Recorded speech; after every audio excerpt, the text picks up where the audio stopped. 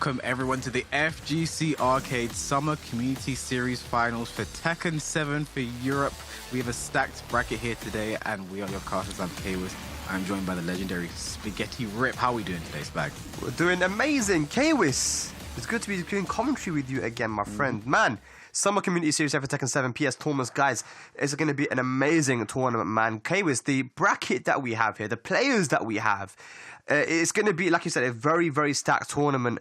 And, man, there's so much on the line as well. So there is going to be big pressure. There's, a massive prize for first place that, Evo package. Bro, I mean, it's going to be an amazing tournament. I can't wait to see who's going to take it. Yeah, it's going to be an amazing tournament, and let's find out how things will be going down. We have the format here for you guys. Obviously, what we happened were there were open qualifiers, so that is what we led from, and it's come to these top players. That is what was given. We have 8 players here today. It is double elimination, and Spag, I think probably your favorite thing here is going to be best of 5, first to 3 action the entire way. With how much there's on the line, I mean, it makes sense, right? It was a great decision to go for the best of 5 matches the whole way. We've seen so many times when people are up 2-0, the 3-match comeback is definitely on. And here we go, ladies. This is exactly what we were talking about. The money that's on the line for the whole topic, and everyone's going to get paid here. But it is that #1 spot that you should be looking at, the Evo Hospitality Package, which is valued at $3,000. Guys, the winner of this tournament will be going to Evo, flight, accommodation, and entry all paid out. Kwis, this is huge. This is very, very, very big. And obviously, what's also big are the names we have here today in our brackets. These are the players that we're going to have competing for that trip to Evo. And we have it, Tetsu versus Pika, Chicken Morrow versus Fran, DBP versus Leonidas, and K-Top versus Tibitano. A lot of regions here, a lot of players here, and a lot of potential for upset here as well, Spag. 100%, man, 100%. Some of these guys have had a lot of history as well, if you think about it. Chicken Morrow, Fran, these guys, top competitors, usually in the top 3s of a lot of the tournaments that we've been seeing during the pandemic. Tetsu and Pika have had a huge history together as well. I feel like Tetsu usually comes out on top in that one, so Pika has a lot of work in front of him. He mentioned Tetsu being one of his demons. DBP and Leonidas, this is, like I said, a very diverse gameplay. We haven't seen these matches often, and of course K-Top and Tibitano, Greece in the mix here with K-Top and Tibitano, who's just such a wild card, honestly, and could take this whole tournament. You just never know what Tibitano is going to turn up on the day, so I'm excited for today's tournament, Kwis. Yeah, I'm excited to see hopefully some Tibitano here today. He's recently made the switch to a main of Ganryu, and I personally have not been a believer in his Ganryu, but he's been proving me wrong for a while now, so I'm excited to see what he does with that. I'm also excited to see hopefully you guys one day take part in these events. You can sign up, get involved at compete.playstation.com. Go to that link, and you guys can join these tournaments, and maybe we'll find you guys on this big stage one day. And maybe if you're on this big stage, you'll be able to also qualify for Evo for one of these years. Guys, ladies and lads, if you're going to be going to Evo, make sure that you use the code FGC Arcade for $25 off when you're purchasing your event pass at evo.gg.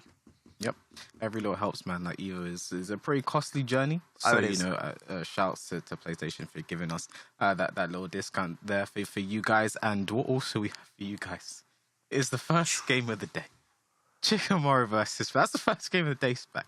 Yeah, this is. We're not messing around. We're jumping straight in. We're getting straight into it, ladies and lads. These are 2 of the best players that we have in Europe. Chicken Morrow, who arguably you could say here, Kwis, was #1, and that's a hard thing to say. That's a massive statement to make, because there's never really been a #1 in Europe for a very long time. But this man was #1 for a short amount of time. He was winning absolutely everything. Mr. Nuno from East London, killing it here, on 24 years of age as well. Very young man, but Kwis, I mean, you know a lot about this guy. Very strong. Yeah, I'm very excited to see him play here today. One thing I'm also excited to see is you see that the Josie is the main now. He had been rocking Lydia mostly, and before that was the Marduk and other characters, but Josie was his original main. He has gone back to that. You can see it paying dividends with his win percentage there. 88%, only had 1 loss leading up to this point, so I'm excited to see how he does in this top 8 bracket. Yeah, absolutely. You can see, man, that the win percentage there is no surprise when we're talking about Chicken Morrow, but another player here that is just been doing so well in all these tournaments. We've got Mr. Fran, you know, from Korea originally, moved to Hungary, and you know, this is an Ana player that a lot of the Ana mains look up to. You know, he's created a lot of the tech that people use even today, and yeah, like he's been killing it in these tournaments recently. A lot of the online stuff, we're seeing Fran constantly in those top threes. He's winning these tournaments as well. So I mean, we got a match coming up for you, ladies and lads, that could have potentially been and could still be the grand finals of today. Honestly, Fran and Chikamaru, you see there with the 75% win rate. No surprise there when it comes to Fran. But yeah, I mean, he also uses a variety of characters. We see the Fang, we see Ganri, we see Elisa, Zafina sometimes, but Ana is the main, and I'm expecting that he does go with the main straight off here, especially in the first to three here, Kawis. Yeah, you have time to test out characters, test out different strategies. So I'm expecting to start off with the mains for both of them. One thing about Fran as well, he said in his player survey that the sub character for him is actually Alyssa. That's the one he went. I would have expected him to say Feng or something like that, but he says Alyssa is a sub character. And also one of his biggest achievements in his competitive career has been ICFC EU Spring 2022 Week 4 first place. He said that's one of his biggest achievements. And as a Korean player, you know, one of his biggest achievements is winning Europe. That just tells you our level, doesn't it? How great. Yeah, 100%, man. For that to be one of his biggest achievements. I mean, and he has been playing so well recently as well, Kawis. You know, he was a little bit shaky in the start, but I think he went back to Korea. And when he returned, dude, I mean, it's just been so well. I think he's getting into his stride now. Chikamaru, though, man, you know, this man's a champion himself. He won Celtic Throwdown CT before the pandemic offline. You know, this was his first international, and he managed to take it. Or one of his first international tournaments that he went to. That was the year where I feel like he was traveling a lot. And you know, got a lot of top 8s, but man, that win was huge for him, and it was quite comfortable actually, Kawis, as well, which is the main thing, using multiple different characters. I think he used the Julia in that tournament too. And will we see the Julia now? I don't think so. I feel like Josie is the one, like you said, it's the main character here, Kawis.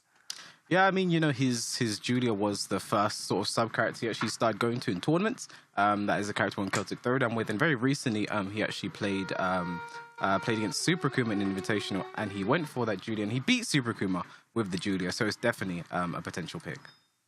Yeah, definitely. But I think that we might be seeing a multitude of characters here, especially from Fran. He's the kind of player who likes to switch around the characters often. If the Ana doesn't work out, then maybe he'll go to the gun. We've seen this guy in 3 different matches use 3 different characters, and this is a thing that Fran can do. You know, he's been playing Tekken for such a long time on the big stage as well. We're talking about the big stages of Korean Tekken. You know, being on the the Tekken crashes and all these kind of big production Korean events, and so he's been under the big lights.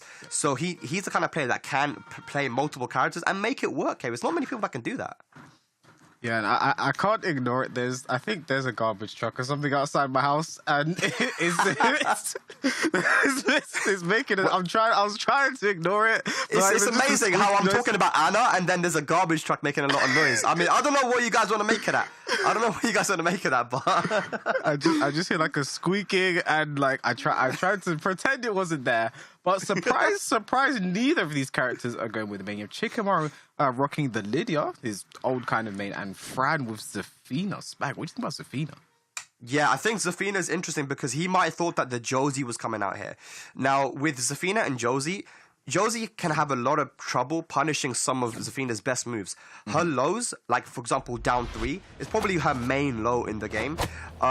Josie has a tough time punishing it, but I think it was a great pick from Chikamaru to understand that Fran might do something like this, so he went for the Lydia. Yeah, I think Lydia is a pretty good option to go for in this matchup, so let's see how it pays off. Definitely. Okay, missed the punish there. You know, early days right now, but ladies and lads, it is first to 3. Again, no punish, no launch on the power crush, but a quick start for Chikamaru though. Wow. A very quick start there for Chikamaru. Takes the first round. Fran tried to do a lot of stuff there. You know, sometimes in the first round of a set, you can play a little bit wild, see what your opponent does, see how he reacts to certain situations. Going for a mix-up. Nice spring kick there from Fran. Beats most of the options when you go for the pouncing tag and mix-up. Yeah. Okay, no duck in the string there, Fran. Yeah. A bit faster while standing 2 out of nowhere. I don't think that's the best combo there from Fran. Can he get the wall? No, he can't. I think he could have got the wall if he dashed up into down forward 1-4, but didn't believe in the combo. But it's okay, up 4-3, not a move we see that often.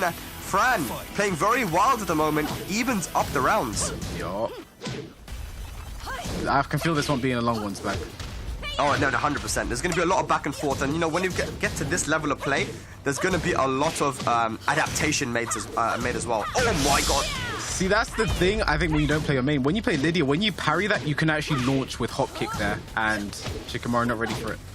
He wasn't ready. He knew the parry, made the right read on the parry, but here we go, hop kick. Yep. Can you kill? That's the question. If it gets to the wall, yes, but just shy. Oh, no. Oh, in the back. Wow. See, this is one thing I don't like about Shikamaru. Why do you decide to end the round with a low that can get you killed? Because he knew it was going to work. I mean, that's the thing that Shikamaru does, man. He makes you feel stupid when you're playing. He's like, I have such a read on you. I know you're not going to duck. So I'm just going to do this hella risky low. And it's going to work. -10. Nice punish. Into the cat sweep. Oh, great block. Nice. Excellent block there on the red tape. This should go to the wall, and it's going to be big damage here. If he doesn't drop it. Oh, he dropped it, but it's okay. Fran, you know, he's dropping these combos, but he's getting the rounds. That's the most important thing. Final round here, first game. Who's going to take the lead in the set? Down threes are coming out. Oh, nice bullet punish there. To the sweep.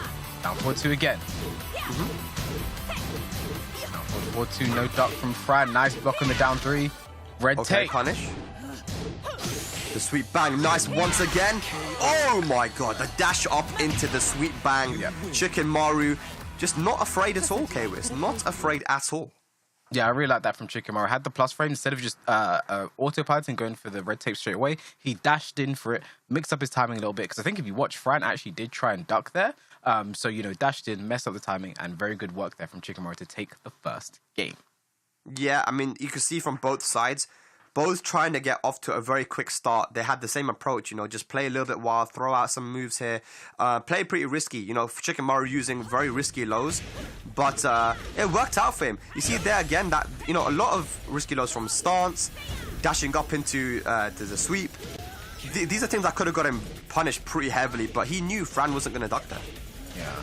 I mean, Fran also, you know, taking his own risk there, that while standing too. Ended up getting him close to the wall, ended up closing out the round because of it.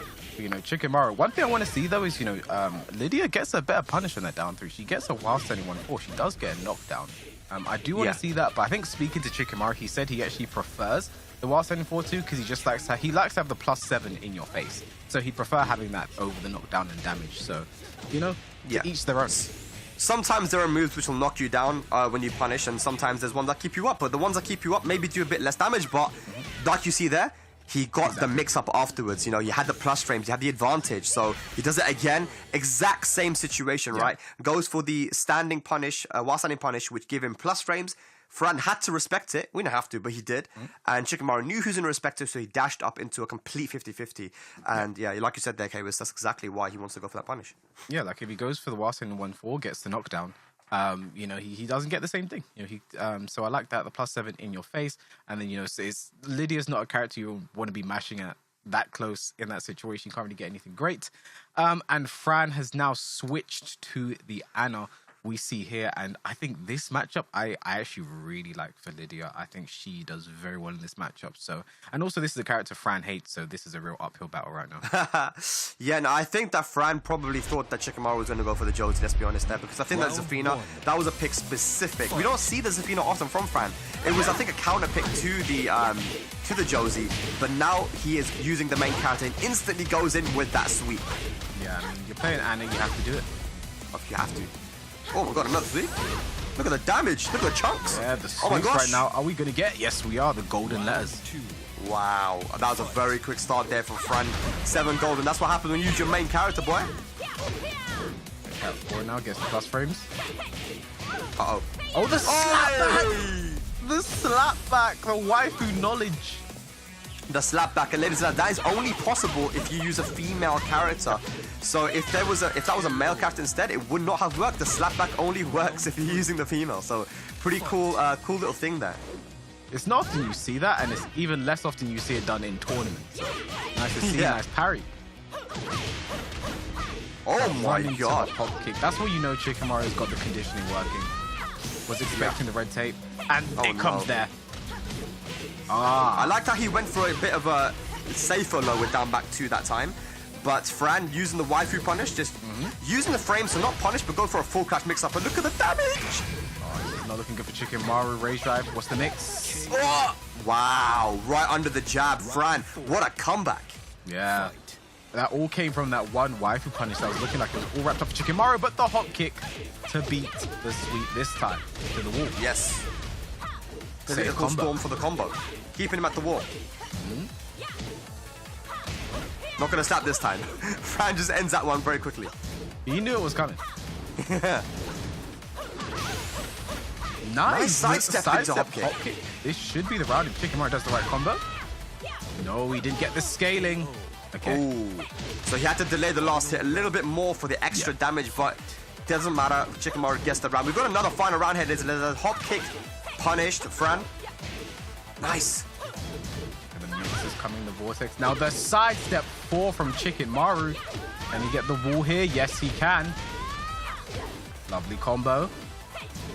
Very close though, either way. Down 1.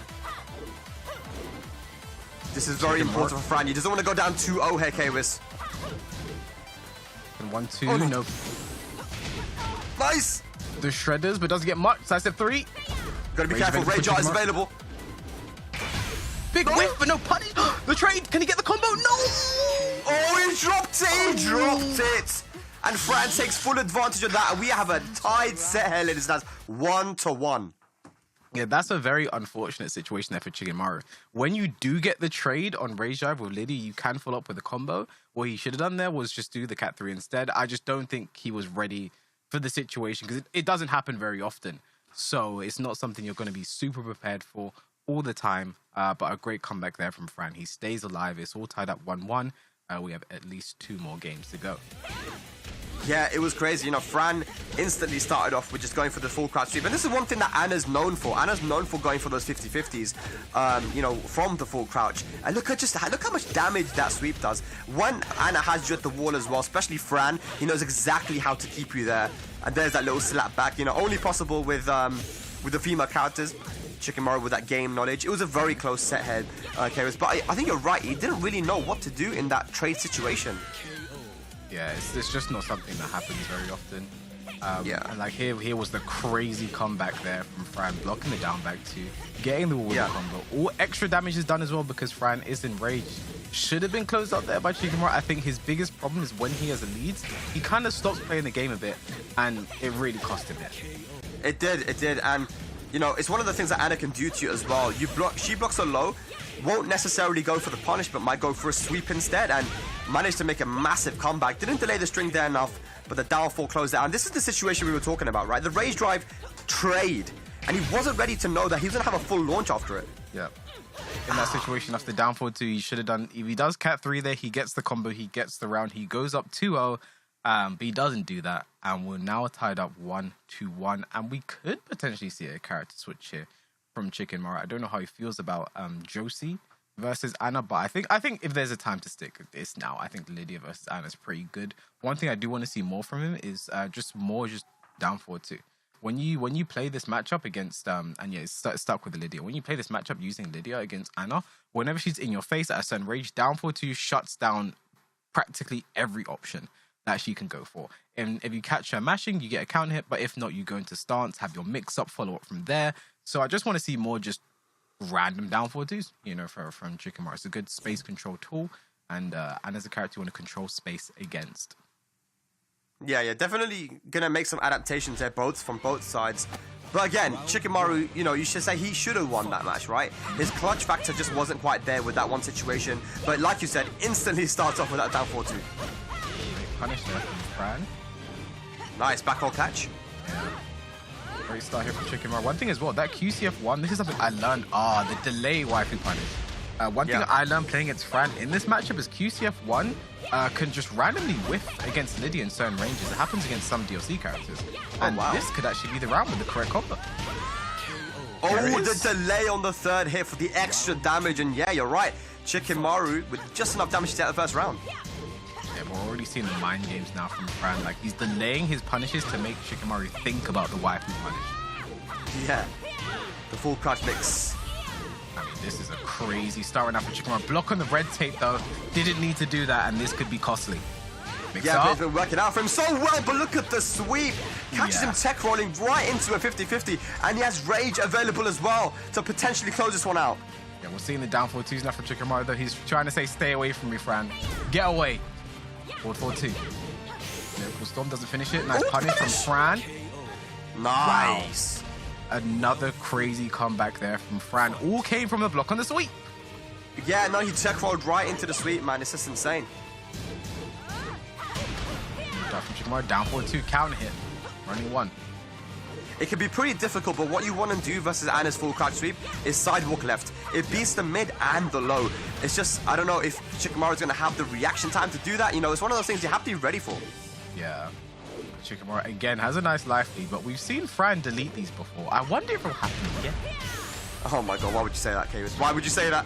Why would you say that? I said that because Chikamaru is about to win this round. Why would you say that, man? All right, Chikamaru in the corner. Again, he's just trying to keep him away. Rage drive spent. What's the mix? That's oh my god, plus frames. Chikamaru's been a bit too passive for my liking. No, That's a 3. Double 4. Wow, My the pressure from goodness. Fran.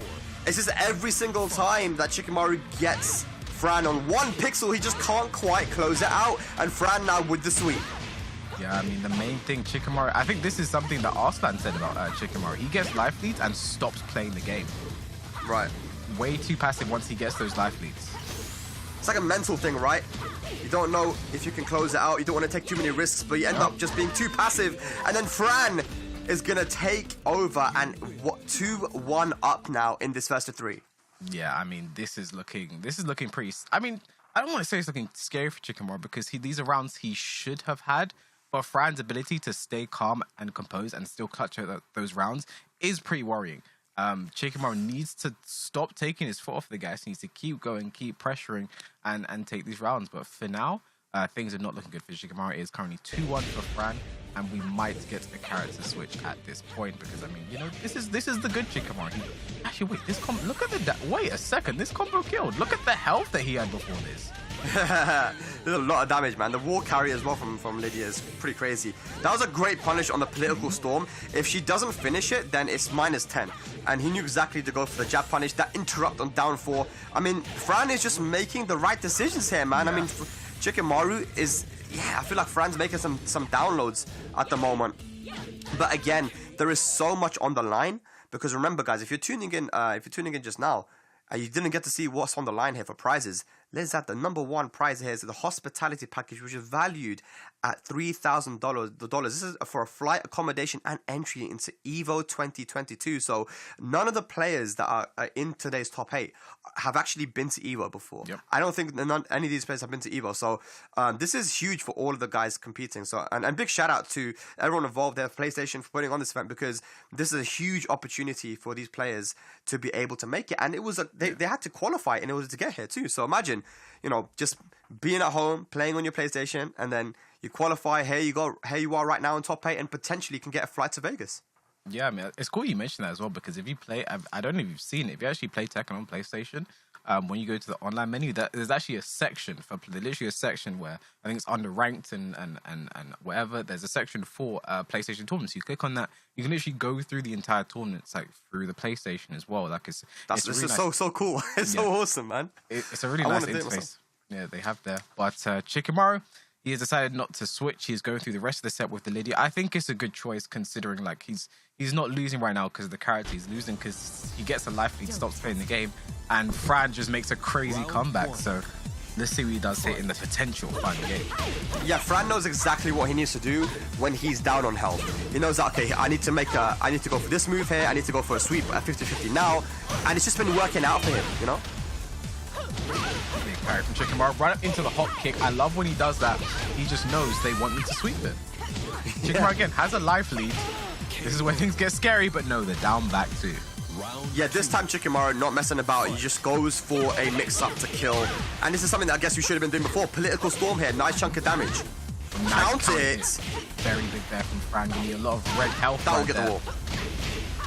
Look at that. Look at that. Anna does a lot of damage, dude. She needs it. I've heard that one.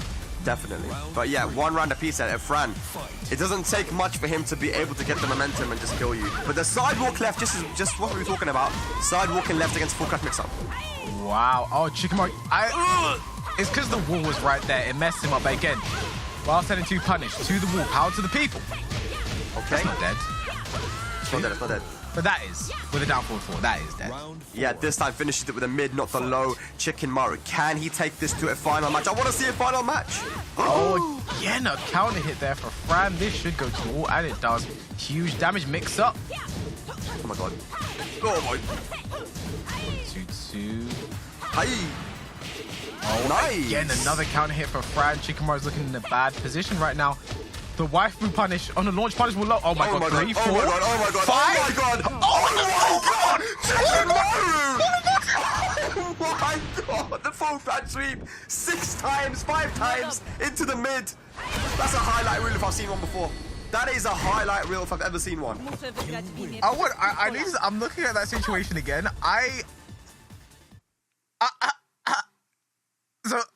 So like, Fran stayed down for a few, then he got up for one, and then he got hit. He got knocked down again, and then he got up again, and it hit him in the back, and then splat, and then I don't even. I'm sure I can't we'll wait be to getting see that that replay. That's gonna be a good one.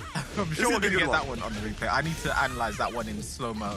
And everything. But yeah, you know, this was a great turnaround here from Chicken Morrow. The exact opposite of what we've been criticizing here for. A bit too aggressive at some points, but you know, it didn't matter because he ended up closing out the game in the end.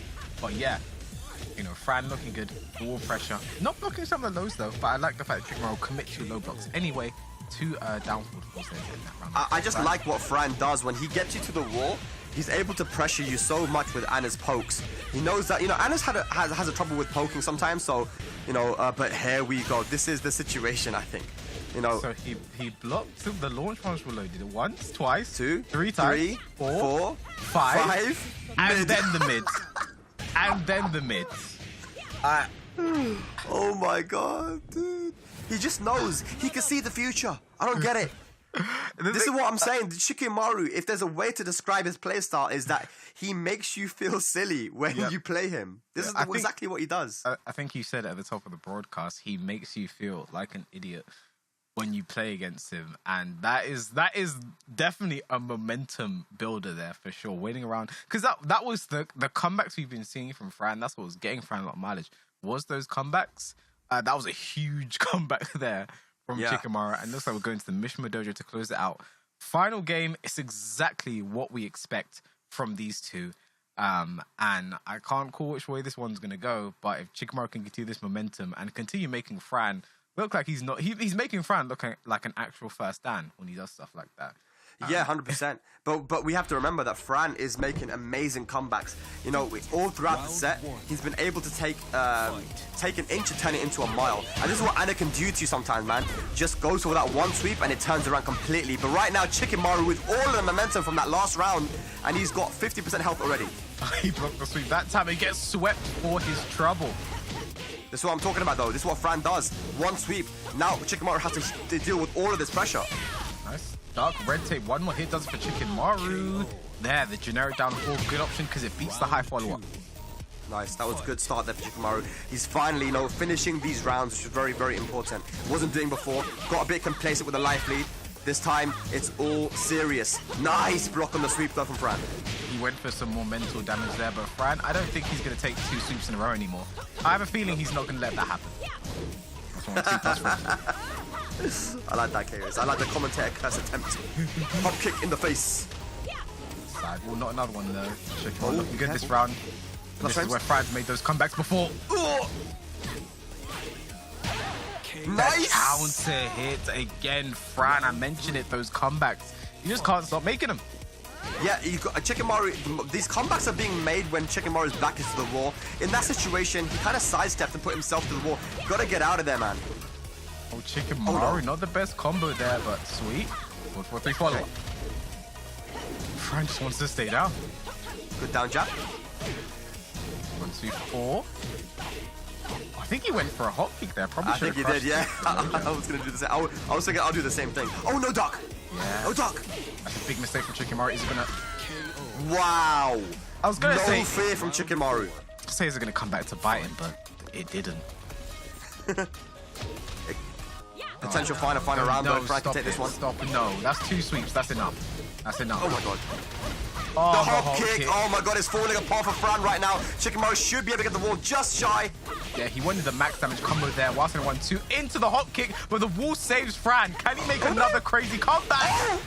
This could be the start. This could be the start. Rage drive spent now.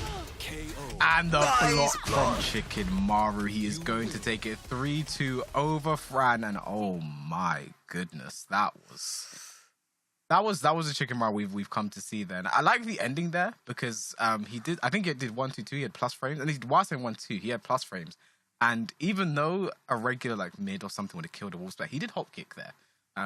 Because he was like, he's really wanted to call out the fact that he knows Fran is going to duck at this point. So he went for the hop kick.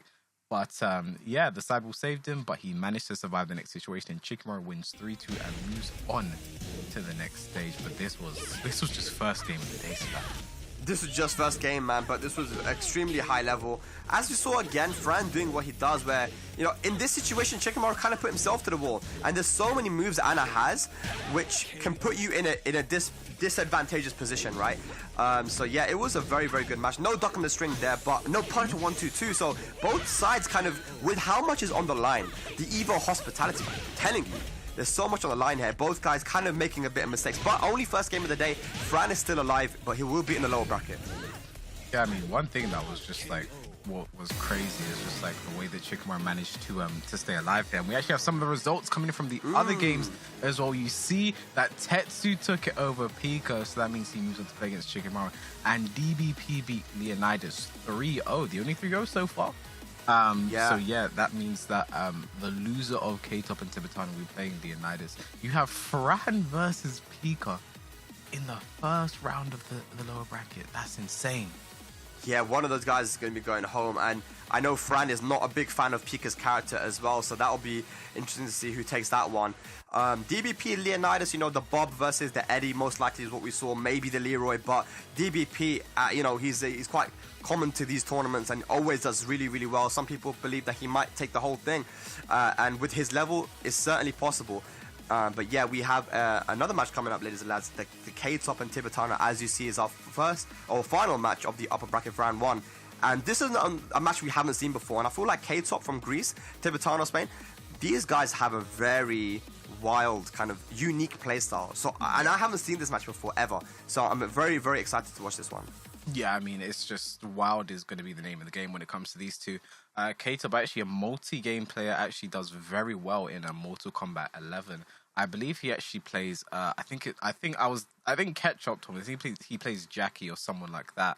And for those of you who don't play Mortal Kombat, that basically means pre-Unga Bunga. You know, that's basically what that means in terms of his playstyle. But you see here is K-Top, 23 years old from Greece. Actually has a twin who competes a lot in these tournaments as well. K-Top, and the other one is H-Dope. You see that in the stream as well.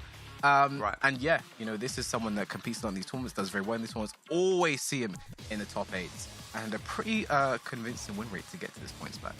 Oh yeah, 100%, 8%. And you know, the characters that he uses, Vina and Julia, strong characters, you know, their ability to kind of move around and lock you down and make you panic and then punish you. These are the characters that can definitely do that. And K-Top, I've seen him play. We've watched him in these tournaments before. And is definitely a specialist with these characters, so it's going to be exciting to watch him play. On the other hand, though, we have Mr. Tibitano from Spain, showing the Ganru as his character, but also has that geese in the back pocket, a character that he has won tournaments with. You know, if we talk about the achievement, which he considers to be his biggest achievement, 100% that 2018, only the best in Napoli in Italy. I mean, that was such a stacked tournament. He managed to take the whole thing. So it just goes to show how strong he is and what his potential is, Hakaris. Yeah, I mean, I'm excited to see how Tibitano does here today. Repping that Goswa Gaming as well. Shout out to the GG guys doing so much work for the FGC. And, you know, look at that. His win rate, not as convincing as some of the others we've seen here today. But, like, that doesn't really, I think, define his skill and talent because we've seen it firsthand for ourselves. So I'm excited to see what he brings here to the table.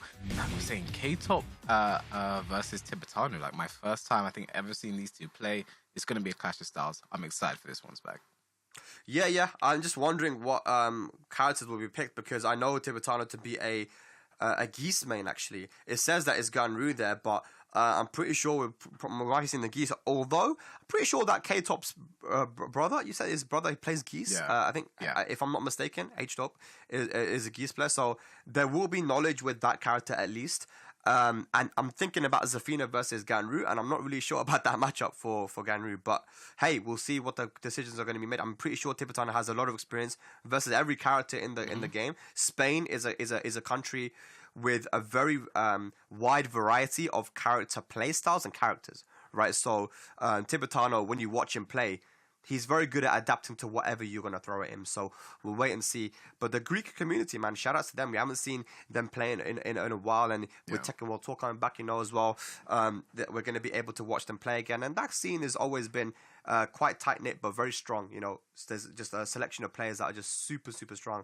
So, yeah, and very dedicated to the FGC. So, yeah, let's see, man. One of these guys could potentially win and be going to Evo K-Wiz. So, again, the Evo hospitality package, $3,000, bro. I mean, so much to play for. Yeah, it's a lot of money, and that's a big price. It's a very big price. But I'm definitely excited to see how this one plays out. Tibitano, we mentioned his Geese is what we really do know him for, but he says himself in his player interview that Ganryu is his main. Like that is what he's saying now. So that's the character been coming to it. I don't think I've seen him play Geese in a while. Actually, in a few of the tournaments I've been watching, it's been mainly that Ganryu he's trying to make it work. I actually like that, what he's doing there. He's preparing for the next Tekken game. He's preparing to play without his 2Ds. He's preparing to, get rid of that crutch of 2D underneath him. So I understand the decision there. So he's preparing for the future. You'll have to see it. Oh yeah, 100%. But then the other thing is as well that we don't see that many Ganrus, and that's the weird thing. With how strong the character actually is, with the tools that Ganru possesses, we just don't see the character enough, I feel like. And maybe it's because he came out in a bit of an unfortunate time, with the release of some other characters that may have overshadowed him. But Ganru has the tools needed to win tournaments. We see it with people like Saint and some of the Japanese players. In the right hands, this character could do huge, huge damage. 100%. He's a very scary character, and we're going to see him here in action here today against Zafina. Again, for the second time of the day, we have Zafina back to back. Some people say she's not that good. She's the bad character, but we've seen it twice already. She must be very good back. Yeah, but again, when Zafina was used, she lost, right? So let's see if Zafina can win this time. It wouldn't surprise me if she lost, K-Wiz. I'd be surprised if Zafina didn't win.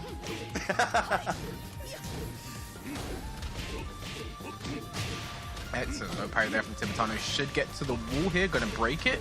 No, wants to keep it. Yeah. Oh, punish that. Nice. That's the thing about Zafina, right? With her punishes, her 10 frame, puts you into a bit of a mix-up situation, but oh my gosh. Nice. Bam, bam. Gets a side wall splat as well. Yep. Wow. Baseball slide. Wow. Oh, goodness.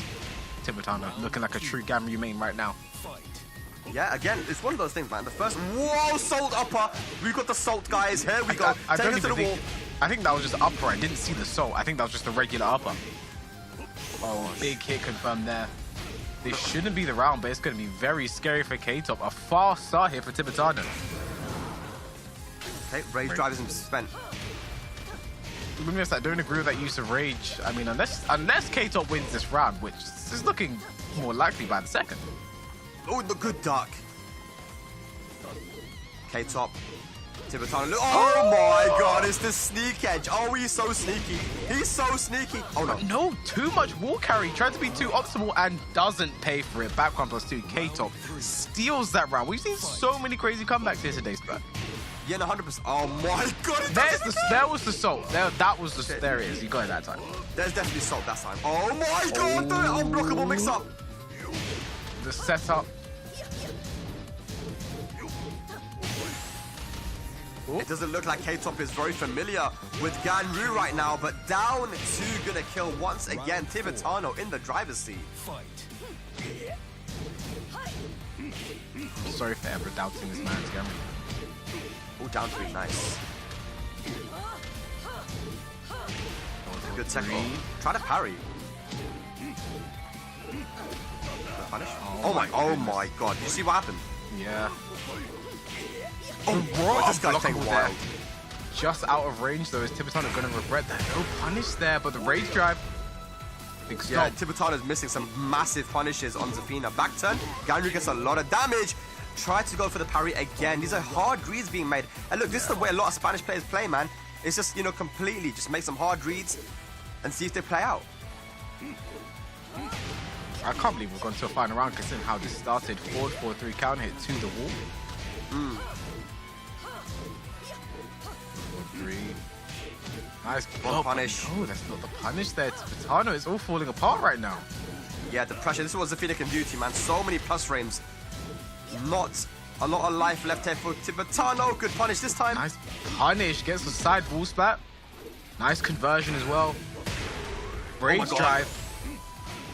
Don't tell me he makes this comeback. Don't tell me he makes this comeback. The string and the key charges. Definitely feeling himself that time. Tibitano with the comeback. That was insane. I like Ganryu's key charge. He slaps himself. It's funny. But yeah, no, I mean, crazy comebacks on both sides there. I mean, I have to say, we're seeing a lot of matchup unfamiliarity on both sides. Missed punishes. Like just a few situations when they should be doing this instead of this, but you know, other than that, you know, these two are giving us one hell of a game, and you know, Tibitano have been kind of on point with the parries today. Well, this is what I was saying, right? We haven't seen these two play before, and I think they're trying to feel each other out. They're trying to see what their play styles is. And now, if I'm K-Top right now, I'm thinking, okay, Tibitano makes really hard reads on defense. He'll duck certain times. He'll try to parry instead of just blocking. You know, Zafina, in order to make a comeback, she has to do what we just saw there. Either go for that snake edge or use the rage drive, right? If you just hold back, I mean, it's funny. I know it's easy to say, but honestly, like, Zafina will have to work pretty hard to get comebacks usually by poking you out. But if you make hard reads on defense the way that Tibitano has been doing, I mean, it's possible for Zafina. But there we go again. You saw he tried to go for the parry. This time punished correctly. Look at this. I'm not sure what K-Top did there. After getting punished, he tried to mash and got counter hit. I mean, either way, he went for the rage drive. They're down to, and then just finishes the string, catches K-Top trying to do a rage drive there. I mean, yeah, it's just the unfamiliarity between the two players and characters right now. I'm hoping to see these two.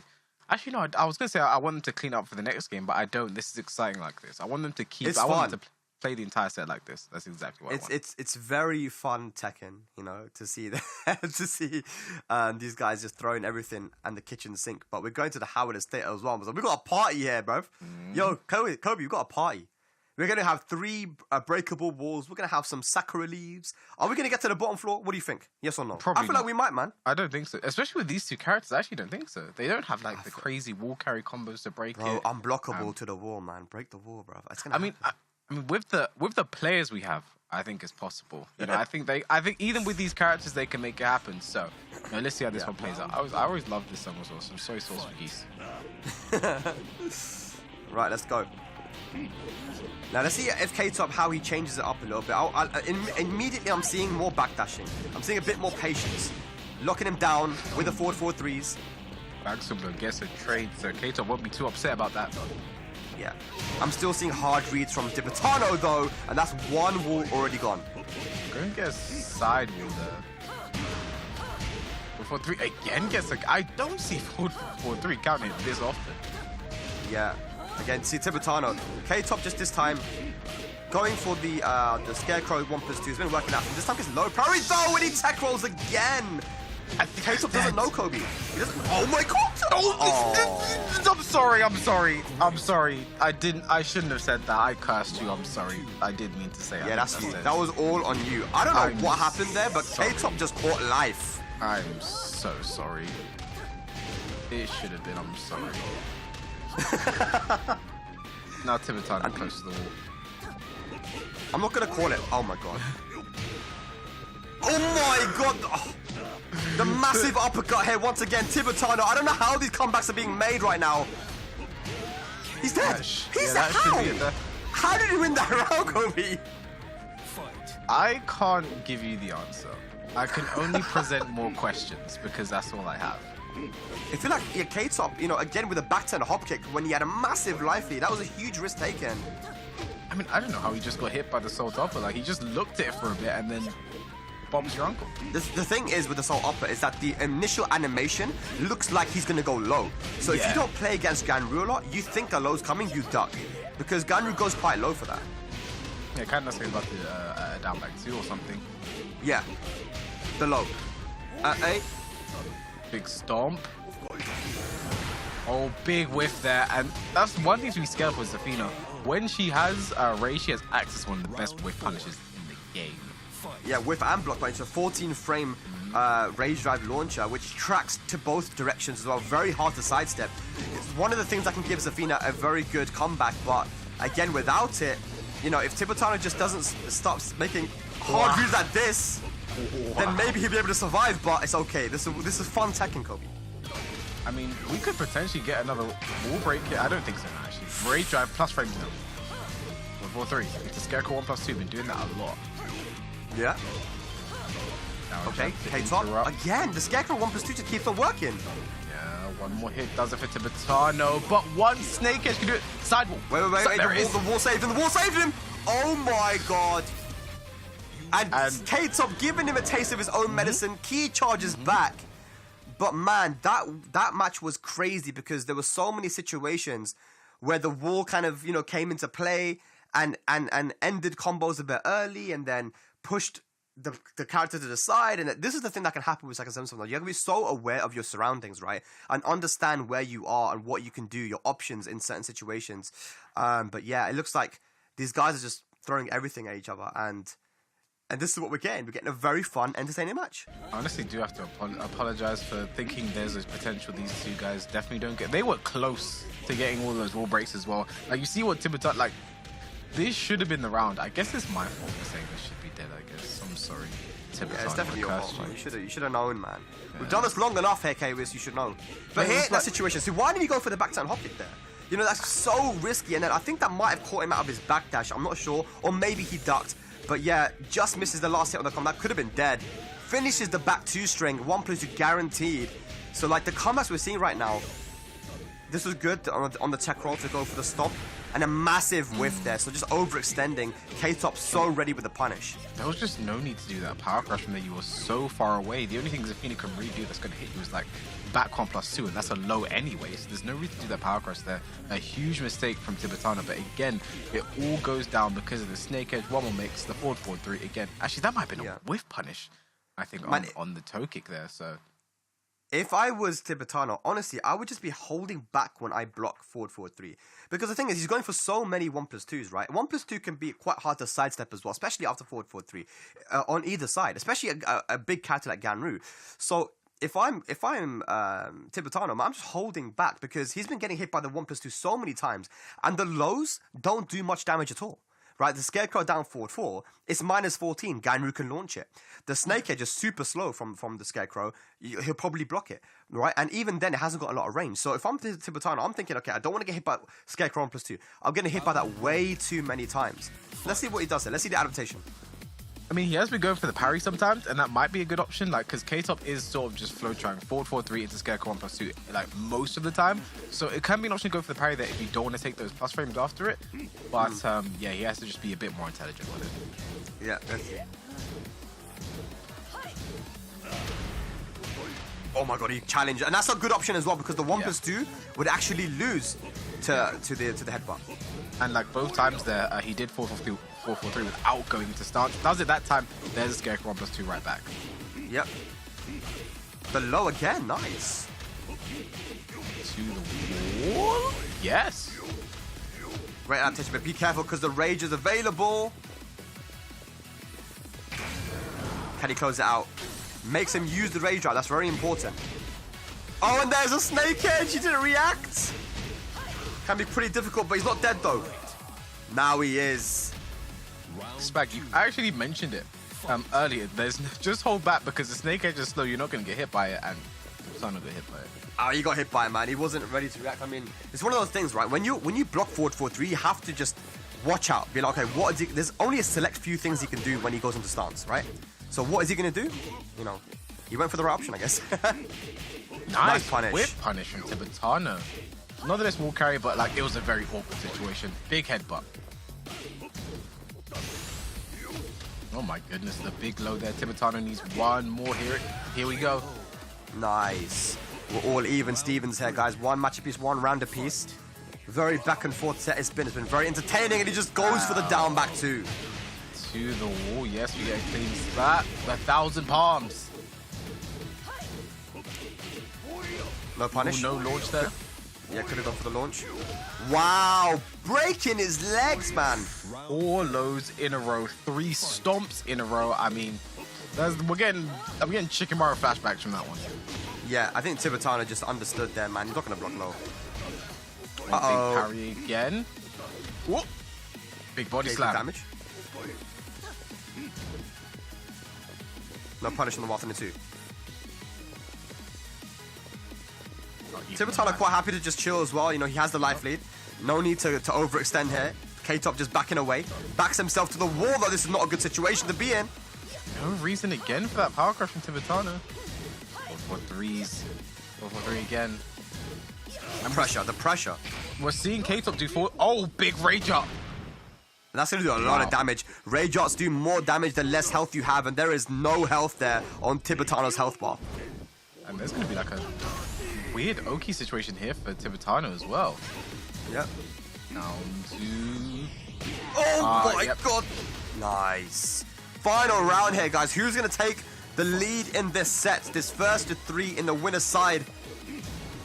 Big whiff. Ooh, tried to punch with the clap. Doesn't work out. Good defense there from K-Top. K-Top's just backed himself in the wall here, and now he's literally in the corner.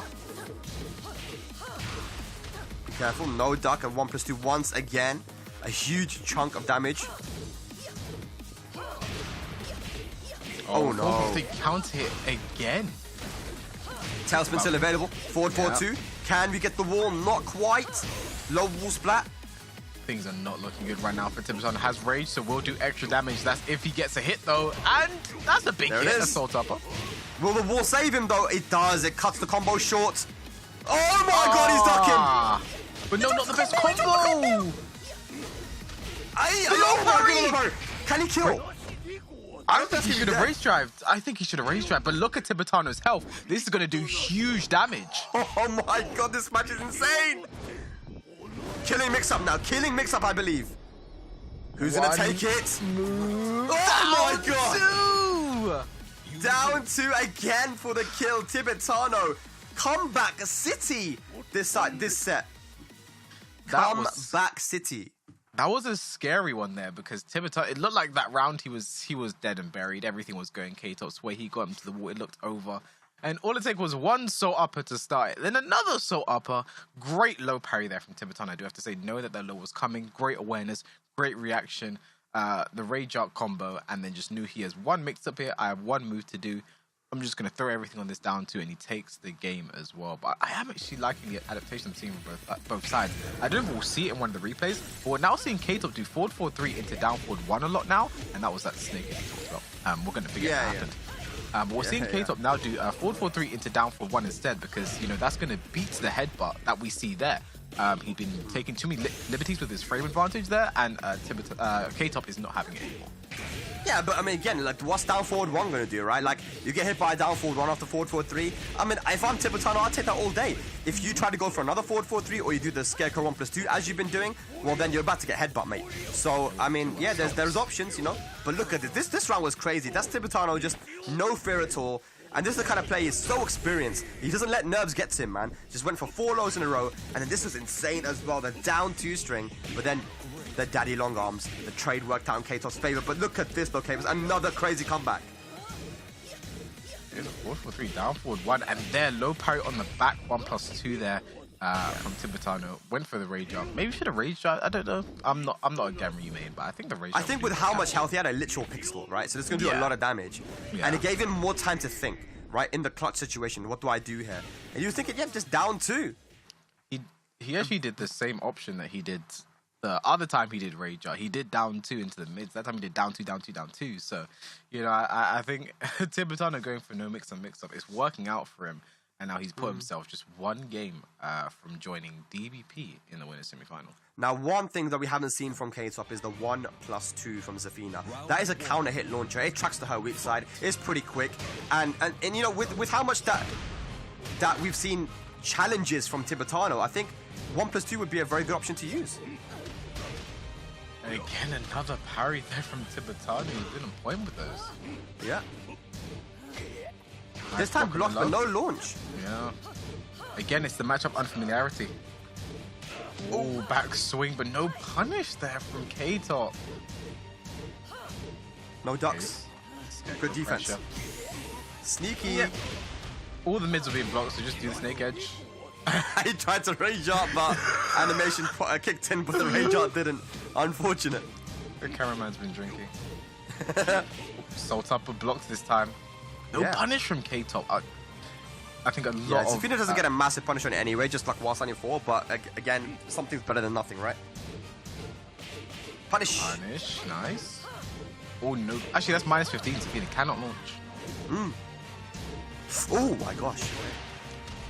Power Crush, good challenge. Oh, that could have been punished.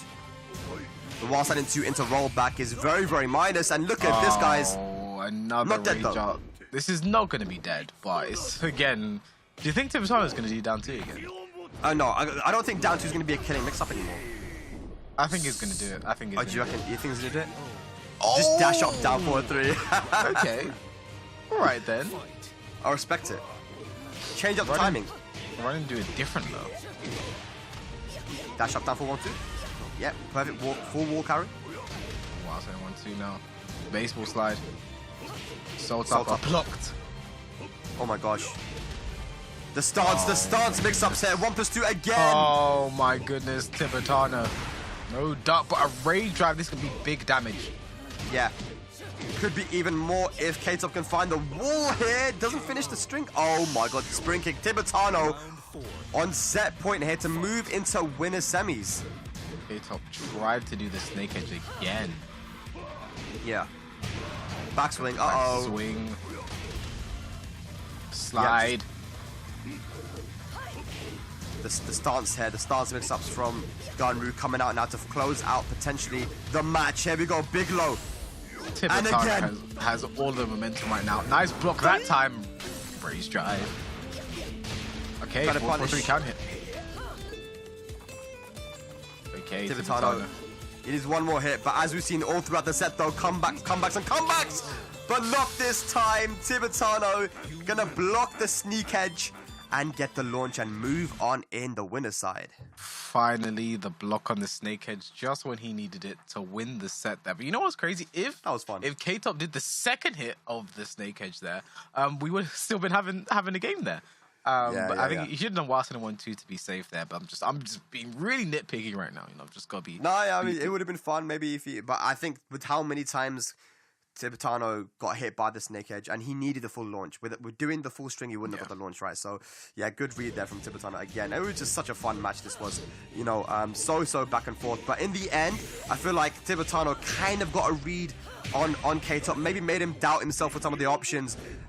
It's so scary when you play against Tibitano because he has such a weird playstyle. When I say weird, I mean it in a good way, right?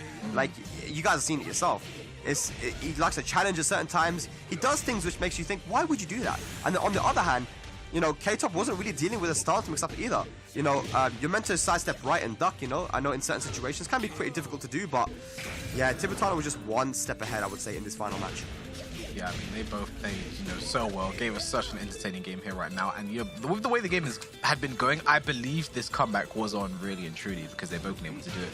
But then the final snake edge there was blocked. And that snake edge has changed our bracket quite a bit there. As we see, Tibitano has moved on to play, and he will be playing against DVP in winner semi-final. And you see down there, Pika took out Fran 3-1. Probably a Geese versus like maybe a Feng or something. I know he doesn't like playing Anna against DLCs or 2Ds. So Pika takes the 3-1 and Fran goes 0-2 today in the top 8. It's crazy to say, but someone had to do it. I mean, that's just insane if you think about it, right? With how strong Fran played in that upper bracket, you know, for him to just be going out 0-2, it just goes to show the level of today's tournament. And with so much on the line, I mean, I'm sure the nerves are as high as they've been for a lot of these guys. Yeah, I mean, it is unfortunate there, but it was nice to see K-Top perform as well. You know, if that's how good he's in Tekken, I'd like to see how that guy performs in Mortal Kombat as well. I think he's actually a champion, you know, in that game. So I'm excited to see him compete there. 100%. He's a champion in many different games. But yes, ladies and lads, if you one day want to be here as well, playing these crazy games, showing us what you're made of, guys, sign up and get involved at compete.playstation.com. And you guys these guys are competing to go to Evo. And if you guys plan to go to Evo as well, you can use code FGC Arcade on the evo.gg website to get $25 off of your entrance fee. Every little helps when it comes to, going to a tournament that's big. But that was a great start to our bracket, today's Spag. I'm excited to see what the rest holds for us. What about you? I'm definitely excited, and I know that everyone at home is also extremely excited to see who's going to end up taking this and represent the EU region at EVO. But before we see that, guys, we're going to take a short break, and we'll return more Tekken 7 action. We're really excited to announce that the Tekken World Tour is back this year, and especially that we will be able to see the return of offline events. Kicking off on June 24th, Tekken World Tour 2022 will be a hybrid of offline and online events. Some of the biggest changes of this year to look forward to. First off, we are seeing the return of physical events. We have more regions for 2022, which we will touch on shortly. There is also the global finals to look forward to this year. With finals in San Francisco, Amsterdam, and Bangkok in past years, this is something that really created so many memorable moments in past seasons. At a glance, you can see the players will compete in various Master and Dojo events from late June through October, with regional finals for designated regions taking place from late October through December. Then we'll have the global finals as an offline event in early 2023. There will be 16 regions from around the globe in which players can participate in local events to gain points to increase their standing in their respective regional leaderboard. This is the largest number of regions that we've had for TWT so far. Notable additions are Pakistan as a separate region and North Africa. There have also been some changes as to which countries belong to which region, aiming to provide a better competitive experience. To see which region your respective country is in, please see the fine details at TekkenWorldTour.com. There are 2 tiers of events this year, Master and Dojo. You can see the hierarchy here in relation to how many points are awarded. Also, the top performing players in each region will advance to regional and then global finals. Here's the list of Master events on the tour this year, and you can see that EVO is designated as a Master Prime event, meaning it will award more points. Master events are major established tournaments around the globe that are scheduled to hold offline events this year. Unlike Dojo events, Master events are strictly offline. Master events are the best chance to gain the most points. Any player from any region can participate in any Master and gain points to boost their standing in their respective leaderboard. Dojo events are comprised of community-organized offline or online events. The number of points received for top placers scales according to the overall number of entrants. More point categories this year with the addition of a 48+ category. In addition to 96+ Dojo events, there is a new category called Dojo Prime. Dojo Prime events are outstanding local events with a large influence on their local communities. Tournament organizers who believe their event may fit the bill can apply for Dojo Prime designation within their Dojo application, after which it will be reviewed by Bandai Namco Entertainment. Be sure to sign up in the esports tournament portal. Details about the start of registration will be released on our official accounts, so please follow them for updates. Another notable difference of this new category, Dojo Prime events have a hefty number of points, substantially more than 96+ dojos. The top Master placement and top 4 Dojo placements, including Dojo Prime, are calculated to determine your ranking in the leaderboard. Here is the point breakdown for this year. You'll notice the additional 48+ category in Dojo, and also the addition of Dojo Prime.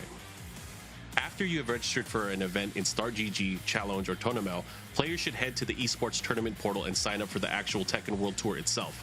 The site should be open for registration in mid-June.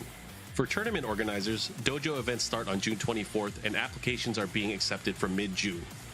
In addition to StartGG, Challenge, and Tournament can now also be used to register events and for signups. So that's the basic rundown of the Tekken World Tour for 2022, and you can check out all the details on TekkenWorldTour.com. Calling all fighters. The PlayStation Tournament's FGC Arcade is back with the Summer Community Series starting this June. Let battle commence. Get ready for 6 weeks of scorching competition and awesome prizes across your favorite fighting games.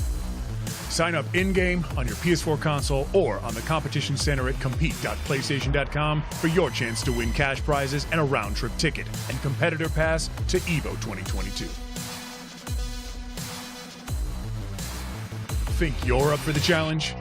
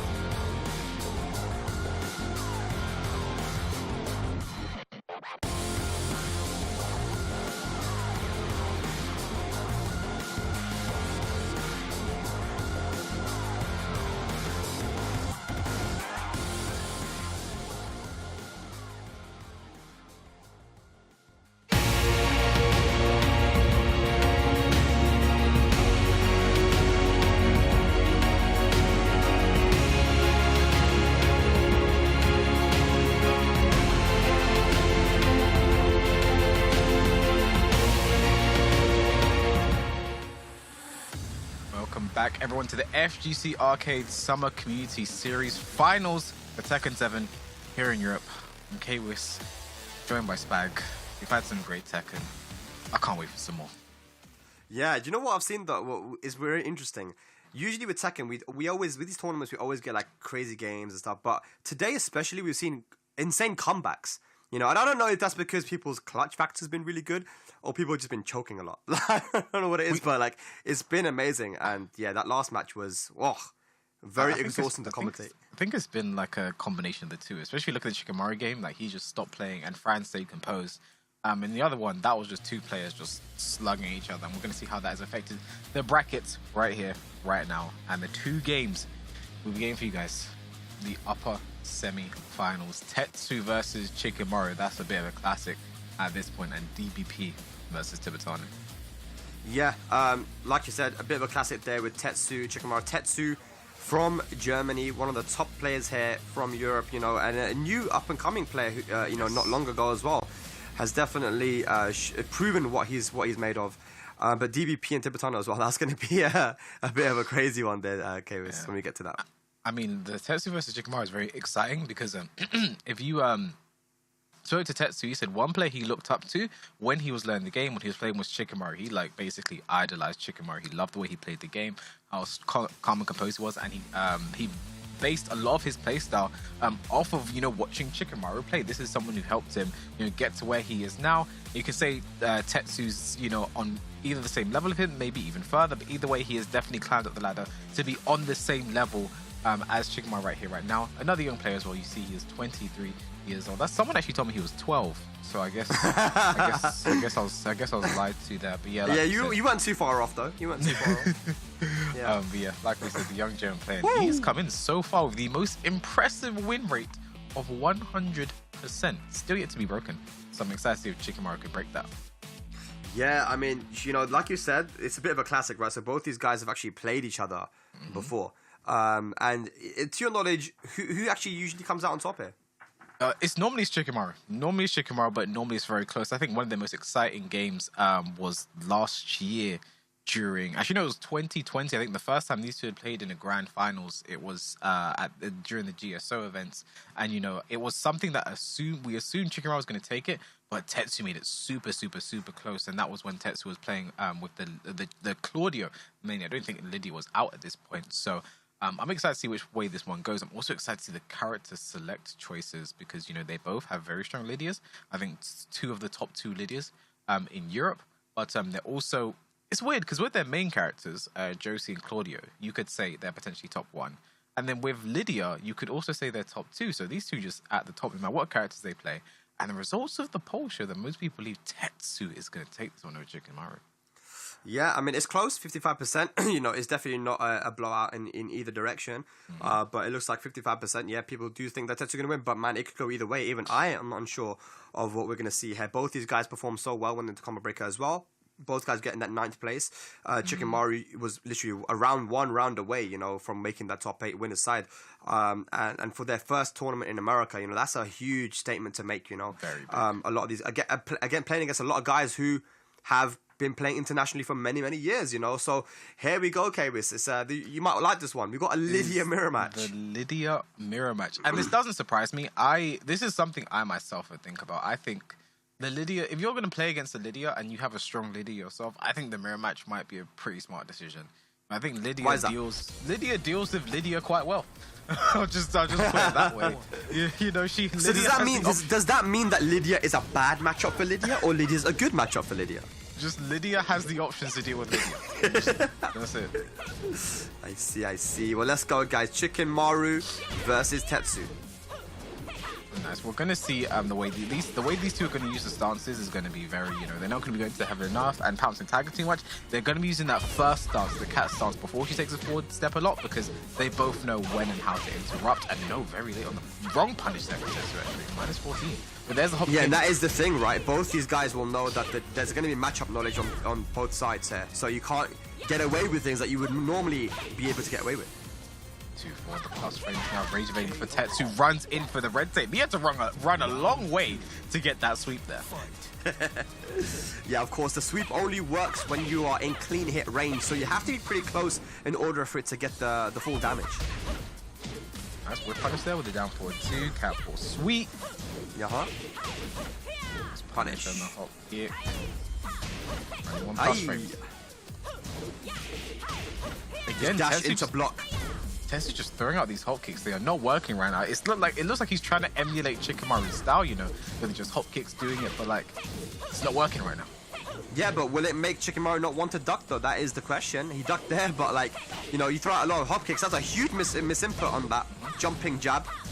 No punish from Shikamaru though. A small life lead. Punish, very nice. At 3. Timing. Oh, the crotch chop. Now. Ooh. Back 2. Don't get too complacent now, Shikamaru. This is what he's done last time. Okay. Axe kick. The whilst Wow. 2? I don't know why Tetsu would get hit by that. Very interesting.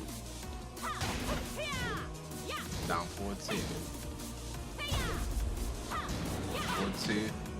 Down forward 2. We're seeing a lot of the same moves right now. Nice hop kick there. Beats out the right punch Tsubaki to the wall. Yeah, once again, Tetsu off to a very nice start. Goes for the full cut sweep. Oh my god. Counter hit the Heaven Enough 2. Nice block and punish there from Tetsu. Finally gets around on the board. Just goes to show just how on point he is right now, Tetsu. Down 1. Okay, nice. That down back too low is very good to even catch the sidestep. It's very similar to Dragunov's. As we say that though, forward 4-3, full launch, big damage incoming.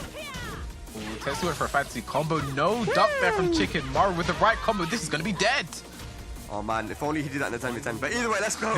Final round, first game. Is that too soon? That might be too soon. Nah, it's fine. Now back 2s are coming out. Yeah, he's catching him sidestepping a lot, just attacking the legs. Nice. No, Look, that that's was the the right right punish, but late. That is 14. Yeah. Oh, again, late on the punish from Chicken Maru. Are the nerves getting to him? The reverse sweep could be incoming. Yeah, Tetsu just leveled it up, man. Playing very well, side walking. Oh no. Are you serious? Are you serious?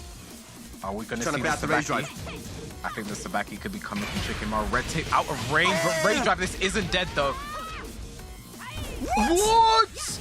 Oh my god! Oh my god! What a close match! Changed up the timing for his low, and Tetsu knew exactly what to do there to stay ducking for the second hit, which was a high, and punish with wild stand in 4. So I think what happened there is Shikamaru ducked the running 1. He tried to get full crouch down forward 3, the sweep we've seen so much, and instead he just like did a little down 3 by accident there. And then there was that was a huge scramble situation. I think you need to have a crazy level of clutch there to stay composed in that situation there. But yeah, a great reverse sweep there from Tetsu. Yeah, no, that was a great reverse sweep. Because Chicken Morrow started off so strong, made some pretty hard reads as he's been doing in his tournament already, as we saw him do versus Fran. But again, we do see the complacency when he has the life lead. You know, he's struggling to close out these rounds, Kwis. Yeah, it's kind of like he just stops playing, and he gives. That's the part. I mean, this is what happened to him against Shadow in Combo Breaker. He just stopped playing the game when he had. He was literally 1 round away from beating him, and he just stopped playing. And you give someone like Shadow an inch, he will take them out. Like here, you see right there, you know, Tetsu just did everything correct there, and he knew he didn't even need the scaling to get the combo, so he just did the combo without waiting for the ender. Like here, yeah, and this is the situation that we saw before, right? Though it's just like again has the life lead, got clipped by the rage drive.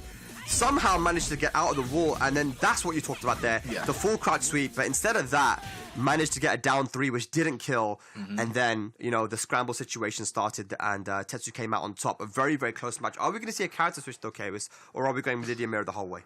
I don't know. I think there's... Actually, no, this is weird now that I think about it, because when I spoke to Chicken Maru about this, he said Josie's very good against... He said he likes Josie against Lydia. Like, she's a very good anti-Lydia character. And playing against Chicken Maru, I definitely agree. I have to say, like, he knows what to do against the character with the Josie, so I'm a bit confused as to why he's not picking the character now. I think because when it was so close, and plus we know Nuno, we know Chicken Morrow. He's the kind of guy that wants to get the run back. He's a big fan of getting run backs. I'm a bit confused why his stuff with the here now, but it almost worked the first game. Kind of worked this game. While 17 gets the count hit to the wall, nice combo. Political Storm keeps it safe with the combo. Yeah, you want to be careful. Don't back yourself up to the wall. He did that against Fran, and it didn't work out for him. Oh boy, he's not playing the game. He's not playing the game. Oh no, he's not playing the game. Oh! Well, he tried. You know, you had to give it a go there, K-Wiz. If he did do a get up mid kick there, that would have worked. But because he stayed low, did it low and stayed crouching there, it didn't work out. But Tetsu's looking stylish right now. He is. He's got confidence, man. He's got that cushion as well of the one match. When you win a match in a scramble situation, the way he did, it gives you confidence and momentum moving into the next match. So Chicken Morrow doing a good job in trying to break that momentum and steal back the match. Oh, no punish there. And of course, what a punish. But nice punish on the hog kick. That was sick. Right now, both guys just spacing to have a very similar health bar. The punish comes in and puts him in rage. Tetsu, what's he going to do? Down back 2 hits, and Chicken Morrow up 2 rounds once again. But this is exactly where we were in the last match. Tetsu made the reverse sweep. Can he do it again? Political Storm, very nice, Chicken Morrow. Can he close this one out? We were here last time.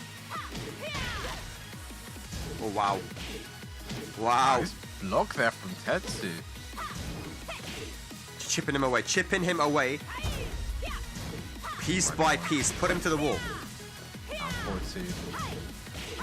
Oh, late on the punish and gets a wall splash for his troubles.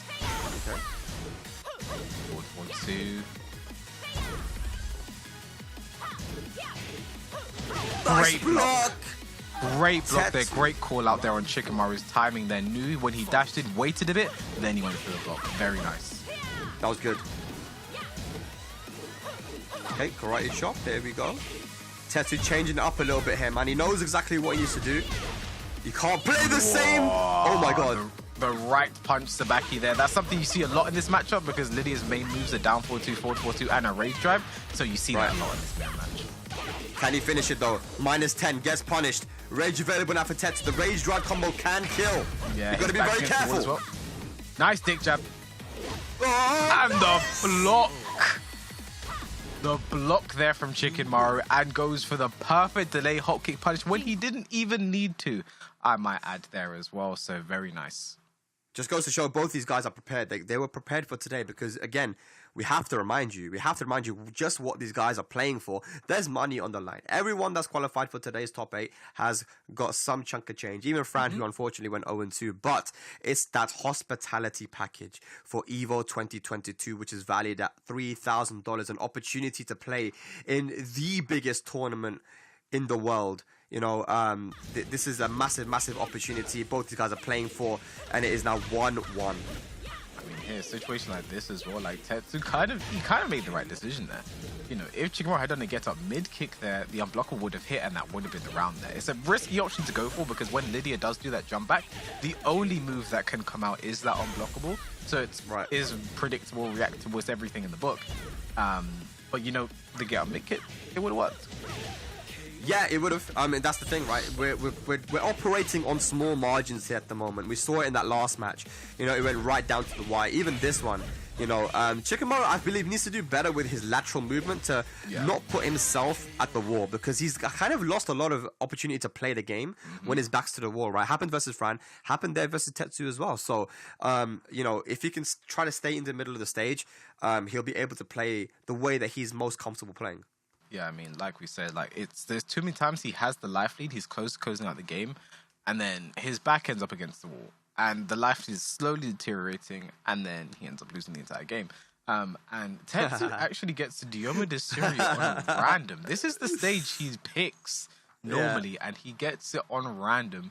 For his, this is a sign from up above here for Tetsu. This is, but that also means that again, it's random select. He always goes to Duomo de Syria, guys. Tetsu, whenever he picks stage, he got it on random. You can see the question mark there, which is great for Tetsu. But hey, if Chicken Morrow is able to win this one, K-Wiz, that's an even bigger statement, right? That hurts. It really does Yeah. hurt. Down Counter 4-2, hit. big counter hit. 2-4.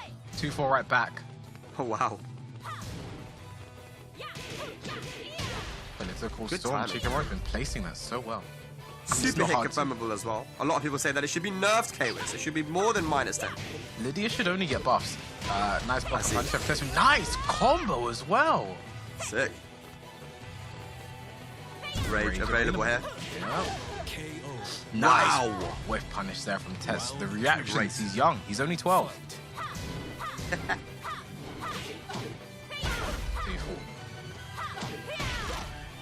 Red tape. Okay. What both these doing after the red tape, they're doing a delayed get up 3 there because that gets a counter if they go for the manual low parry there. Ah, the down back 3+4. Yeah. Nice step from the down 4-2. Wasn't ready for a punish though. And Shikamaru finds himself back to the wall again. And that's going to break the breakable balcony. Oh, what is this combo there from Tetsu? What? Oh! Oh, bomb on the punish. Wow. Wow, wow, wow. Tetsu That hurts. looking very strong. That hurts with Shikamaru. That big whiff there should have been a rage drive with punish there from Shikamaru, but he has to forget that. He's getting a lot of counter hits, but he's not coming. There's another counter hit, but he's not getting any of the follow-ups. It's okay, they've got a massive life lead. Can he finish it off? A brawl of around here for Shikamaru, working on the 7 golden letters. Not going to get it though with a sweep. Tetsu in rage, pushes Shikamaru again into the corner. He's not playing the game, I'm scared. Down back 4, literally clips his toenail. Okay. Good punish. Nice Oh. delay cat for there. Whoa, whoa, whoa. Nice block on the red tape, but no, messes up his while standing too. Yeah, yeah. Maybe he was not ready for that block. Sometimes when you're doing your backdash, you can get a block on somebody's lows. And once again, Tetsu manages to laterally move around and put Shikamaru's back to the wall again. But he has a long road back. This could be a final round.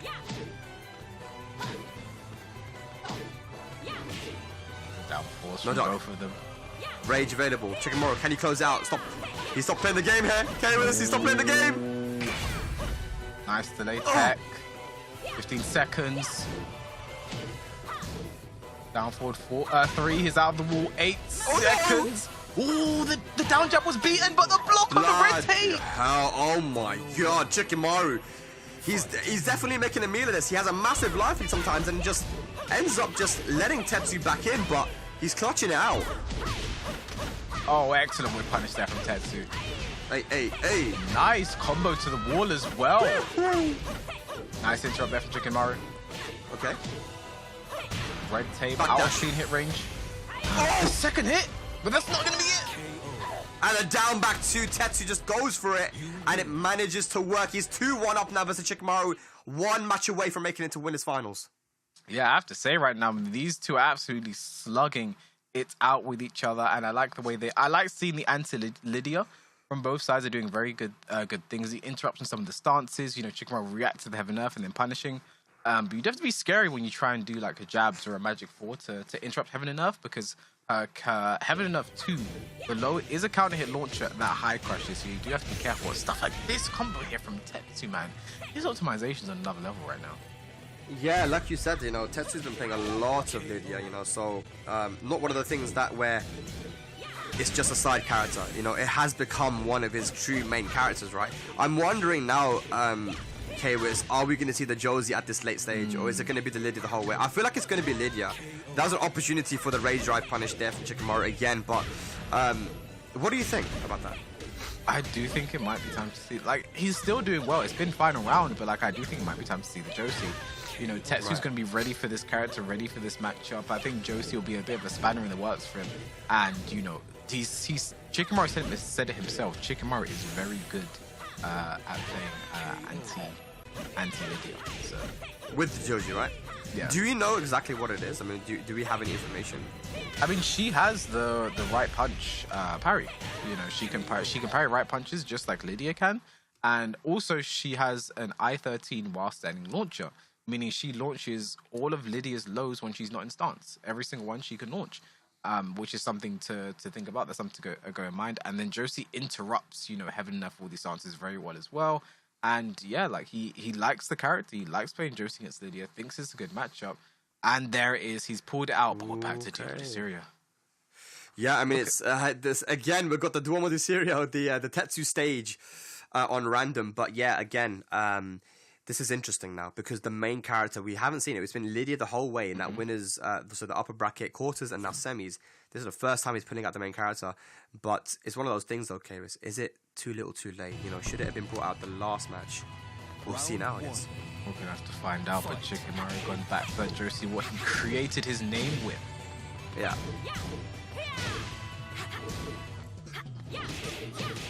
Oh, nice punish there. Just going down for 2. Nice punish there. Okay. And we don't see a lot of Josies nowadays as well, Kairis. You know, some of the characters throughout the season just not been used as much anymore. Josie's definitely one of them. Yeah, I mean, Chicken Mario, you know, when him picking Josie around, you know, Combreak was a bit of a revelation, seeing this character traditionally, like on the tier list, isn't the best character, but, you know, she can put in work under the right circumstances. Yeah. Rage available here for Tetsu, though. Oh, my God. Yeah, that was a rage up opportunity there with the whiff. No hit confirmed with 143. Rage up spent. Cat 1. Switch to... Ducks. Nice break on the throw. Essential there. Oh, he's dead. The Chicken Maru. He's done the Chicken Maru. Oh, my gosh. And Tetsu. Chicken Maru backing off a lot, you know. It feels like waiting for the boss, waiting for something big from Tetsu. And Tetsu just manages to pick his moments really well. All right, forward. Gets the counter hit. Didn't dash up, though. Didn't dash up. And drops the combo. Maybe it's some nerves playing out here for Chicken Maru. I think so. Tetsu's back into the break definitely for some wall nerves there, Kairis. And again, he's back into the wall. Good punish. Punish. Standing 3. On back. On back. Oh, no, nice punish. Down jump to interrupt. Raise drive. Katsu punish that. Right. Now, probably thinking that he's going to go for a low jab there or something, right? So that would have counter hit. Chicken Maru was very patient there. It was a good option from Tetsu, but Chicken Maru's patience won him that round. Good side steps here from Tetsu, though. Oh, the sway back, and oh, there it is. The right punch parry. Oh, right punches only. Nice side step. I didn't even know that was possible. Nice punish there. Could have had more.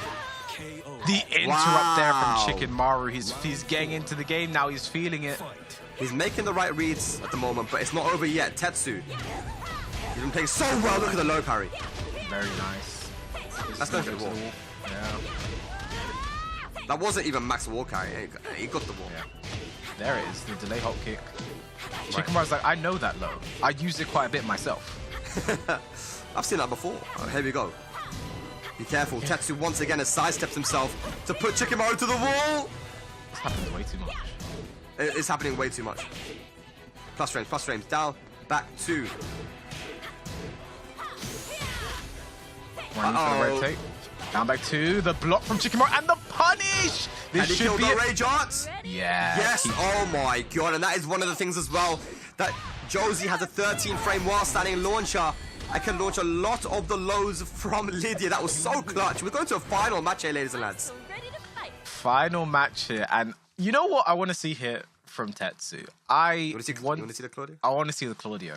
I know his Lydia's done. I want to see Tetsu versus Chicken Maru, Claudio versus Josie. I want to see that again. I want to see that one more time. You know, it's the final game though. I mean, Tetsu, the decision is complete in his hands, and he feels like Lydia can get the job done. I see no reason for him to not keep picking that character. But I do want to see the Claudio versus the Josie, man. But you know, look at this. Here you see again, life lead for Chicken Maru, and he gets hit by the Chicken Maru. Full crowd sweep. Look at that. Tetsu didn't back away. He kept going in. You know, he was like 2 seconds left. I have the life lead, but I'm gonna finish it. Pressure's on a little bit more though now. Like, if you think about this match, right? You're on your stage of choice. You're on the one that you like to play on. You're 2-1 up. You can afford to be a bit more aggressive and confident in your reads, right? Chicken Maru did good playing on the back foot, right? Playing defensively and getting the punishes when it counted. But now we're going to a final match. I wonder now that Chicken Maru, will he have the momentum, you know? Or are we going to see Tetsu going for the Claudio? I think that could be a big switch up. I mean, it's a potential. I would definitely like to see it. Look at the life there from Chicken Morrow. Like, he had to block that down for. Does it, gets the launch, ends. I mean, this is what happens when you play your main character. You look spicy. You look clean. Everything's working the way it should be. So it's up to Tetsu now. If he wants to stick or if he wants to switch, it's complete in his court. I think Lydia can still get the job done. But yeah, he's gone for Lydia. Fine. Boo. Oh, you said that. But yeah, no, he's gone for the Lydia, and I think it's the character he's done so much work with. He's performed so well with this character. He's done with his. I do personally wish he'd believe in his Claudio a bit more, because Claudio is very good and he's done great things with his Claudio. But Lydia has been, he could potentially be the best Lydia in Europe. With what he performs. So optimized as well. But it's all going to come down to this, ladies and lads. Who is going to make it into the upper bracket finals? Here we go. Instant CD3 there.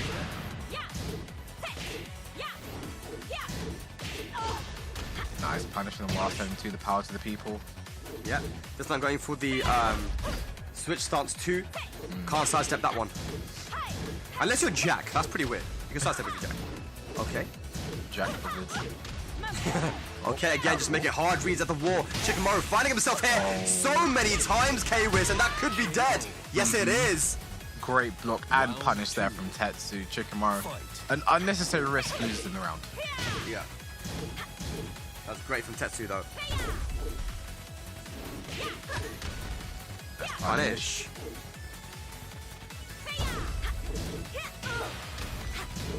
Okay. Nice block and punish there on the wall bongos.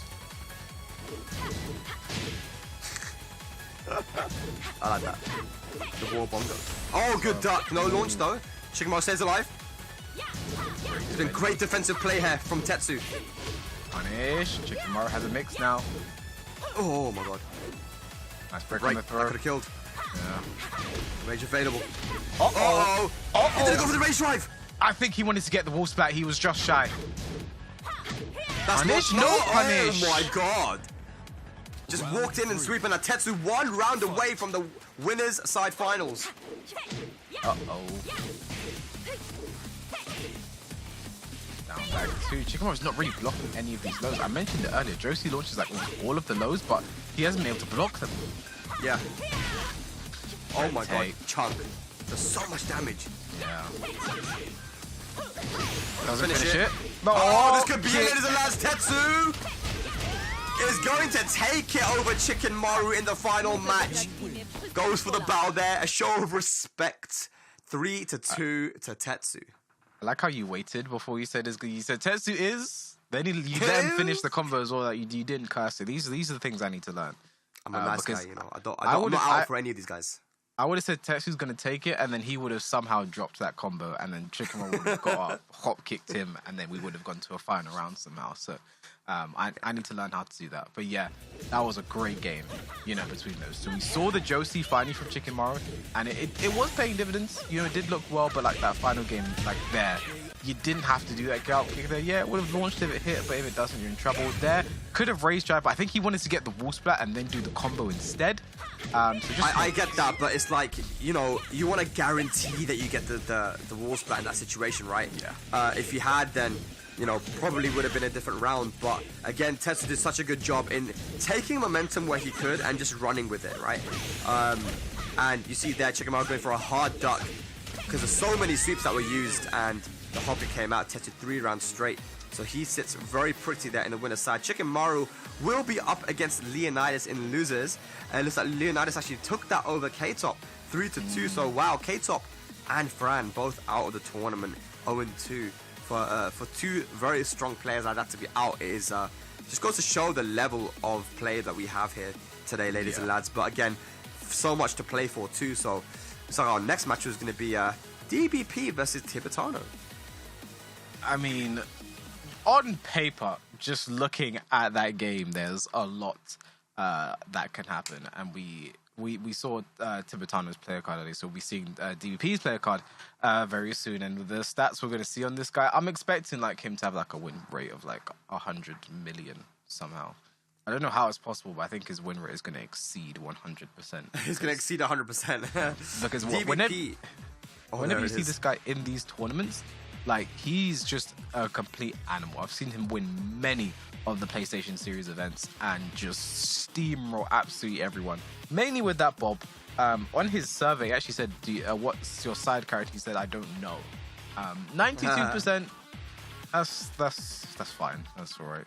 One Hey, loss, 12 though. wins. That's a lot of wins, dude. You know? That's a lot of wins. I think one of the highest number of wins we've had here today. So yeah, I'm excited to see how this one plays out 110%. Considering how often these two have been in the same tournaments and I've either like competed in or casted events that they've both been in, I don't think I've actually ever seen these two play against each other. Yeah, and that's the thing, right? Styles make fights here, and I feel like Tibitano K-Top was an interesting one because we'd never seen those guys play, and this is equally as interesting because DBP is not only is he like a top player from Europe, but he's also very wild with his playstyle. He has no fear. That's the one thing that I would say that characterizes him over other people is he has no fear. But on the other hand, Tibitano and a lot of the Spanish players are very similar. They have no fear. Like he has Tibitano. We saw it in the match against K-Top. He didn't mind just challenging things, going for backswings, going for headbutt challenges and parries. And this is the thing that Tibitano do. So in this match, I feel like we're gonna have a massive brawl. And Yeah. I'm all about massive brawls, man. I'll be honest with you. But look at the poll, though. Wow. 75% What do you make of that? of the people Tibitano is like that sounds disrespectful to Tibitano, but like, I'm surprised how not close it is. You know, like I would assume, considering we saw Tibitano play earlier and how well DBP does in these tournaments, I was assuming a more close result, but it's not panned out that way. People really believe in Tibitano after that one game he played. So yeah, you know. He has the Gospel game and the GG guys behind him as well. Germany is going to be backing DVP on this one. So this is going to be an all-out brawl between these two. I'm expecting this one to be... I think this one goes one of two ways. We either get a stomp, like absolute stomp, not close. Both players are just... one player is just completely knocked out of the building, or it's going to be close, back and forth, crazy stuff happening all over the shop.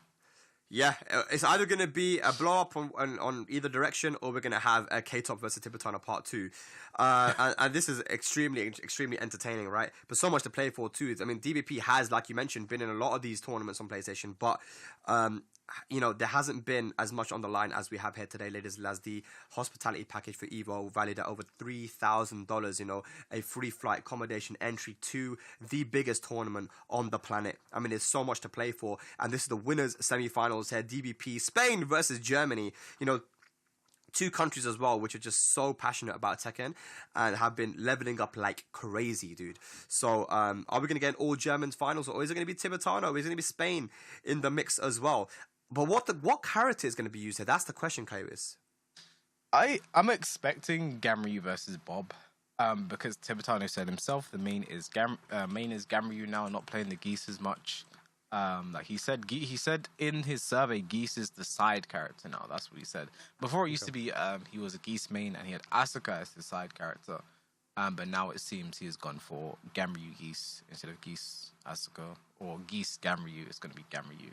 We saw the Claudio. He's got Claudio as well, right? Like Tibitano used to use that character as well. Like so many characters you cycle through, but it's good. If you're wasn't that good.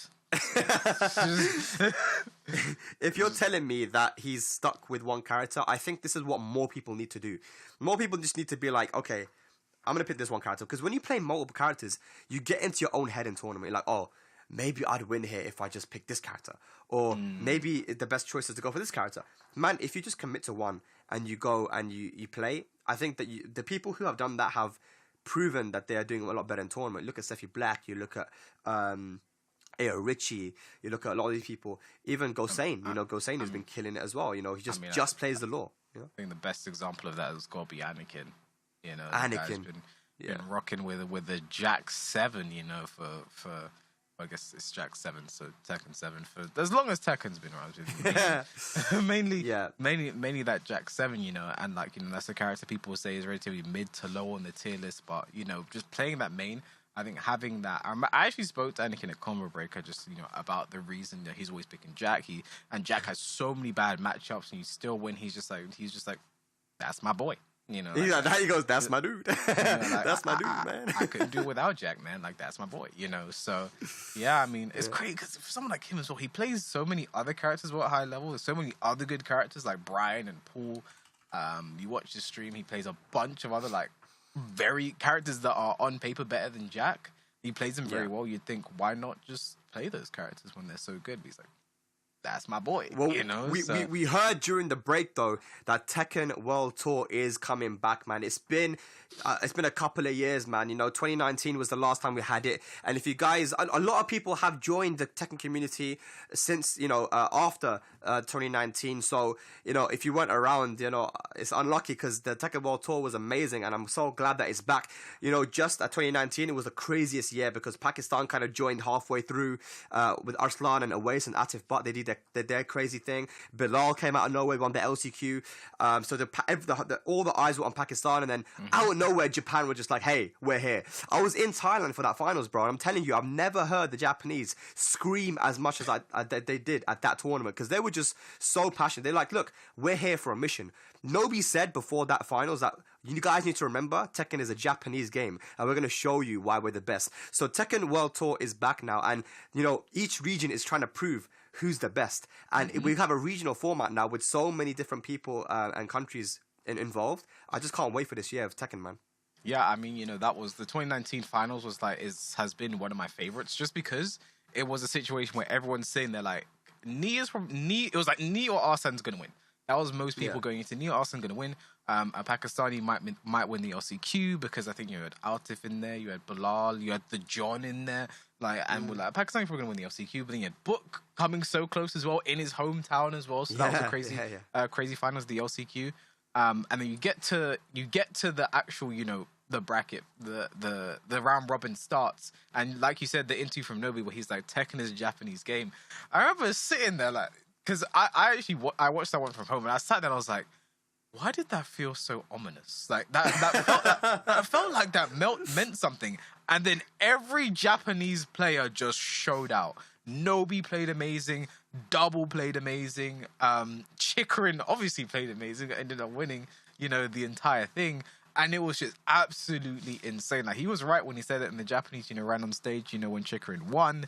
And, you know, yeah, like, that was been one of my favorite finals ever. And, you know, I don't think we can't get that same level of representation this year because the way that the tour structure is regional, only a certain number of people from every region can qualify, which I quite like as well. You know, you're gonna see some regions that we don't get to see often, like, you know, someone from Oceania is going to be at the World Tour Finals for the first time. We will get someone from Oceania at the World Tour Finals at the start of the end of the tours at the start of next year, 2023, right? So we will get someone there.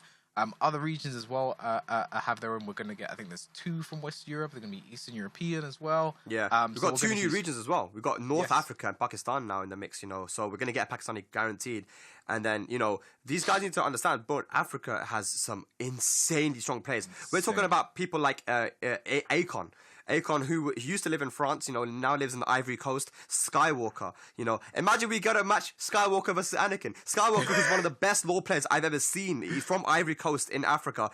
And we have, you know, players from Kenya as well that are super, super strong. So who will take it? Who will actually qualify? I reckon it's going to be someone from Ivory Coast, man. I think Akon, this is someone who beat Jimmy J. Tran in the last Evo, you know. So we're talking about Evo. This is going to be a qualifier for Evo. We had Africans coming down to Evo last time it happened offline and beat some of the best players in America. So I can't wait to see the way that the finals is gonna turn out with people represented from all the different regions. It's just exciting stuff. And the first tournament of the tour, ladies and lads, is this weekend. It is CEO happening, and we've got quite a few people. You know, Chikrin, the Tekken World Tour champion. You know, he's not going to miss an opportunity to enter the first ever Tekken World Tour Master event. He is there as well. Will he take it? I don't know. Has he been putting in the training that the other guys have been doing? I'm hearing Gen is the best in Japan now. Will Gen take it? Because Gen is there as well. He didn't take it over Arslan, but Arslan Ash isn't there, Kwis. He didn't choose to go to CEO. I think Gen said himself that the top 3 in Japan right now are himself, I think Nobi, and Chikrin. He said Chikrin might actually be number 1, you know, right now. And if you're one of the other top players and you make that if you make that, you know, claim about another one, you say this guy could be better than me, and we've seen how well Gen has been playing, I think that's scary going into CEO. So I'm excited to see what Chikrin does there, but I'm even more excited to see how Tibitano versus DB please. Give us an entertaining match. But we've gone for the Geese here. Now, I'm not surprised about this, Kairos. Honestly, you know, with how aggressive DBP is, you know, Geese has better defensive options than Ganru. So it's exciting that he's going here for his old main character. Yeah, I mean, if Tibitano's hard reads work out, you know, I think Geese is the perfect hard reads character. Stuff like the mid parry, the high parry, the low parry. Like, he's the perfect hard read character. A nice sidestep and punish there with the 4-4-2. The L sweep. The first one. Oh! Unlucky there. Great sidestep on the 4-4-2, but because Bob recovers kind of crouching. Yeah, he recovers quite low, right? So, DBP, though, I mean, you got to understand one thing about Germany is that they have a very, very good Geese player there, Madara, you know, and I'm sure DBP has plenty of experience playing against Geese. You know, Pika, who's also in this tournament. We've got good Geeses here in Europe, man. But that's a counter hit there with a forward 4, take it to the wall. Big damage incoming and a bar meter to work with. Right. One, don't get a splat though. Down +2, big risk. Nice buff from DVP. Nice combo as well. Keeps it optimal. Good job. What's he doing? That must have been this simple. There's no reason to do moon slicer there. Nice combo from DP. Is he going to raise jab? Yes, he is. Flip over. No, he doesn't go for it. No punish. Well, not the best punish, but Tibitano stays alive. He does, and he's almost got 2 bars a meter as well. And the meter's very important. What a punish. Let me just stop talking right now. DB, please. I love his combos. That's one. DVP probably has the best mob combos I've seen. Yeah. CD3 gets the wall splat. Perfect. That instant helps you there. DVP he's flying right now. He is. 7 golden. Tibitano, you definitely don't want to lose with 2 bars a meter. The crouch cancel standing 2, that was a great punish. Perfect punish there from Tibitano. Look at the damage here right now. Okay. Wow. This is the perfect answer from Tibitano, especially if he closes out the round, and he does with a perfect right back. Final round first game. Great stuff, and he still has that meter to work with as well if he can get a massive block or a punish here. Standing 2 with Geese does so much damage with that 1 bar meter. Here we go. Back 3-2. This is going to go to the wall as well. And he's close to building another bar. There it is on the side step 3. Nice big belly. Yeah. Ooh. Okay. 4-3-4. You don't see that string. Nice whip punish from DVP. Amazing. That was as a very good show of why DBP is one of the best tournament players that we have in Europe, because he just doesn't give up. He knows he's been in this situation so many times. This is a man who beat Saint at a Tekken World Tour offline master event, you know, 2-0, you know, and Saint is not a person that you can easily beat. This is an Evo champion, you know, like DVP very, very strong. But it was a final round here, you know, Tibitano showing that he's got the clutch factor as well. Yeah, I mean, these two going back and forth. Like, I think it's going to be one of those games. I definitely believe that wasn't a simple. You don't really want to be throwing out moon slices like that. And look at the damage when you look in the building the raise jab there. That wasn't a guaranteed option there. If Tibitano stayed down, it would have hit, and maybe actually might have killed, I think. It would have killed, yeah. I think he was going for the killing option. He didn't want to go for just a guaranteed hit. Especially when Geese, you know, the one thing about Geese, guys, is that he has parries which can do a lot of damage. Never leave him alive. And the hell sweep, instant. Couldn't even see the wave there. Now this punish was great. You know, the block on the sweep, he didn't go for a wild standing launcher. Crouch cancelled standing 2 does a lot more damage. So all you're gonna do is tap up and then go for your standing 2. And that's exactly what he did. In the pressure situation can be quite hard to execute, but he did it and answered back with his own perfects. Yeah, I mean, this is exactly, you know, what you love to see between, you know, players of this level. I mean, at the end here, we're going to see a crazy whip punish from DVP. So the 4-3-4, you don't see that string. Look, the back 3, immediate whip punish there with the up for 1+2. You just love to see that level of skill there. And here we go, getting to the next game here. Sticking with the Geese, because, you know, it went to final round. I wouldn't put it past him. You know, he played well. took it to final game was close. It came down to just the really tiny things. He shouldn't have been mashing after getting hit by back 2-2. So I think if Tibitano plays a bit more safe, I think he's got a good chance. Oh yeah, 100%. We're going to the Mishima Dojo though, so there's going to be walls in play, which is very important, I feel like, for Geese as well. It doesn't need them to get the big damage, but it definitely helps. So here we go. One more thing to point out as well is it's currently 2-0 for DVP. We actually could not get the first game for you guys. We had a bit of a spectator issue there, so that was actually the second game between those two, and DVP is 1 round away from going into the winners finals and joining Tetsu. Oh wow, okay. I wonder if Tibitano went for the Ganryu in the first match and got blown up or something. But here we go, he sticks with the Geese here, has a combo opportunity, no bars and meter to work with, but Rage available, down forward 1, gonna kill the mid, keeping it safe. DVP in the driver's seat. Yeah, this is the DVP we all know and love to see, and would hate to play against. Oh yeah. Punish, very nice. Easy punish. TVP with that 10-win streak, man. You talked about it yourself, K-Wiz. He's been in these PlayStation tournaments so often and always just breezes through the competition. Oh, just throws it out that time. Tibitano got caught mashing. Yeah.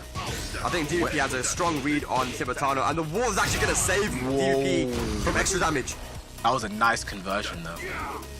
Yeah. Out of range. No, duck on the course. I'll go back to. Okay. Oh no, my that's gonna be a punish. Is that gonna hit? It is. He's dead. Oh what my god. Punish there from DVP. He's ready. He's ready. K-Wiz, he wants to go to Evo. DVP 1 round away from winners finals.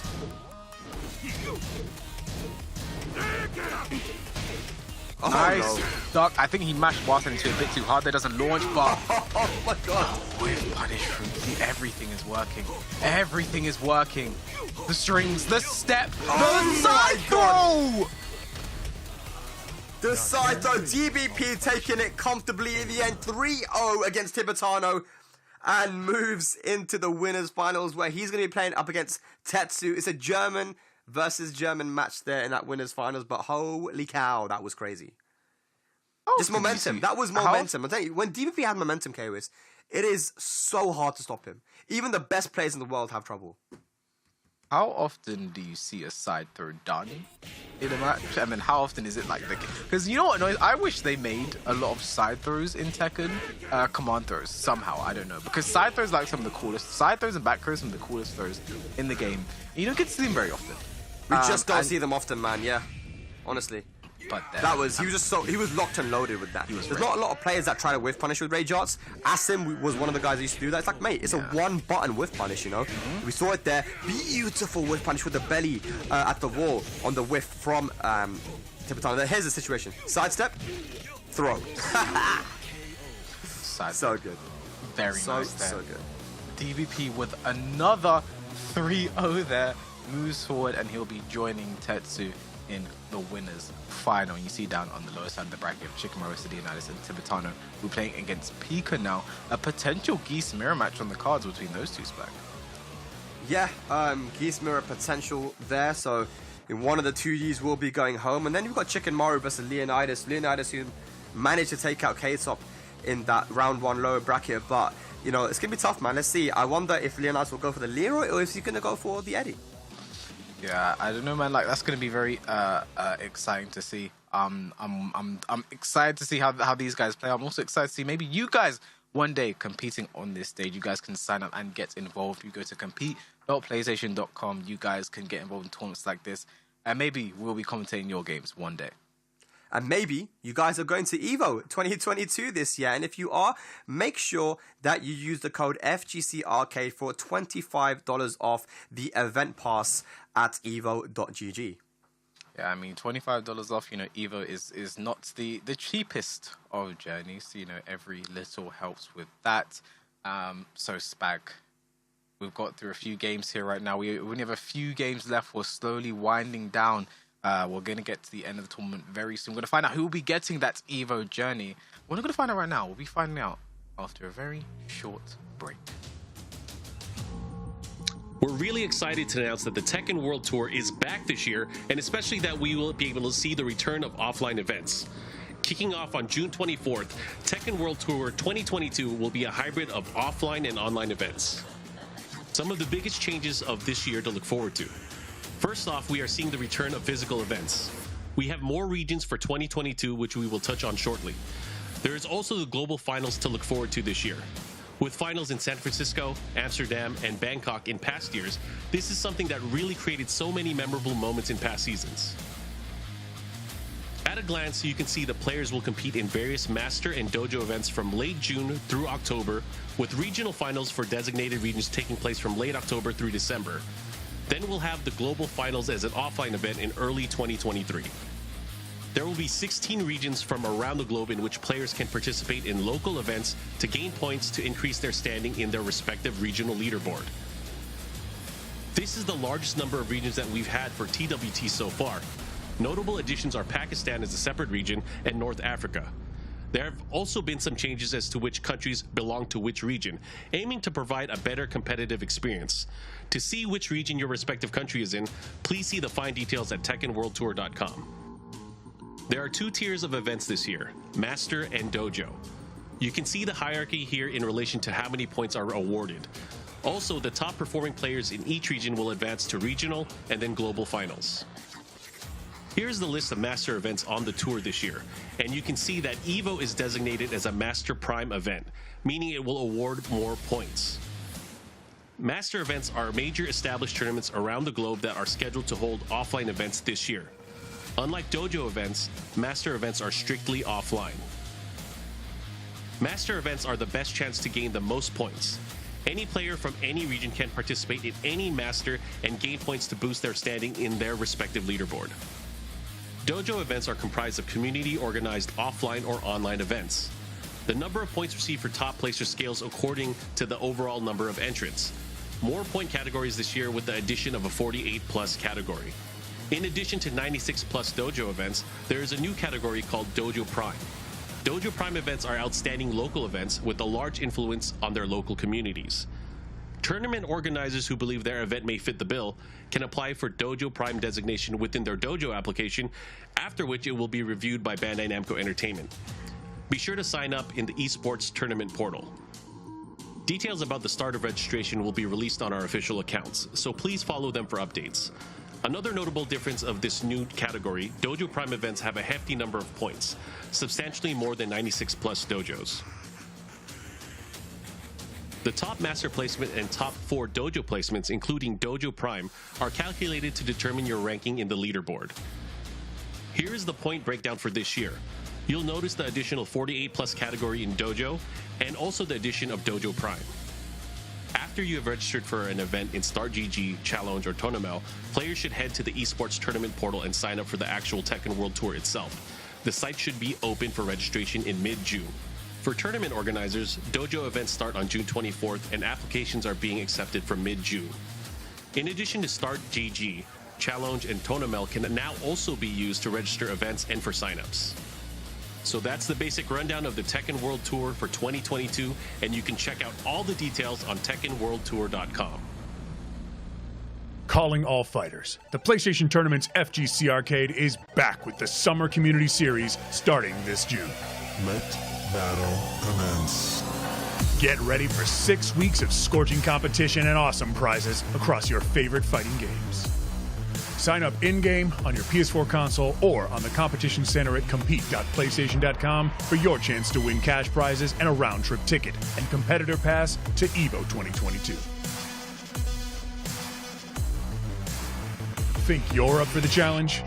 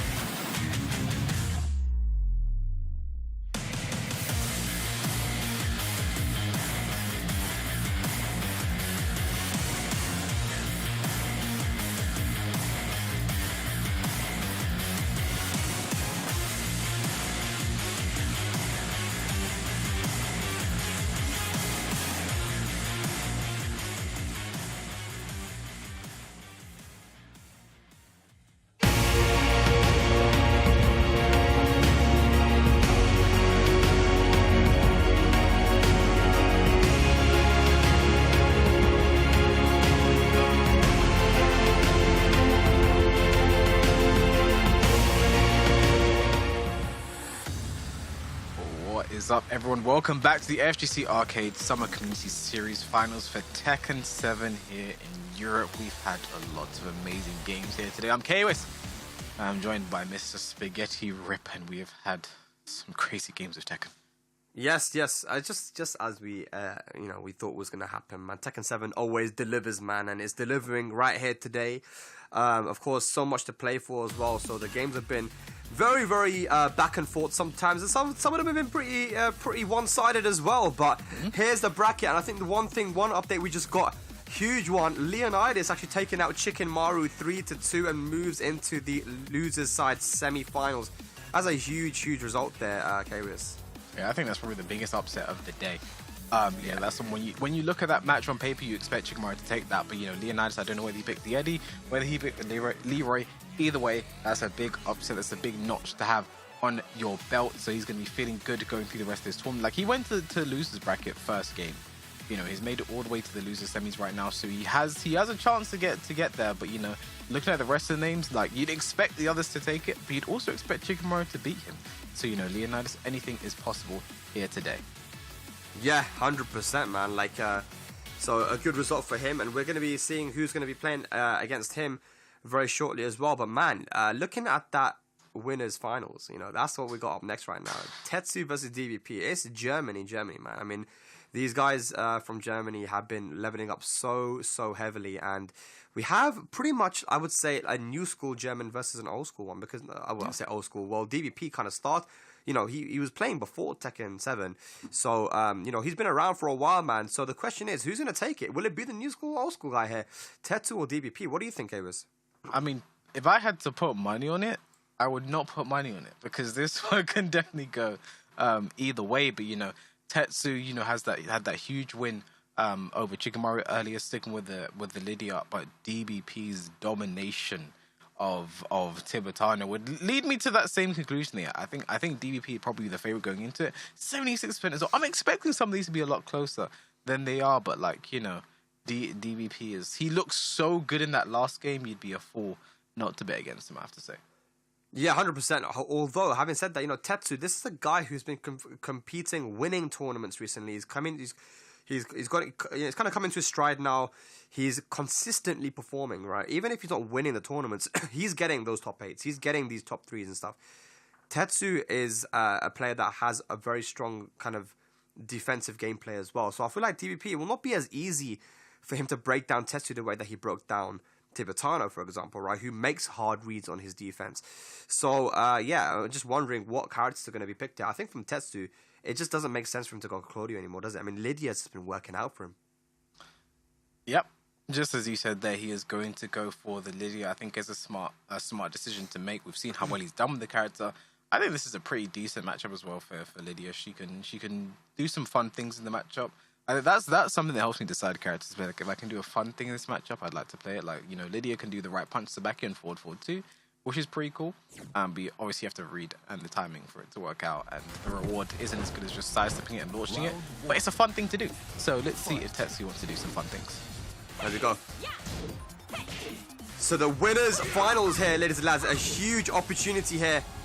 Who is going to make it into the grand finals on winner's side to give them the best chance to get that Evo hospitality package worth over $3,000? So much to play for right now. First game. First place means so much right now, and this is to put yourself that much closer to it. Tetsu with a big left. Oh, then it's about to disappear. Yeah, it might go completely. Yeah. Bloody hell. All right, DVP. Yeah. Yeah. All right, DVP. And this is it, man. DVP is a character specialist. Bob is the character he's used for so many years. He's going to know these situations. He's going to know the Oki and the combos and the ranges and everything. Nice combo. Off axis there from DVP. Great awareness. Yep. Oh, punish that. Punish. Down one. Down for 1-2. Rage available for DVP. Nice step there from Tetsu. Political storm in the back keeps it safe. I mean, he didn't roll away there. Was that an option that he could just stay standing after that? No. And either way, the Pellicle Storm mid is going to hit you by that point, so... So it was just good timing on the punish then.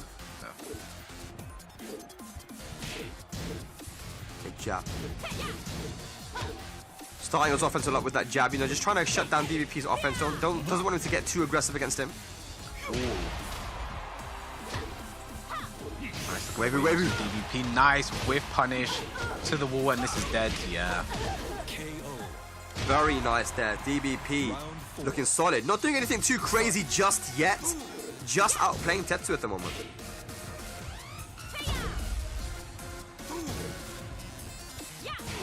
We see the wavy crouch dash one. Nice. Punish. Coming down back 3. Ooh, good fuzzy, but no launch. Yeah. Okay, political storm. Then we got 50% off.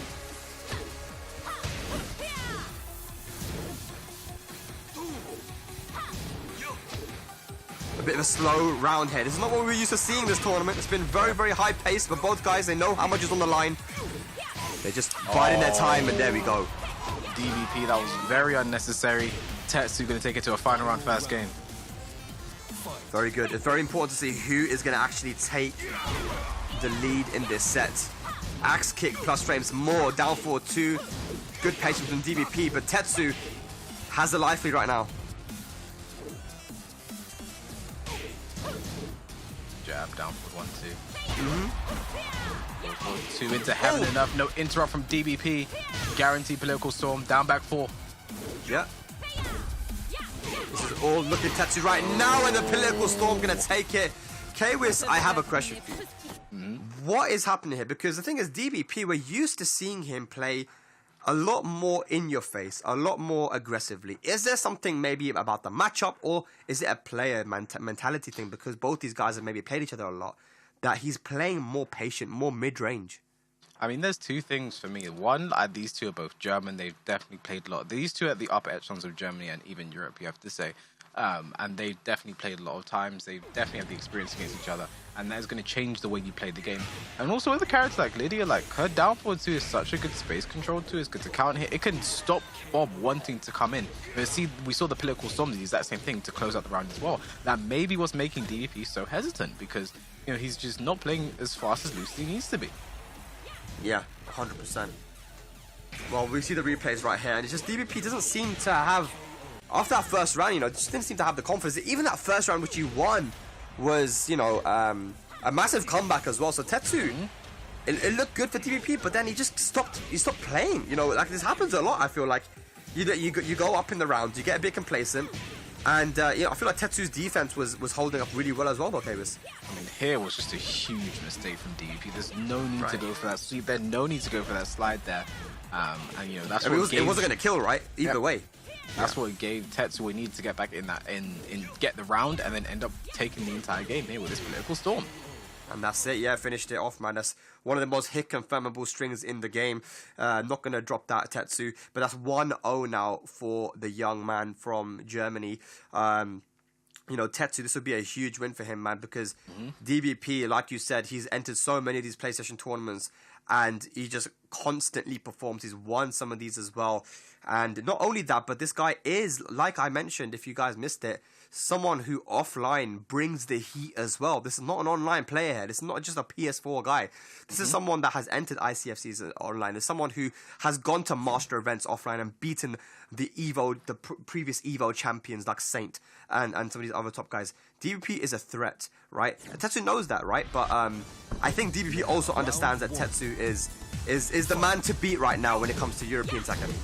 Yeah, I mean, and if I'm Tetsu right now, this is a game I really want to win, because once you get into that grand finals, I think his scariest opponent, his biggest competition, was Chicken Mario. That's the guy he should be the most scared of. Chicken Mario is now out of the tournament.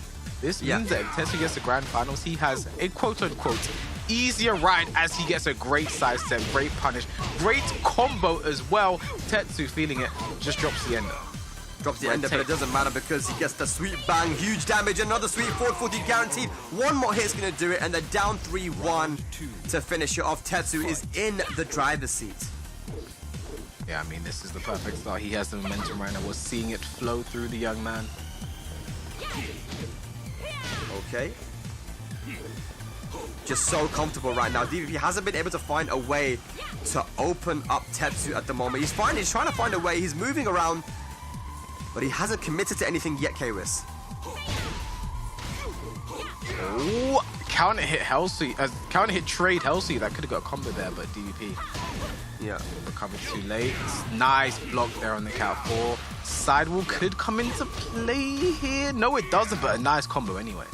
Yeah, he went for the full wall carry, the sidestep and the lateral movement from Tetsu, and actually both guys looking very, very nice. The down 4 finishes it off there for DVP.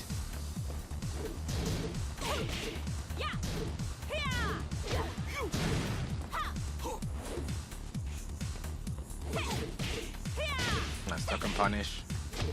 Down back 2. Here comes the sweep. DVP's back to the break ball. Nice, up 1+2 to get away. L sweep. Sweet. Great Wow. step. If he gets the breakable wall, this could be it, but no, sidewall saves DVP's life. Rage Trap available. There it is, the step again. That's Political so storm. good.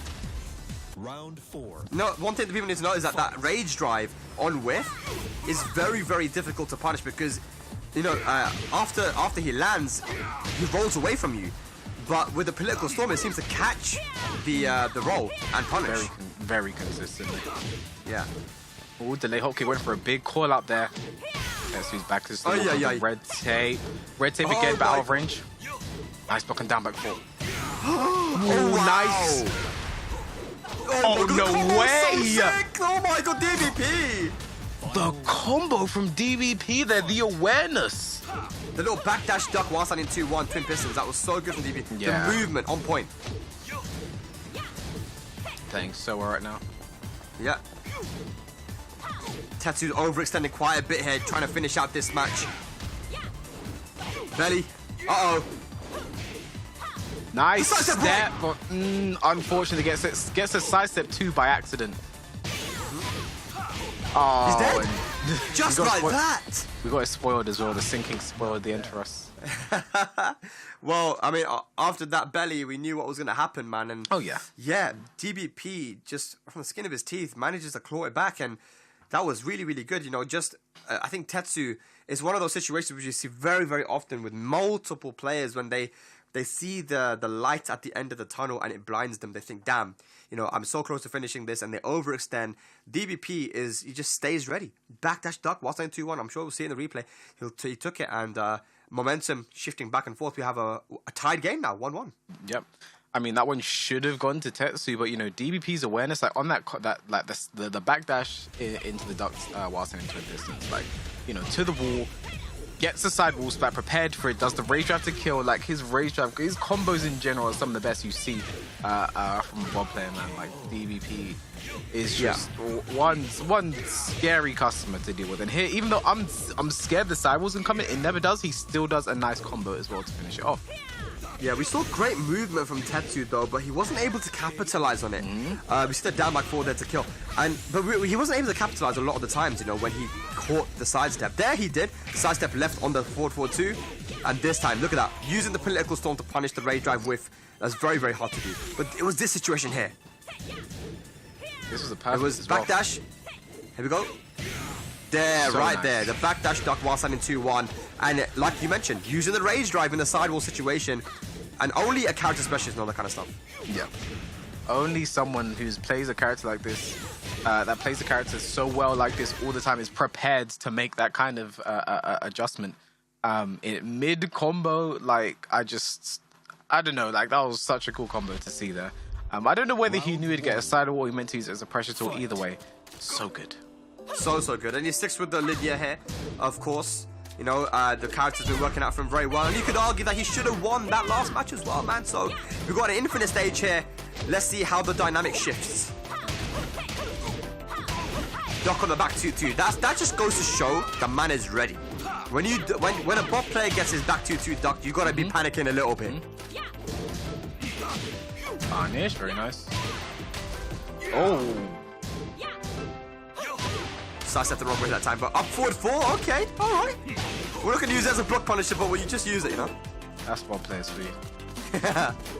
Give them a 15 frame launcher, they'll never use it as a block punish. Even though they ask for it.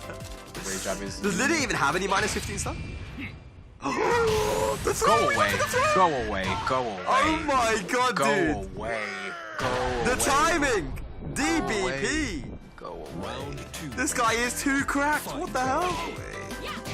I don't think that was a whiff punish. Like, it's a. There's Yeah, no it way he was. reacted that far. No, There's he no way reacted, dude. There's, He reacted. There's no way he reacted that fast, but he did very good to just pick up. Have you on heard of Tetsu's time. DBP? Huh? Kayvis, do you know about DBP? Of course you reacted. Oh, but back four. All right. Hey, DBP's hey. combos. Wow. This is going to be a long road back here. Yeah. Wow. Round 3. Tough Alrighty. comeback. Fight.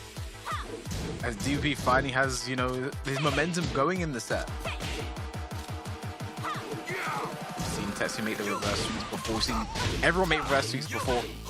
Nice up forward four. To the draw. Okay. No punish, minus 10. Wow, what a whip punish there from DP. It's not going to be the round, but. Oh, they're done before. Damakuri Nice blocks the Tetsu defense with that power crush going to come in. Shades of Rukang there. And 2-1 now for DBP. After that first match, man, this could have easily been 2-0 for Tetsu. DBP showing his versatility, his tenacity, and his experience. These guys are so experienced. Been playing in multiple tournaments ever since Tekken 7 came out. Playing Bob at a high level. This guy, man, he is a serious threat. It's just crazy how DBP managed to turn it around. He should have lost that last game by all metrics. You know, all of the analysts were telling him that it's over, you can't win this one, but he managed to bring it back with an amazing rage drive combo. And then here in this game, he didn't react to that. Yeah, of course he did, bro. It's actually impossible to. He just caught on. You know what? This is something I do when I play a character that isn't Hwoarang, because Hwoarang can't panic rage out like that. It's not fast enough. Yeah, of course he can. You're like just safe, bro. No, but it's not fast. Your enough. Rage Out has an inbuilt sidestep. What are you But talking it's about, son? literally not Hey fast enough. guys at home watching, we've got a Hwoarang down player talking. They're not having it, guys. None of us are having it. All right. He cannot panic rage art in that way because it literally does not start fast enough. The sidestep does not allow him to panic rage art like that. But when I play a character that isn't Hwoarang and I want to punish with a rage art, I literally sit there, I wait for any kind of movement, my finger hovers over my rage art button, I see movement, straight away. You know, that's probably what DP was doing there. Because we've seen him punish with rage art before, with rage art before, sorry, and he's done it here again. And now he's one game away from moving into grand finals. He is potentially, well, both of these guys are two, you know, sets away from potentially going to EVO, but that road is a lot closer for DBP than it is for Tetsu. Yeah, 100%, man. And yeah, let's just see what happens here. Are we going to see the Claudio? That's the question. Are we going to see the Claudio? Yes, we are. Ladies and lads, I mean, it's crunch time. It's 2-1. DBP needs one more match. And that last match was a 3-0. That was a 3-zip, right? So he needed to do something. Do you think this was the right decision? I think so. Lydia just did not work in that last game, and this is your main character. We've said it before. This is when you play your main character, you look different. You know, you have everything's on point, everything's working. You can clutch a lot better, and you see the combos that DDP's pulling off with his Bob. You know, Tetsu can do that level of optimization with the Claudio. So Right. see. Elsewhere. Okay. I'm pretty sure that DBP will be maybe a little bit more familiar with Tetsu Claudio than his Lydia, and as we say that the down forward 2, perfect timing, gets the counter hit, should get the wall very, very easy. Big damage on this combo as well. Oh, yeah. No. Okay, nice block in the hell sweep. This could be the start of something. Yeah. But his back is still to the wall. Nice stuff. There's no reason for DBP to do that. Absolutely none. Raise drive plus frames. Back one has Starburst. And just literally wave dashed in his face to realign with the sidestep. Perfectly timed hell sweep for the win. just did it. Okay. Wow. Running two. Here comes the Starburst. Abominable calls it the gun can.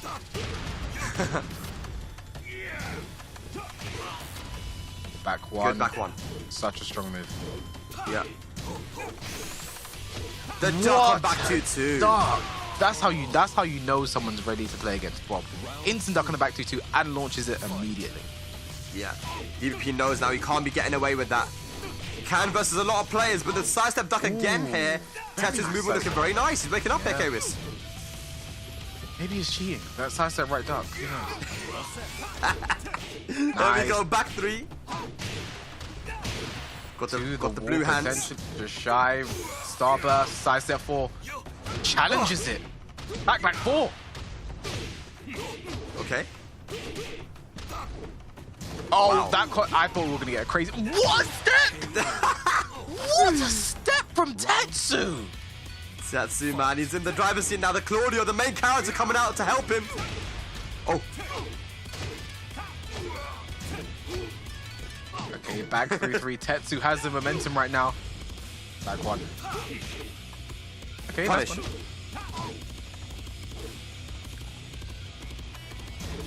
DVP on the back foot. Wow. And easy blocked out on the range. Wow. Oh, sorry, on the house sweep. And here we go now. Tetsu taking it to a final game. Why were you not playing Claudio earlier? That is my only question to Tetsu right now. I mean, why were you not playing? I need an answer as to why he was not playing Claudio sooner.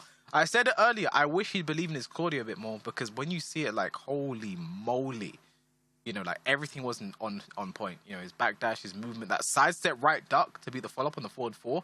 I mean, he's looking so crisp. Right? I mean, that's stuff you can obviously do with Lydia as well. Like, that's just movement. But also the way he capitalized. Like, when he had Starburst, the full 1+2 to whip punish there. I mean, come on. Tetsu. Yeah. Yeah, I mean, look, he goes to show, in tournament, you have to be ready to be able to take damage from the smallest things, right? A duck on the back 2-2, you know, the blocks on these small little things. Tetsu's very optimized. And this is his main character, man, and this is what I'm talking about. We've seen a pattern in Season 4 of people who have used their main characters, and exclusively their main characters, get a lot of reward out of it. We mentioned Anakin, we mentioned Gosei, Sephi Black, Aorichi. So many of these guys have been doing so well because they are just character specialists. And DVP right now with the Bob, I'm glad that we're going to be getting a Bob Claudio finals here. Look at that step and punish there from Tetsu. Like, Yeah. I don't know what to say. And then just the read on the hell sweep there. I mean, beautiful. Like, he's caught onto his timing. Everything's working. Gosh, I'm excited to see where this game goes. It's ending in the Brimstone and Fuego. Final game between these two, and there's so much on the line right now, Spag. The winner of this goes into grand finals winner's side and puts himself just 1 set away from a free trip to EVO, valued at $3,000. Not only is there a cash prize, right? I think $200 guaranteed for the winner of this match. But the main thing is that hospitality package, you know, valued at over $3,000, man. Who is going to be going to EVO, man? One of these guys has a great opportunity to put themselves in a nice position to get that prize here. Who's going to take it? Tetsu, Claudio, DBP Bob. Running to the plus frame, side step 4. And he did down for 3 immediately after the side step 4. He doesn't want DVP challenging again. Right.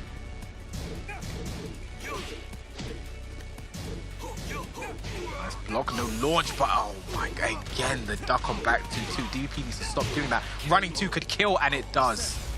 All right, here we go. Tetsu takes the lead in the set. The Claudio.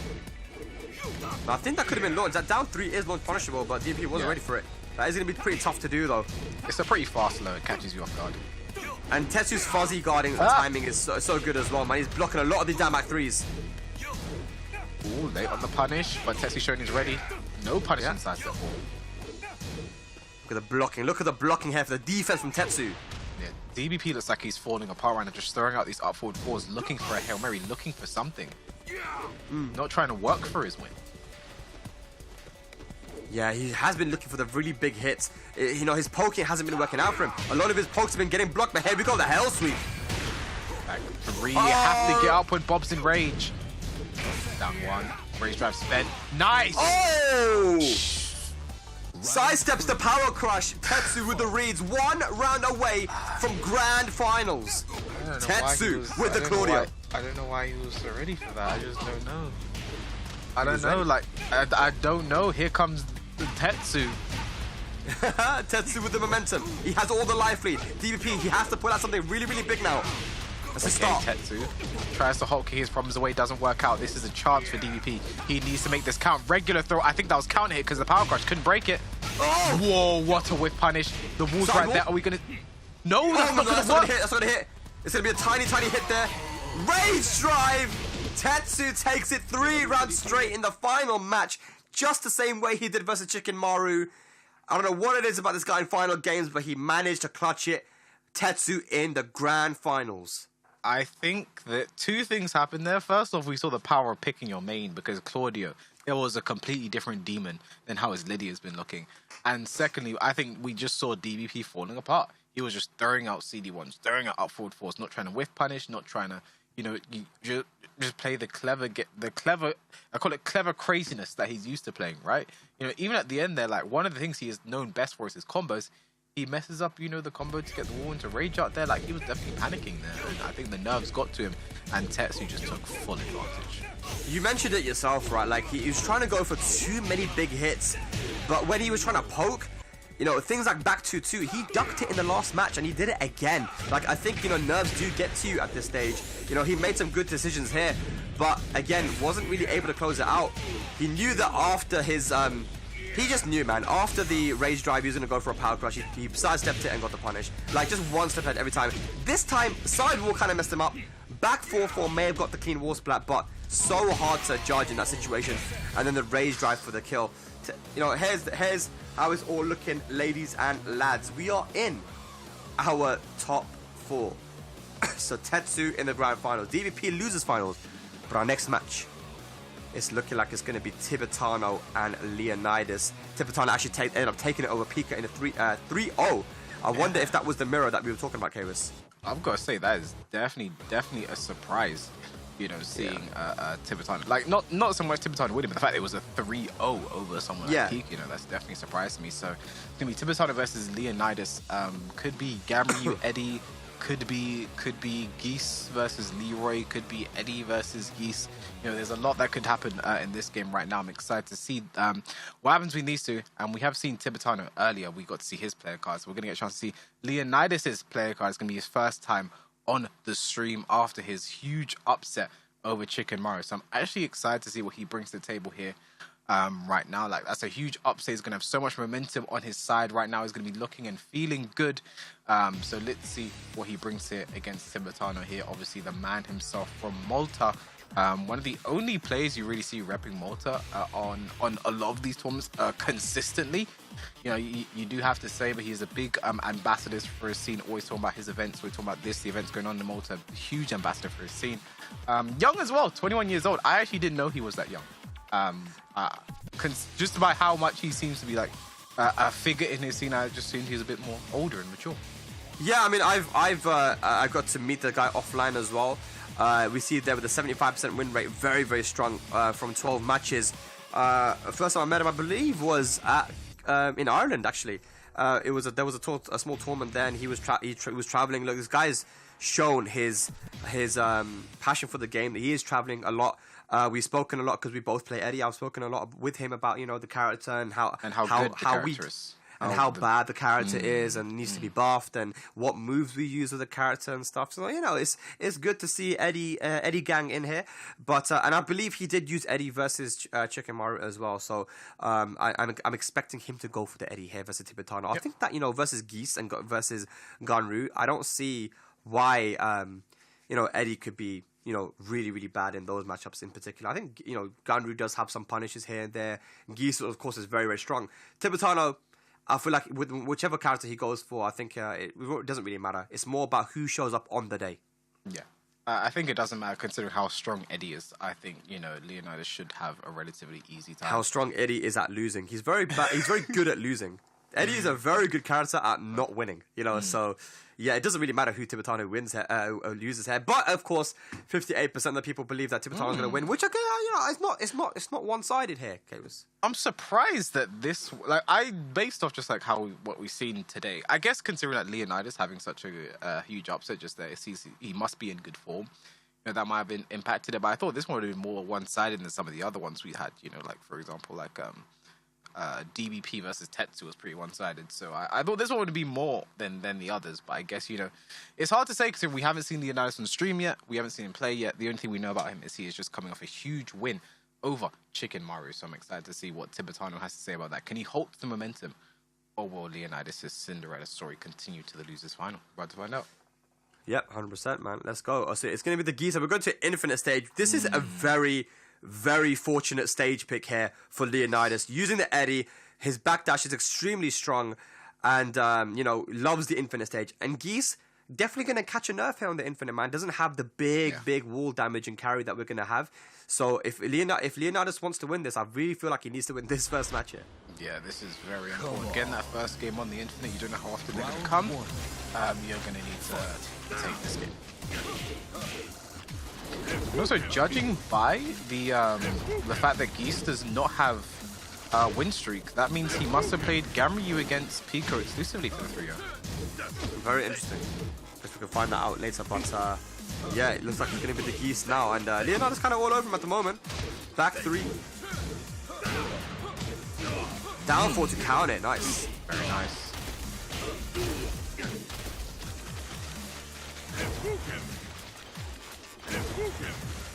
Life lead now for Leonidas. Tibitano just shy of rage. Not a huge life lead though. It's very timid.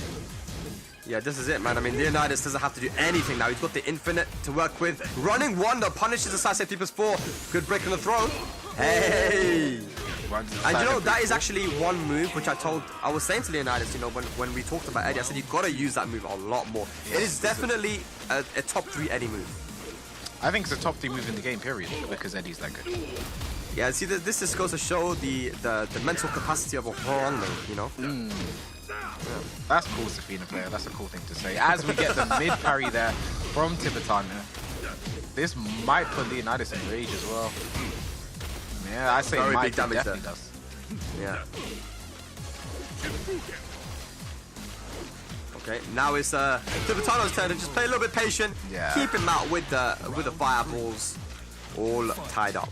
Yeah, the Repukins are going to be a good idea as well because it's Eddie's sidestep not the best, so it's going to be a good idea to just throw out. It's going to be a bit more difficult to Eddie's sidestep consistently.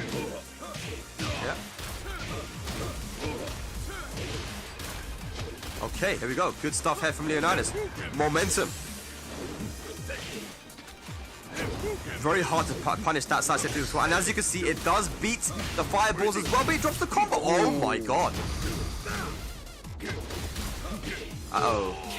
Nice. Beats the mid parry there. Leonidas one right away for taking the first game on the Infinite. He needs this game. Not a lot of people know, but after Eddie's full crouch down forward 4, wow, okay, nice setup. You can actually challenge. You know, one of the only things that's going to hit you from challenging is the relax 4, which they made a counter hit launcher now. Tibitano doesn't really have to respect that, but the side step 4 definitely a dangerous move here, especially on the Infinite. Okay, knocks him out of the air. Oh my god, hit as well. Okay, caught him pressing a button or moving. All right, this is gonna hurt. Yeah, it's gonna put Leonidas very close to death. Oh my god, look at the last damage. That last hit damage is crazy. Unscathed. And it was nerfed. Oh my god, nice jab. Keep out that final round. Like I said though, Kvis, Leonidas really will have to want to win this round because it is the Infinite stage on random selects. Oh, jump in the gale play, very nice from Tibitano. Nice break on the throw. The thing is, Leonidas needs this now. No meter for Tibitano to work with. Yeah, he's getting caught overextending as well. He wants the forward. It has a lot of pushback on block, but he's whiffing it.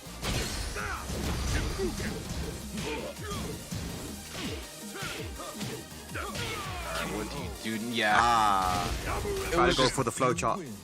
It was Down I 4 think, into while standing 2. I think it was just too difficult there for Leonidas. Huge life lead. Eddie is not the character known for making crazy comebacks. And when Geese is in your face, looking good, looking strong in max mode, it's going to be such a difficult comeback. It was too much to ask for there. But Leonidas is looking very good. He's definitely looking to make this one a game. I think this one could go far, you know. But that was the Infinite stage. That was Leonidas' best. That was Leonidas' best chance to get off on the front foot. So he's going uphill battle now. But just look at he was playing well. You can't take that away. He was. I mean, look, the usage of sidestep 3+4, that is very, very important with Eddie to be able to utilize on any stage, right? We didn't see a lot of sidestep 4 though from Leonidas, mixing it up a little bit because I feel like as the more that this set went on, maybe the more comfortable, you know, the more comfortable Tibitano got. He's looking pretty predictable, according to Geese. Yeah, see that situation there after the low, you can challenge with a very quick low, and it will beat a lot of the options that Eddie has, even on hit. So it's good to see. I think Leonidas needs to understand certain things, that maybe Tibitano knows and doesn't know. Why is the last hit of Deadly Ray unskilled? But they nerfed that damage as well. That's the crazy thing about it.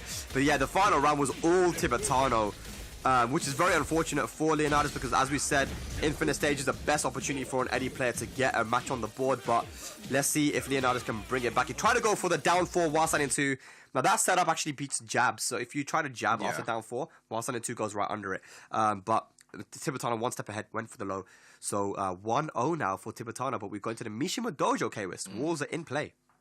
Yeah, I mean, this is where, Tibitano really has to take advantage of it. We've seen the crazy damage and what he's been able to do without the walls in play. Now they're here, and, Geese does so much damage when those walls in play. The crazy tech traps and setups. I'm worried for Leonidas here. That Infinite Stage was important. Yeah, but let's see if we can bring it back, though. Down forward 4 gets instantly low parry. Tibitano not having it. I wonder if Leonidas is going to switch characters if he loses this one, Kwis. Especially if it's very convincing. I wouldn't put it past him. I think Leroy... Nice! Punish there from Leonidas, though. That's the character specialist things. Yeah.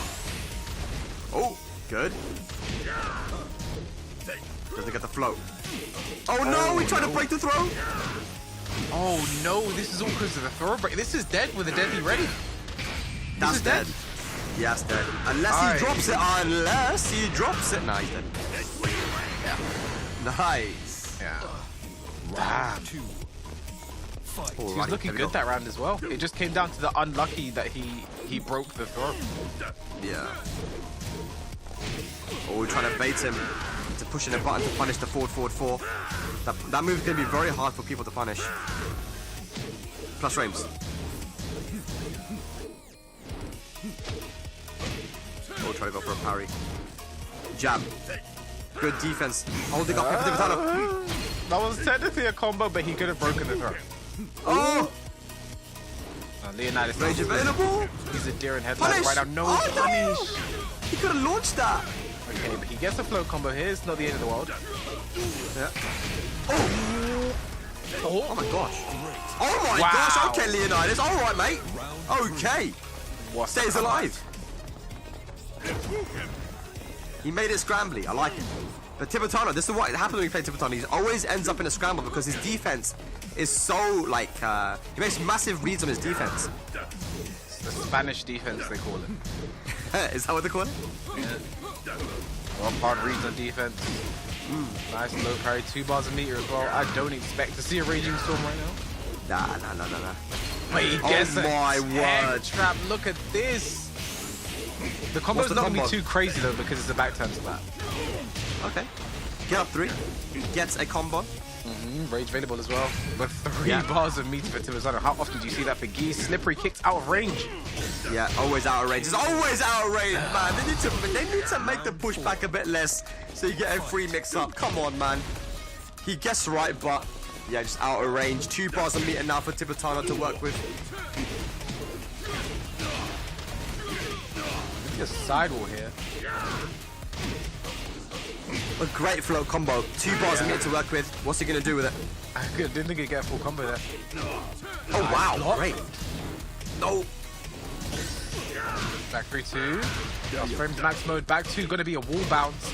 He's trying to sidestep to get another wall, and I think he is going to get it. Well, the max mode. Is he going to regret that rage available for Leonidas? 5 balls. There we go. Nice! Okay. Gets the mix. Nice! Wow. Leonidas! With the comeback again, knew exactly what he needed to do. Went for the relaxed 4. He knew Tibitano was going to press a button or try to do something. Here we go.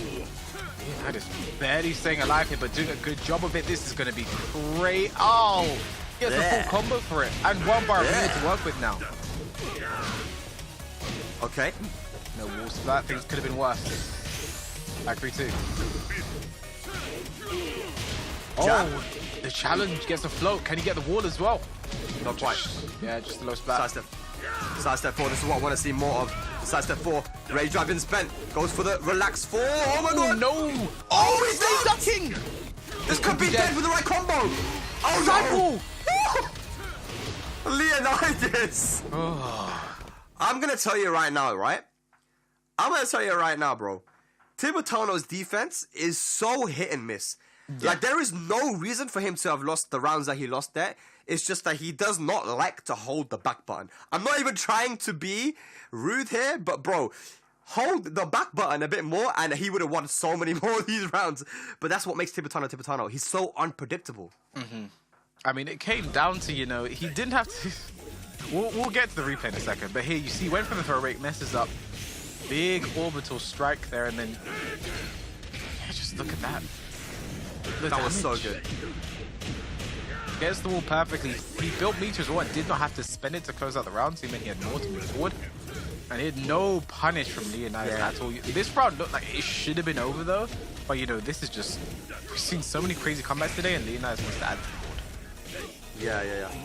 Yeah, he tried to go for a parry on wake up, I think, and again, just got caught. In this situation, get up 3, gets a full combo. He has 3 bars of meter to work with, by the way, here, in this situation. Rage drive. Yeah, you Slip saw kick. the... Yeah. After rage drive, you're not in range to get the slippery kicks from relax. And that's the thing. I mean, look at this as well. Like, this should have been over. But I think he must have caught Tibitano ducking, I don't know. Yeah, and then that's a natural combo at the right angle. Here's a situation, right, where it's like he's such a huge life lead. Sidestep 4, no block. Try to go for a down 4-2 to get the counter hit. Rage drive. Nice then. That's the minus right 14. Yeah, it's the right punish, but Geese recovers crouching there. And he stayed crouching, got launched, and then crouched again and took another mid. I mean, you know, I guess it all comes down to like one of the rounds Leonidas had a crazy comeback. He did end it with a low. And I think Tibitano kept that in the back of his mind throughout the rest of the set. And it came back to bite him, I guess. We're going into a third game, all tied up 1-1. Leonidas' Cinderella story continues for one more act. This is it, man. I feel like Tibitano and not a lot of the Spanish players, but quite a few of them, they play very live by the sword, die by the sword, right? And this is what we're seeing from Tibitano. That's why it's so entertaining to watch him play. Yeah. Nice. Dog, but late on the punish. Okay, easy punish there. This is dead. He's gonna get the wall again. Oh, that was so good from Tibitano. Just Very sidestep nice. and gets the wall splat from the combo. Beautiful, beautiful stuff there. First round Tibitano. Very nice.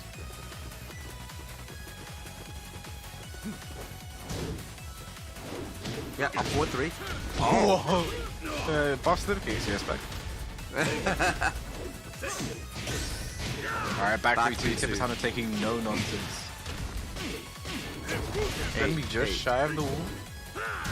Oh, look at this now. This is scary if you're Eddie. Oh, wow. The low. One is another wall splat there. He tried to go for the throw break. Tibitano not ready though. Rage available.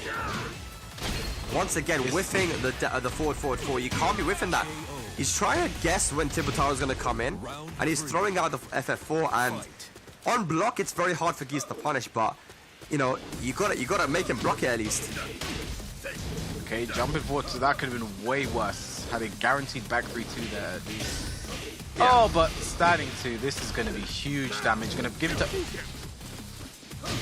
Never mind. Is this dead? Yeah, I think it might be here. Yeah, pick up and 7 golden letters. Tibitano is in the driver's seat now. He's not messing up on defense. He's doing his thing, man. He's doing his thing. He's trying to get to that losers finals. Tibitano really makes games hard to call. You know, he'll drop a combo, he'll do something so sick, then drop the combo, then do something again, and then like he is. I can't call his games. It's very difficult. But either way, we're now up 2-1 for Tibitano. One more game to get into the losers final.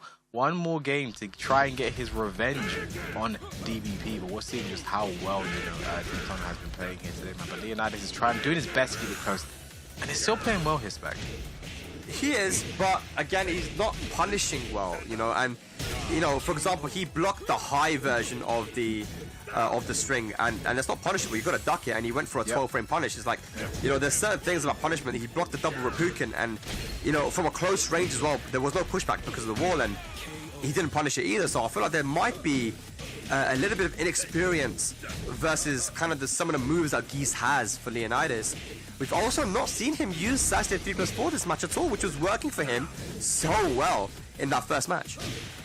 Yeah, it leads me to believe we might be seeing the Leroy here at this point. You know, he just got shut down in the game. It wasn't exactly Eddie getting shut down, but when you get shut down, you don't know whether it's character, whether it's you. So I do think we may be seeing the Leroy come out. And I think Leroy's not bad in this matchup. You know, he can... I don't think Leroy's bad in any matchup. But, you know, there's a lot he can parry, like back 3-2. He can parry the second hit, standing 2 forward 1, parry the second hit. You know, he has a lot of options to deal with Geese things.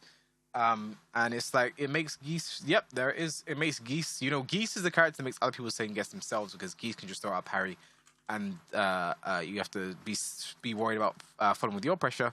Leroy does the same thing. So is this going to be a taste of Tibitano's own medicine, or is it time for the Cinderella story to end? The glass slipper does not fit Leonidas' foot. Let's find out. Yeah, look, he had to do something here, Kalos, and the Leroy is finally out. It's a character that he has put a lot of time into.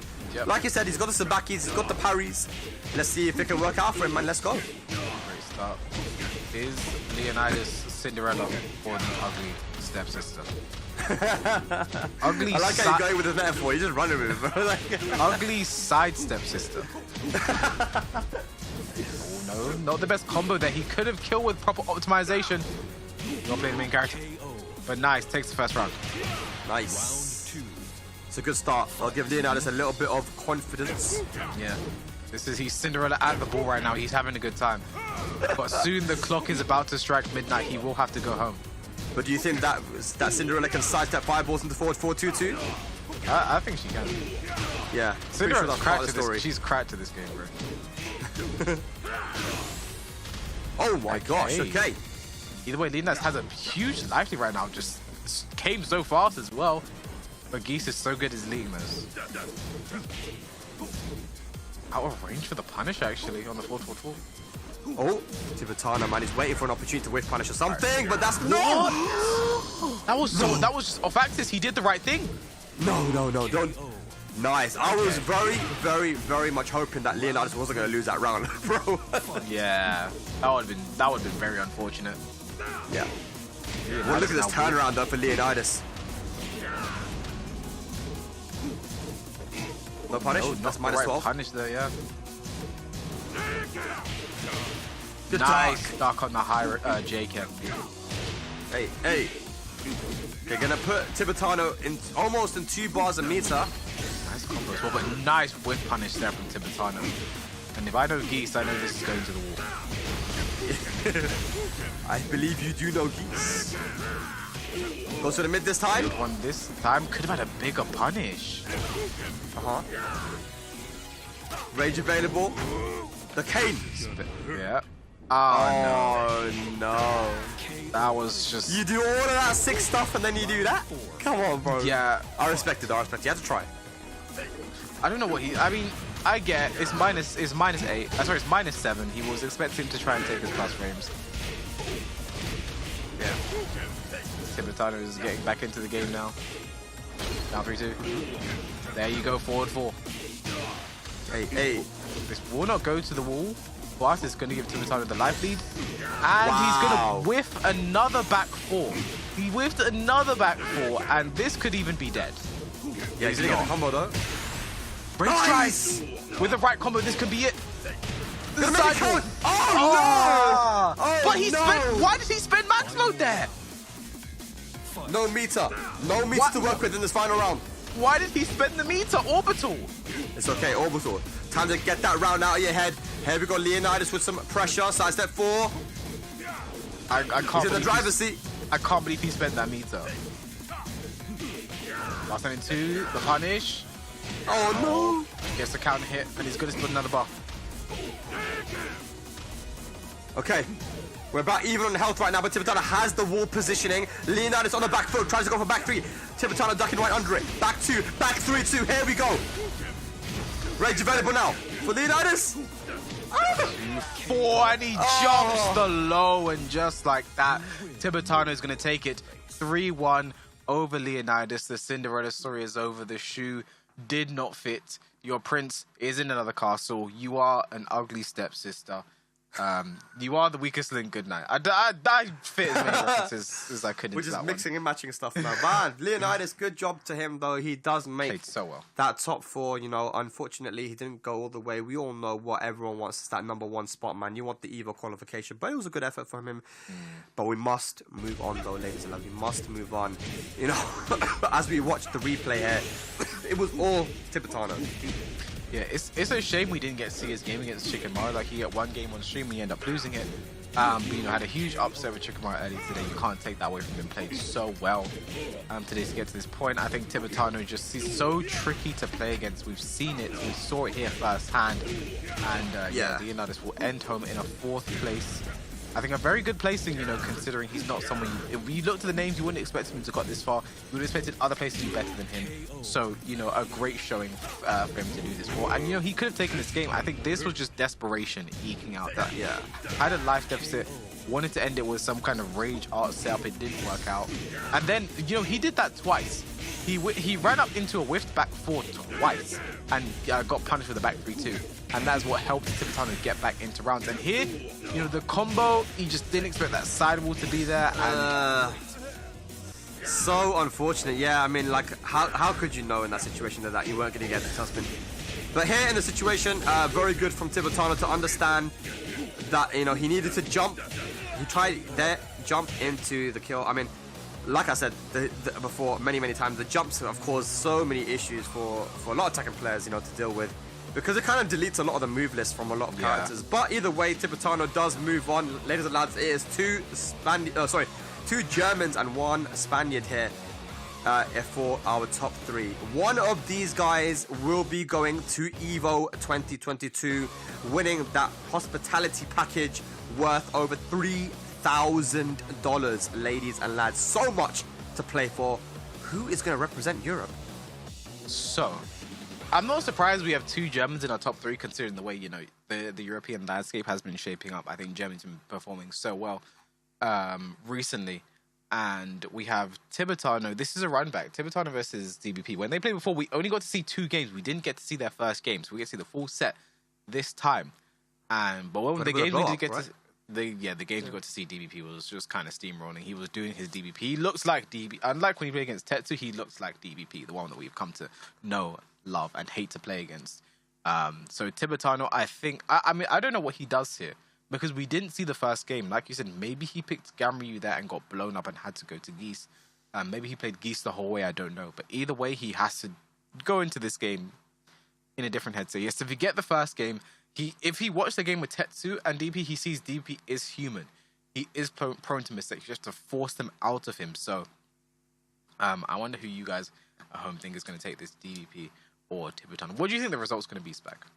Yeah, I think that, look, man, unless I think you're right. Unless Tibitano does something vastly different, I think this is just going to be a DVP match, man. I mean, I feel like even his match versus Tetsu, the guy isn't losers, but he is not playing wrong at all. And I'm very surprised that the poll says that Tibitano's going to take this. But hey, I feel like he's a people champ right now, man. He's given us the most entertaining matches today, and I'm hoping that we can get an international grand finals, dude. I mean, Germany versus Germany would be cool, but Spain versus Germany would be even more cool, man.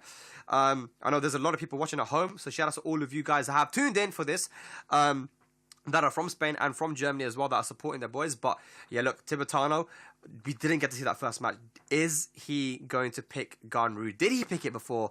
But I feel like, you know, the Geese may not do it for him, man. And especially if he makes it into grand finals. He might beat DBP here, KWS, but if he gets into grand finals, there is no chance of him using Geese versus Tetsu. He is just too good in that matchup. Yeah, I think when you look at this now as well, like if you're Tetsu, you're sitting there saying, okay, you know, you convincingly beat DBP when you went to the Claudio, so you're feeling good about that. And Tibitano is someone who, like, you know, that Geese is just a character that's just not a problem for him at all, especially when he does pick the Lydia. So this is going to be an intense losers final here at the FGC Arcade Summer Elite Series. These are the finals for Europe's back. The winner of this event, whoever gets first place here, is going to be either Tetsu, DVP, or Tibitano. The winner will be going to Evo.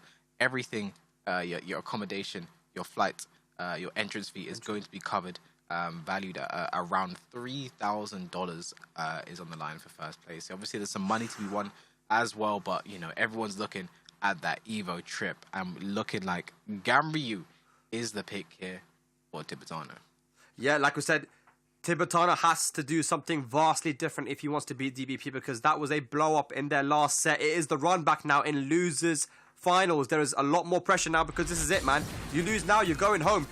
And the Ganryus come out now, so this is it. Let's see if it can make a difference, Kwis. Just one game.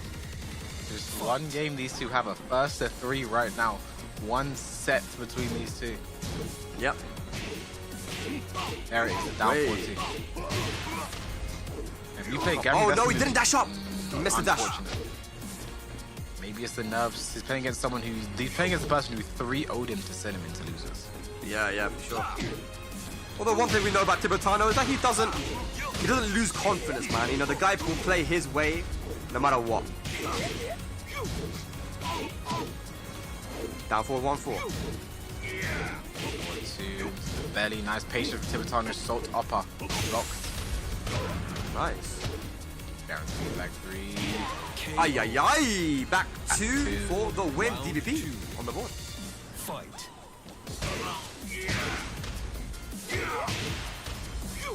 Oh! No float there. Okay. Down 1, counter hit, back 3. DVP looking a little bit comfortable here. Tibitano's gonna have to end that momentum, and he does so with the clap. Forward 1+2. Gonna get a full combo.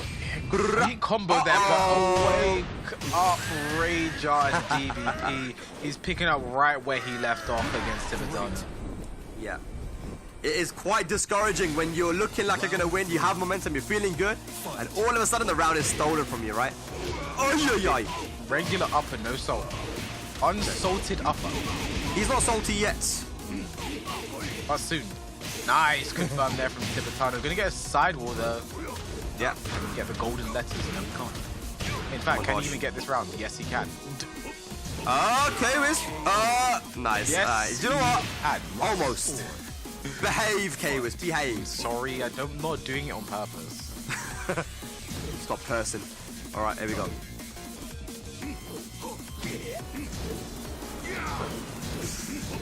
Okay, no side step.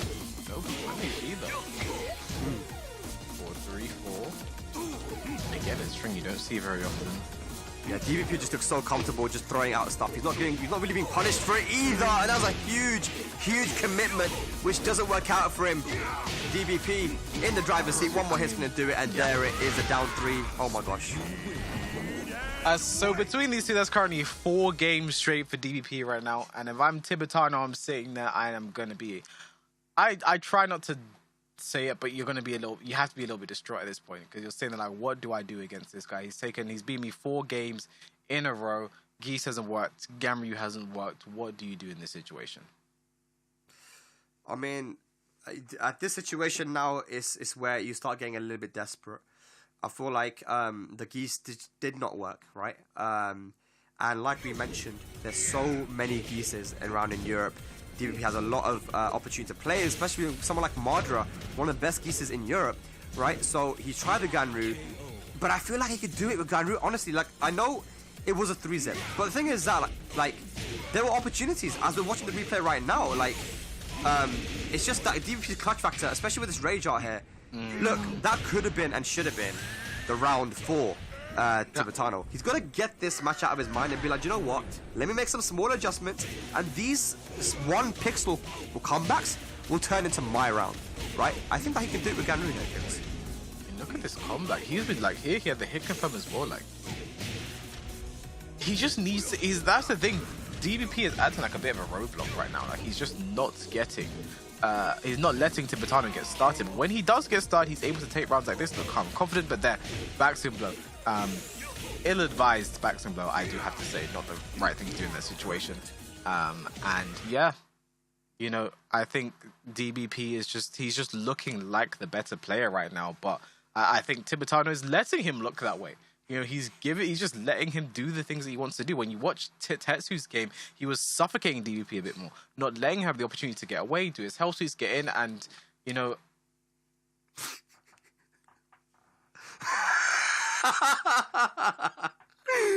Yo, I respect it, man. Look, there's an Evo qualification on the line here, K-Wiz. Why would you not pull out the Julia? I've never seen Tibitano play Julia.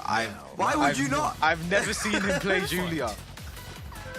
I've not seen him do it. Anyone can play Julia, dude. Just forward one. Yeah. I'm bow and arrow. Okay. Hang on. No. Okay, bow and arrow actually whiffing on him. Okay. Nice. He shouldn't let it rip that time.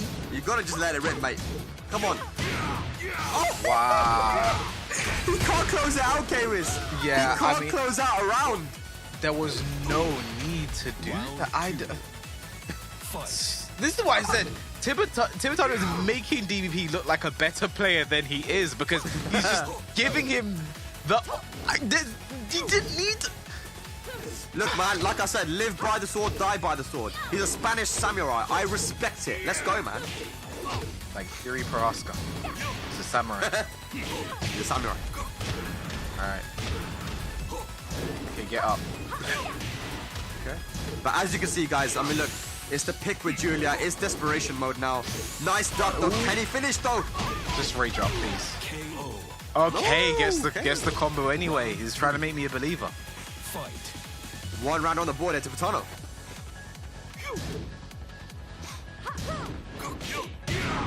Nice. Dark there from DVP is ready. Yeah. Should get a few ready as well. Oh, an arrow blocked. And oh my gosh, a bot player actually using the punish. That's amazing. Down like 3.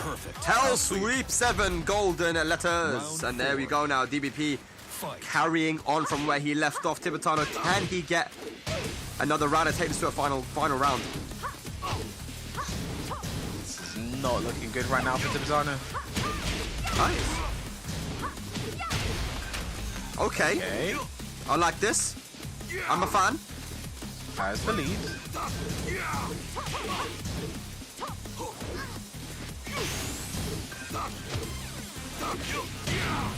Oh, wow. No. He just did it. Okay, spends a rage. It's not going to be dead, but it's going to give DBP a scary situation. Nice. Oh, you've got to be kidding me. Oh my God, you've got to be kidding me.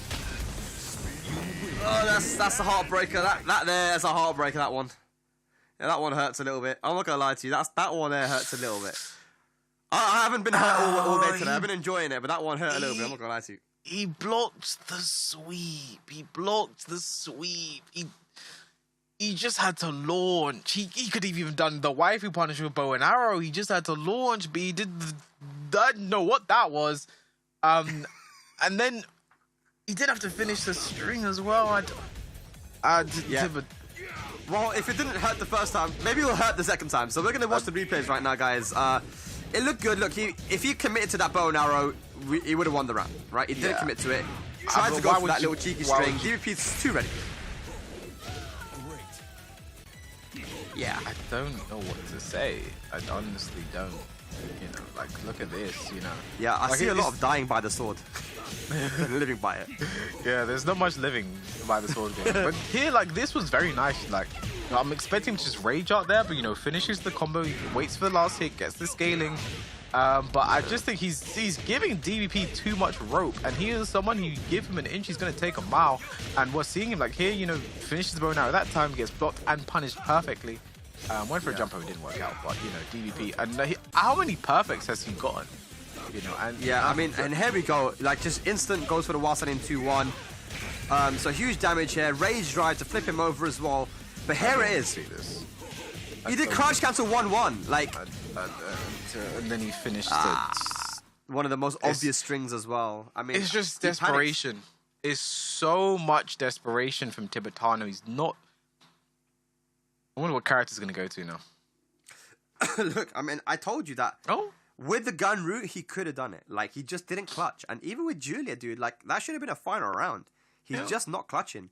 I think that it's not a character thing. It's just the player. Tibitano's panicking. He's not playing good in the clutch. But DVP, he's been here so many times before. The guy's calm. You know, he's pulling out the wins when he needs to.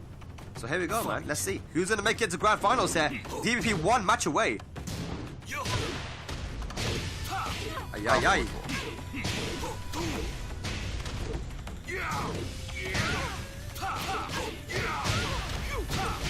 So many DBP patterns here as well, like the R4-3 into the power crush, nice block there on the health speed. That's what he should have done the last round. Yeah, maybe that's what he wanted to do, but he maybe just delayed the one too much because he was panicking and got standing 1-1. But DVP once again, this could be dead. Wow, I've never seen that one before. That's sick. Well, didn't need to do that. Yeah. Rightio, DVP. That was a sick combo.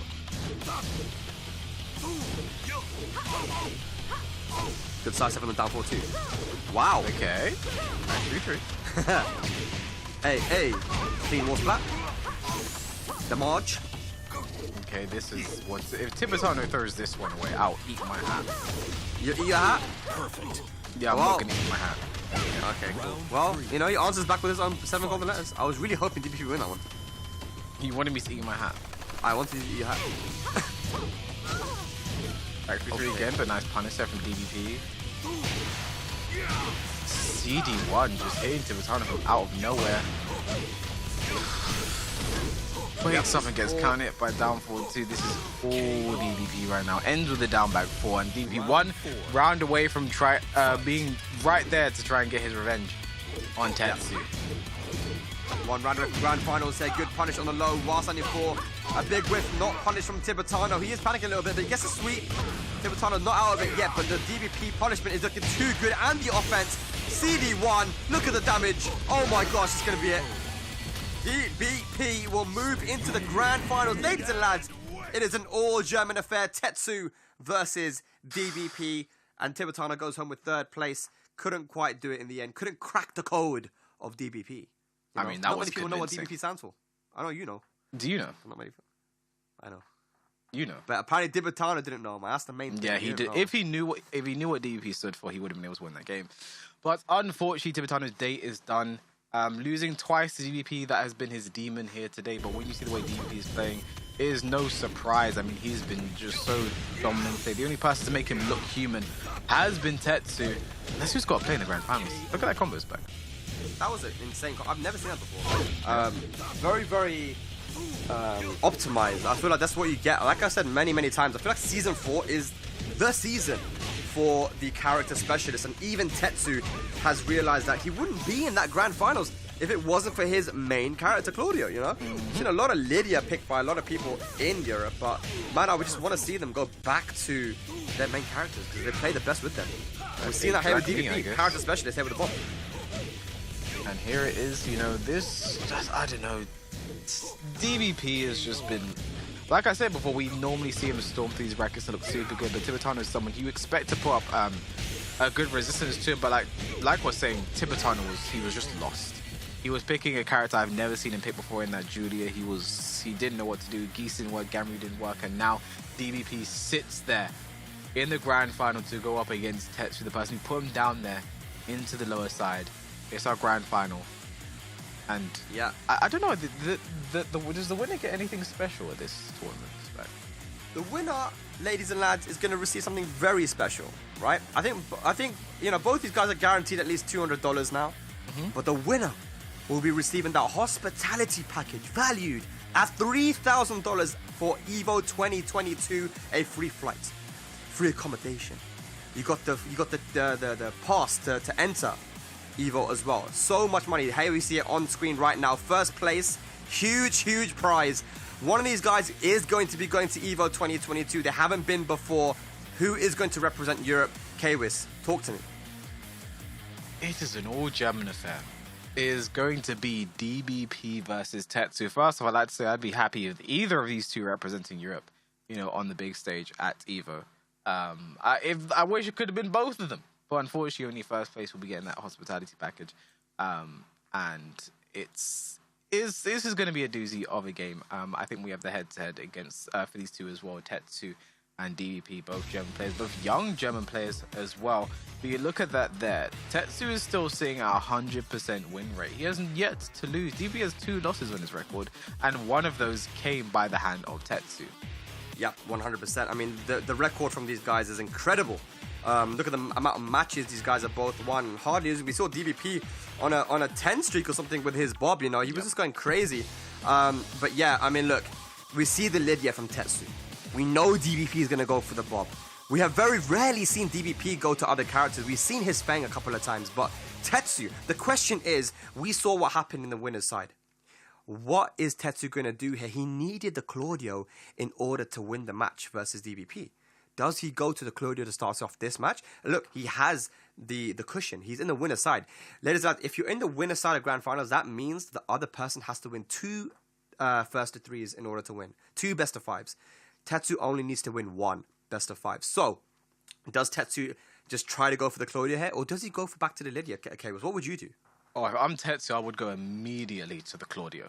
You know, and look at this. The results are in now, and people believe Tetsu's going to take it this time, 53%. Though, it is a close poll. I think the reason polls are so close when DVP is involved is because you watch him play, you see what he does, and you're like, who the hell can stop this guy? If anyone can do it, it has been Tetsu. He has done it, and it was with the Claudio, and it was in dominant fashion earlier. Well, here we go, ladies and lads. The FGC Arcade Summer Community Series Grand Finals here. One of these guys is going to be heading to EVO 2022 to represent Europe on the biggest tournament in the world. Let's go. It all comes down to this. Winner side, Tetsu. DVP in the loser side, Germany versus Germany. Tetsu starting for momentum, has the life lead. Keeping it safe. Back 1. Such a good move to use. Back 1. Use it again. Nice reverse the tackle. Breaks the punches though. Yeah. Whoa, no punish there, Kevin. Yeah. Forward 42. DVP trying to claw back into this round. He's doing a good job so far. Ah! Whoa! Whoa! Tetsu wants to jump too, but no, that's not the punish. This will not be dead. Oh my gosh! But it could have been the low Wow! parry! All right, get ready, ladies and lads, because we're going to be having quite a few rounds like this, I would imagine, in this Grand Finals. DVP clutches at that first round. I think we have a long one ahead of us. I believe so. It's a game, it's a battle of small margins when it comes to this level, guys. DVP, Tetsu, New School versus Old School Germany. Small margins, you could almost say little margins. I wonder if we're going to be seeing some little margins at EVO. I hope so. All right. Either way, DVP is looking super good right now. He is not scared of that Claudio right now. No dart from Tetsu in the second hit. Back 1, stay away.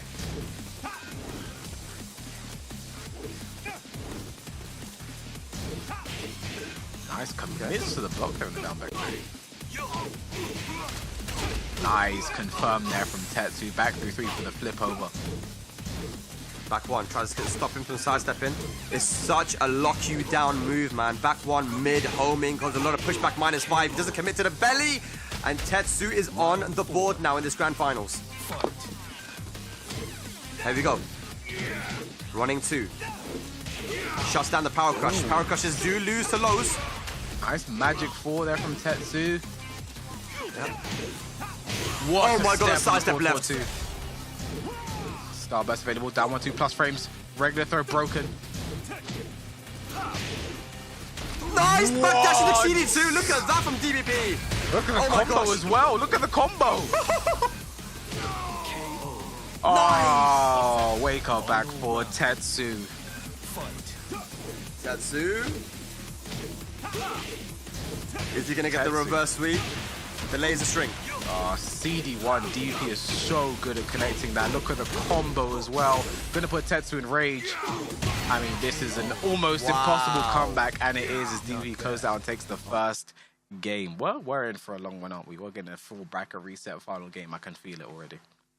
He ended up waking up there in that situation, back turned. I'm not sure what happened there, but man, he got caught. The movement's looking very, very nice. And one thing we noticed as well is that in both sets, the last set and this set, we saw him go for the sidestep left on timing against the forward 4-2. Thing with Bob is that the CD1 tracks that way.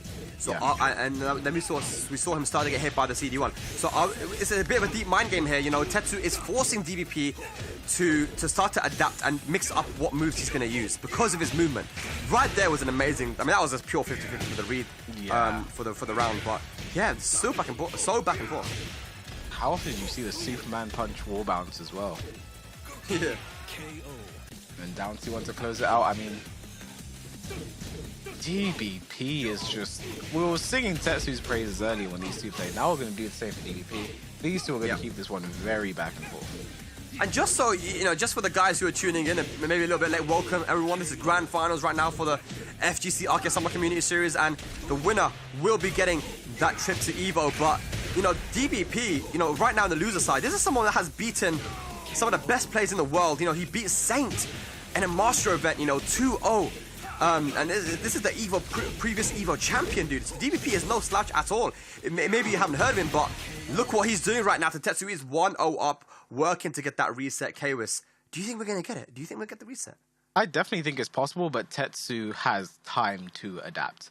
You know, I don't think we should say everything's over based on that one game, but I think, you know, Tetsu, I think that game was definitely a wake-up call for Tetsu. If he went into this game thinking, I'm just going to do what I did in the winner's side, where I put him in, I was very fast with my Claudio, that was DVP saying, no, that's not what's going to happen here. We're going to have a long, drawn-out set, and I'm going to take you to the limit. So let's see where we go from here. So on the Forgotten Realm, I don't think any of these two characters gets a crazy monster with the stage and play.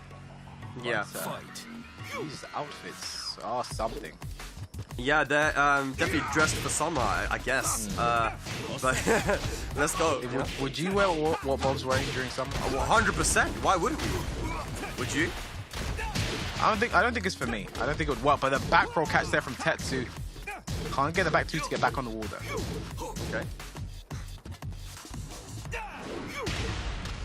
Oh, nice whiff punish on the hop kick there. Tetsu just throwing it out. No break on 1+2 throw. One more here does it for Tetsu and DBP. I don't think that's what he wanted there, to be honest. Yeah, I mean, I think he just tried to go for a big read. Didn't work out for him. He needed something huge. Forward 4-2. Here we go. Oh, wow. That is a high hop kick, so it can crush, but it's not going to be hitting. Oh, sweet. No punish him down 4-2. Nice work there from Tetsu. Oh, he delays it. The back. Yeah, a bit too much. Rage available now for DBP. Why? He's reacting, I told you. What I tell you, Kwis, he reacted, man. This guy is too crap. DBP with the rage eye again. The reactions. One thing we're seeing though is we're seeing DBP not using rage drive and neutral as much because of all the times he did it. Tetsu stepped him and punished him perfectly. Right, but that was with an idiot though, right? Easy punish. Claudio has an easier punish. Nice, that's gonna break the floor. Nice. I'll get the next floor. It's all guaranteed. Again? The mid. Oh, okay. Not the best combo there from Tetsu, to be honest. No starburst as well. Final destination though, on the floor. Ground floor. I don't see that one working. Okay, that one didn't work there. I love that punish as well because with the sidewall there, if he tried to launch, he might not be able to kill. I love that punish. That's a great punish. Great low parry. Should go to the wall, down 2-4. Again, you see that CD3 into Power Crush, been doing that a lot. Yeah. Oh my gosh, down 2. Got the blue hands available. Access to Starburst. He tried to go for the down 2 this time, but it whiffs.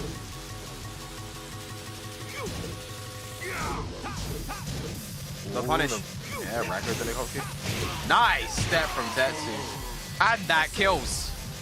Yep. Tetsu on the board now, and I love that he's stuck with the Claudio here.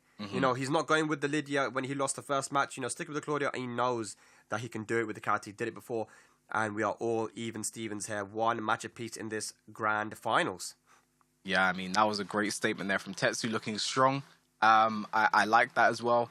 You know, the way he's been playing. The punish on the rage art for me is something that I really like things like that because it shows great stage awareness. It's like, you know, say you're playing a character with a wall bounce while sending power crush and a launcher while sending power crush, and there's like a breakable wall behind you. If they do the wall bounce one, because, you know, they know that it's going to get more damage rather than just auto-piloting with the normal punish. That stuff I always love to see.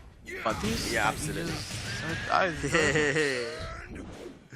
I love it. All right. But yeah, this wasn't the best combo, but, you know, again, both these guys know exactly how to utilize the walls. Went for the standing 3, tried to get the wall splat, but the angles can be a bit weird sometimes. This time, running to, you know, he thought he was going to try and use his plus strains, but he kind of just dashed up and forced the rage art out of him. This time, we've seen so many times Tetsu sidestepping the forward 2. Like I mentioned, you got a sidestep left against a forward 2. He does it so many times, and it's been working for him. Maybe DBP will have to try and, you know, stop him from sidestepping left. Maybe there's some other options. CD1 definitely works. But yeah, it's going to be a bit of a back and forth, I do feel like. Yeah, I mean, you know, that was just the first 2 games. You know, we're getting some close back and forth tag games. I think DBP actually threw away that round, to be honest. He threw away that round just by throwing out that rage out there. Probably shouldn't have done it. Worked once, so I guess it was like, it can work for me again. And we're going back to the Forgotten Realm as well. The random stats gods are favoring Tetsu today. So let's see where this one goes. This next game is really important. You know, going up 2-1 in the set really means a lot. And, you know, for DBP, it can be so debilitating if he does go down 2-1, because it's like, okay, I need to win 2 in a row just to stay alive. Not even to win the tournament, just to stay alive. Yeah, exactly. This is a very, very important match, just mentally for DBP. You know, cycling through the presets as well, just to keep it a little bit fresh. Are we gonna go downstairs? No, you tried to get the wall splat before. Got a bit greedy. A nice block and punish on the down 3. Great duck on the CD3 too from Tetsu. Yeah. 1-2.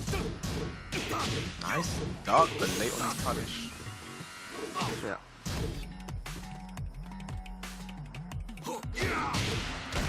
Hell sweep. One more hit. He hasn't got Starburst either, so yeah, it's gonna be pretty tough here for Tetsu to make the comeback. Raise drive, gets the Starburst there. Successful whiffs, nice whip punish there with down 2. Yep, movement was good from DBP. Stayed patient, didn't do anything wacky, didn't overextend and allow Tetsu to get a counter hit or anything. So good stuff. 4-2. Forward 2. Hell sweep. Oh. Nice whiff punish from DBP. Breaks the floor. Nice. That was silly. Combo as well, the awareness. Again, CD3 into rage drive, he's doing that a lot. No tailspin because of the wall. The side walls have come in as support so often in this tournament today.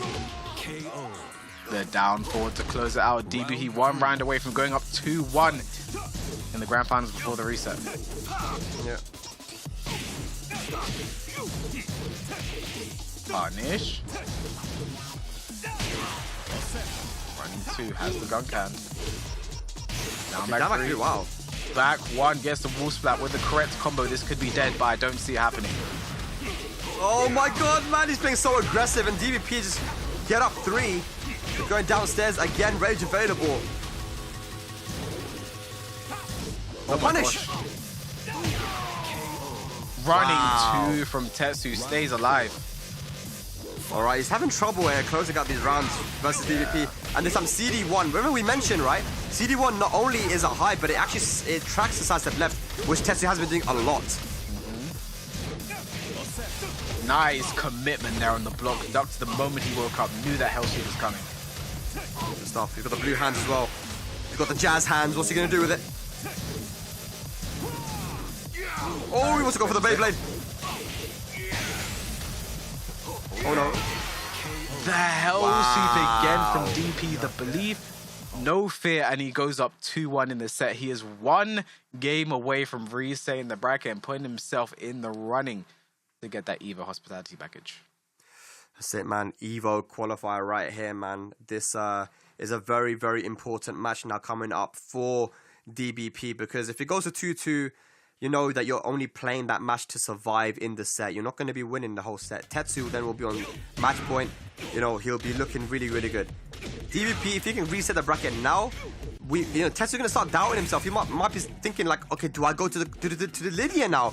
Like, the Claudia isn't working for me. It was working before, and you know, I feel like he has an opportunity. If I was Tetsu now, I would go to the Lydia.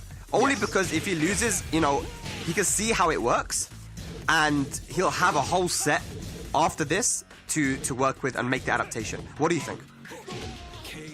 No, I agree completely.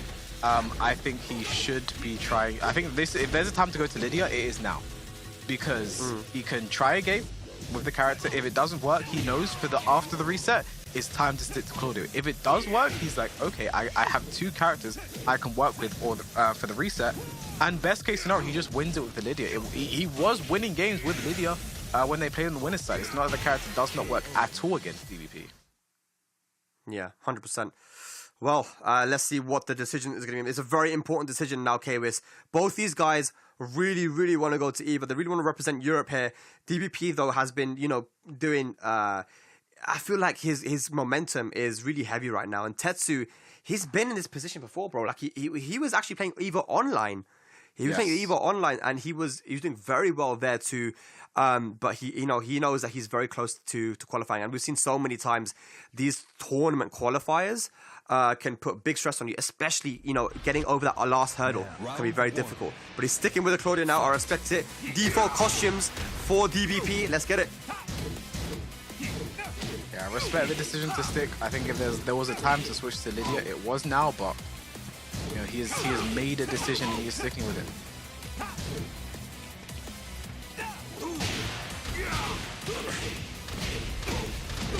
Okay.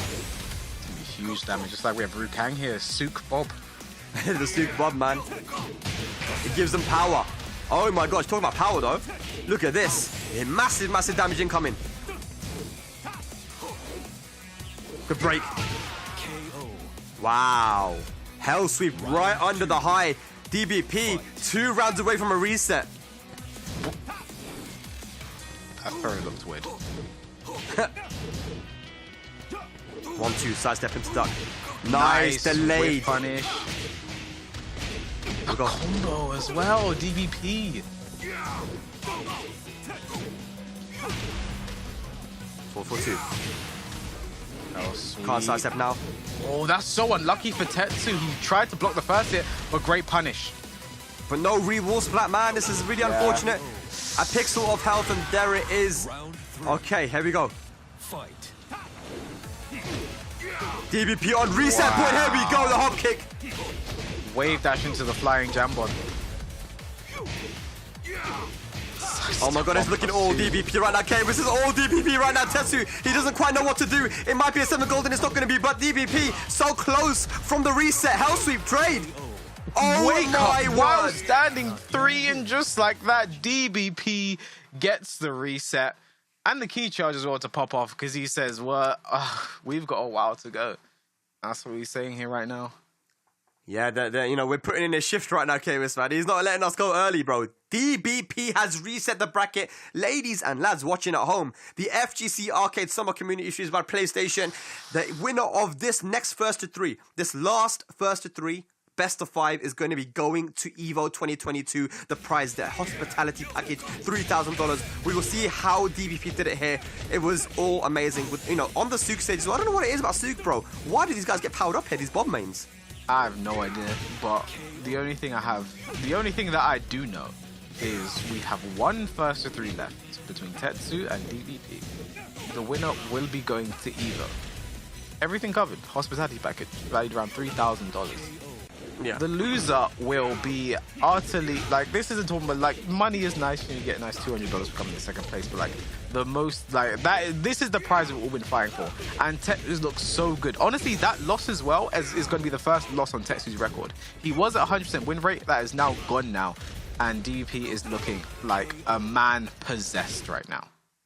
Yeah, 100%. You know, all momentum is on his side. And this is where you start panicking. You start thinking, damn, you know, I was in such a good position. I was comfortable. You know, when you're in the winner's side of grand finals, you can afford to take a few risks here and there. You can afford to believe in your reads a little bit more, right? Especially, you know, Tetsu, as much as strong as he is playing, this is a guy who's relatively new to competitive Tekken for Europe, you know, and he's doing so well. But he has gone back to the Lydia. Yeah. Kawis, what do you make of this choice? It doesn't surprise me, honestly, because DVP was just steamrolling there. You have to make a change somehow. I honestly would have liked to see the Lydia in that last set there, just to see how it worked before the reset, and see if he could take out DP without there having to be a reset. But I think he had to try something here, and I want to see how this plays out. Yeah, 100%. Alright, 4-4 the boys keeping DVP in check now. Nice blocking the down back 4. Bob has a chunky while standing forward. They buffed it as well, so they gave it extra damage. This might be a real wall splat. Back 2-2 string. Oh, just missed the wall though, but it's okay. DP first time taking the lead in the set here, in the grand finals reset. Okay, but nice block there on the Hellsweep. Tetsu is ready. This should go to the wall. Hey. Keeps the combo simple. 2-2. Alright, he's pressuring DP right now. Nice block and perfect punish there with a full crash down 14. Confirmed. Re-wall splat into the big boy damage. Down to this one guaranteed. Hell sweep. Breaking the legs. No punish. No kick. Punish. Oh! What? Wow. Sidestep, duck, twin pistons, and DBP steals that round away from Tetsu, and it is all DBP right now. Bro, we need to go frame by frame there. That's some Tekken XD stuff, man. What's going on here? Look at that sidestep duck into Wasan in 2-1. It's incredible right now. DBP, a man possessed. Look at the backdash as well. Oh my god. This is the DBP that we're used to seeing. This is the DBP we're used to seeing right now. Block on the low, and he finishes the down forward 1. 1+2. I honestly don't know what to say at this time, Spag, because it was if you looked at how their set went on the winner side, you'd say, okay, they play again Tetsu. Like it might not be as free, but like Tetsu has a very good chance of taking it. And it looks like Tetsu has no idea what to do right now. DBP is a man possessed. He's running. This is the DBP we were used to seeing, and even like I was gonna say, like Tetsu needs to do something to break DP's momentum, stop him, and just get around. But even when DP's momentum is stopped, we saw it, I think in the second round, Tetsu had the life lead, was looking good. He still manages to claw his way back into it. I mean, I don't know. Like here, no punish from Tetsu, and that costs him the sidestep left duck twin pistons. Insane. And you know what? The difference I'm seeing here is DVP is a lot more confident in closing out the rounds as well. He's just believing in his reads, and it's working out for him really well. Tetsu hasn't been able to get a read on DVP's timing because he's just got so much confidence now. Ever since the reset, DVP is just playing without any... I don't know. There's no shackles anymore. He's completely unleashed, you know? This is DVP now. He's 1-0 up in the Grand Finals reset. If you guys are unfamiliar with how tournaments work, because Tetsu was in the Grand Finals on the winner side, he hadn't lost a match. In order for DVP to win the tournament, he would have to beat Tetsu in a best of 5 two times. He's done it once. Now there's only one best of 5 remaining, and right now DVP is up 1-0. I have nothing to. I don't know what to say here. If you're Tetsu, okay. I like the switch back to Claudio. I think the worst he had lost was with the Lydia. You know, what was the worst that he had lost. You know, Claudio was still looking compared if he actually got a game. But I think going back to this is why I wanted to see him pick Claudio before the pick Lydia before the reset just once. He didn't do that, but that game is gone now. He has to forget about that and do everything in his power to try and slow down DVP. This is a very good opportunity for Tetsu to make a comeback because he needs to end the momentum for DVP, but he's got Claudio on an infinite. So this is a huge dynamic change from Lydia on a war stage, right? So Tetsu, can he end the momentum right now? Beyblade, let it rip. Let's go. Yeah, perfect start here with Tetsu running through to end the combo and build the starburst. Nice work there from Tetsu. Run in, block the low, knew it was coming. Gets on the board very fast. Yeah. That's a good first step towards ending that momentum. You know, the one thing is when DVP isn't doubting himself, that's when it starts to look really, really bad for the opponent because DVP just has so much confidence, right? Tetsu needs to just slowly work his way back in.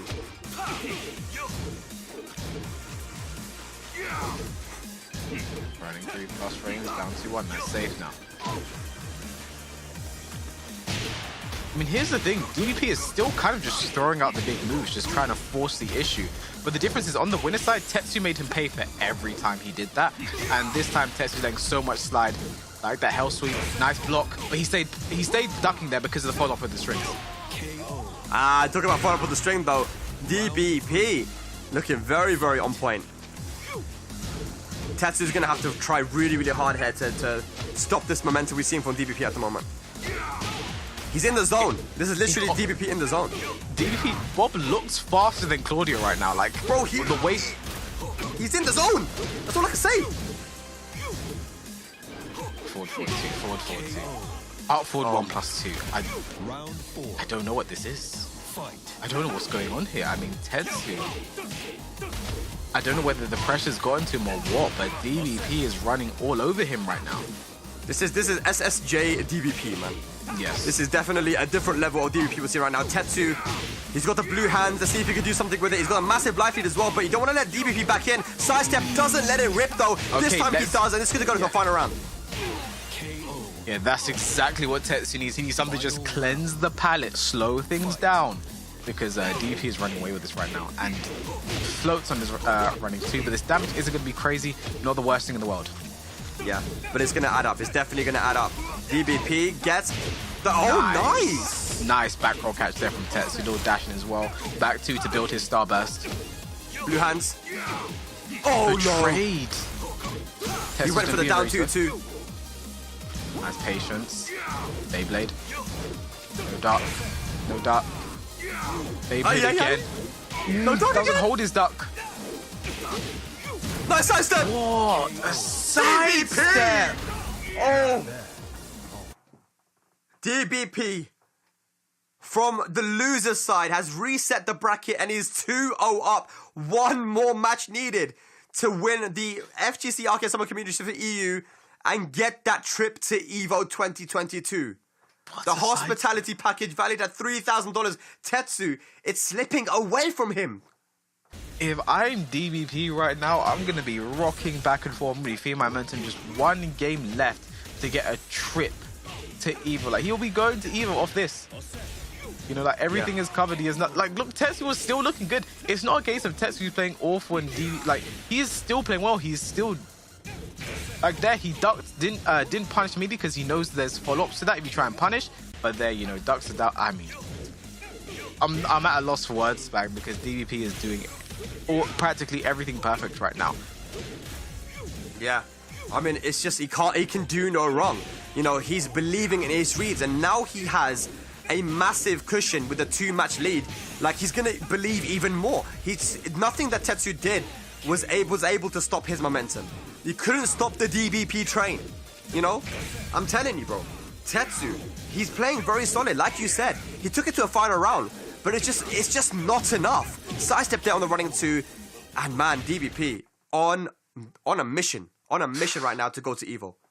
There's potentially one game left here. Tetsu has to bet everything on one character here. If I'm him, I hope he sticks to the Claudio. Yes, he does. Another infinite stage as well. This isn't the worst thing for him, but I think anyone playing against DVP right now would be scared to play this final game. Round 1. Right. Fight. Let's get it. I've never seen Tetsu pick the white Claudio out before as well. But this is crazy. Tetsu going for the default costume here. Is this going to be the power-up that he needs? Never seen him do it before. Maybe it means something. Back 3-3. Never been done before. Nice. Okay. This is what Tetsu needs. Running 2 should close this out. Good. All right. Bit by bit, you know, you gotta get it. Every journey starts with a single step, and that is the step that Tetsu needs, man. Get those rounds on the board. Back 3-3, forward 4. No punish in the back 3. Probably was worried about hop kick range there. Okay. Again, steps running 2. Yeah, stepping left beats those running moves, and DVP doing it very well. Catches him. CD1 right in the teeth.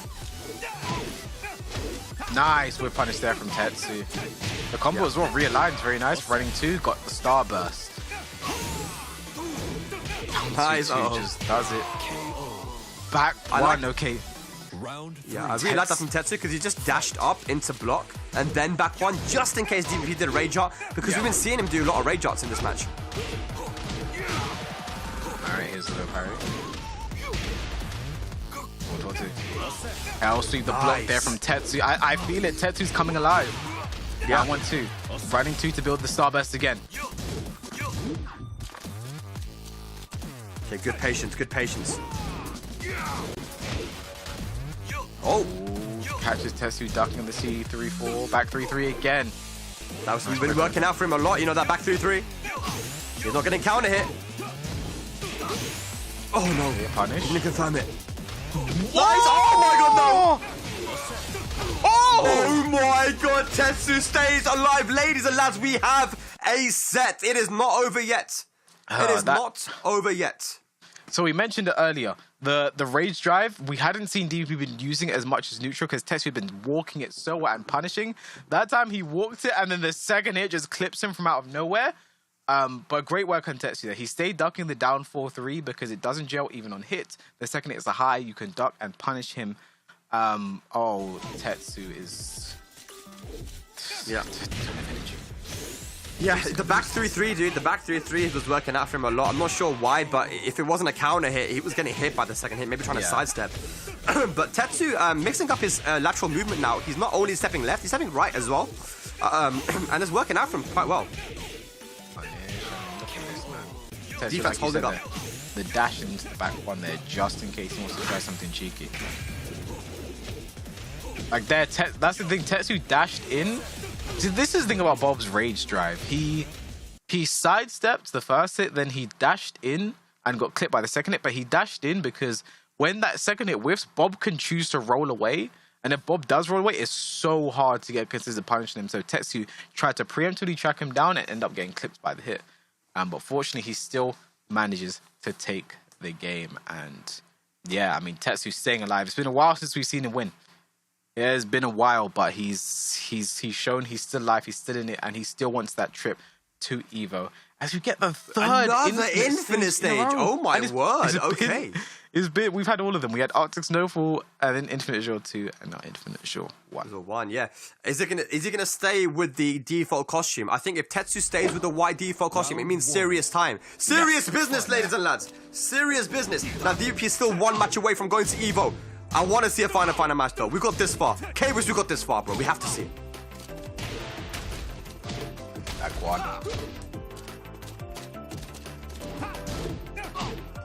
Tetsu's whiff punishment is still leaving a lot to be decided. I need to see those hop kicks. And there's one, but oh my, this is a scrap fest. Yeah. It's a bit tough there because you sidestep so deep that the forward just easily whiffed. Yeah.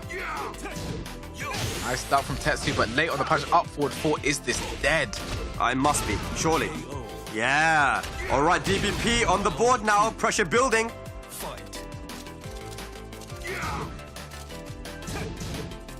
Tetsu's just been getting clipped by so many of those CD1s. Yeah. Again, these punishes are adding up. The defense looking nice. Back 3. Oh, wow. Challenge from DVP. No launch. Again, the hop kick would have worked. Not even a punish on back 3.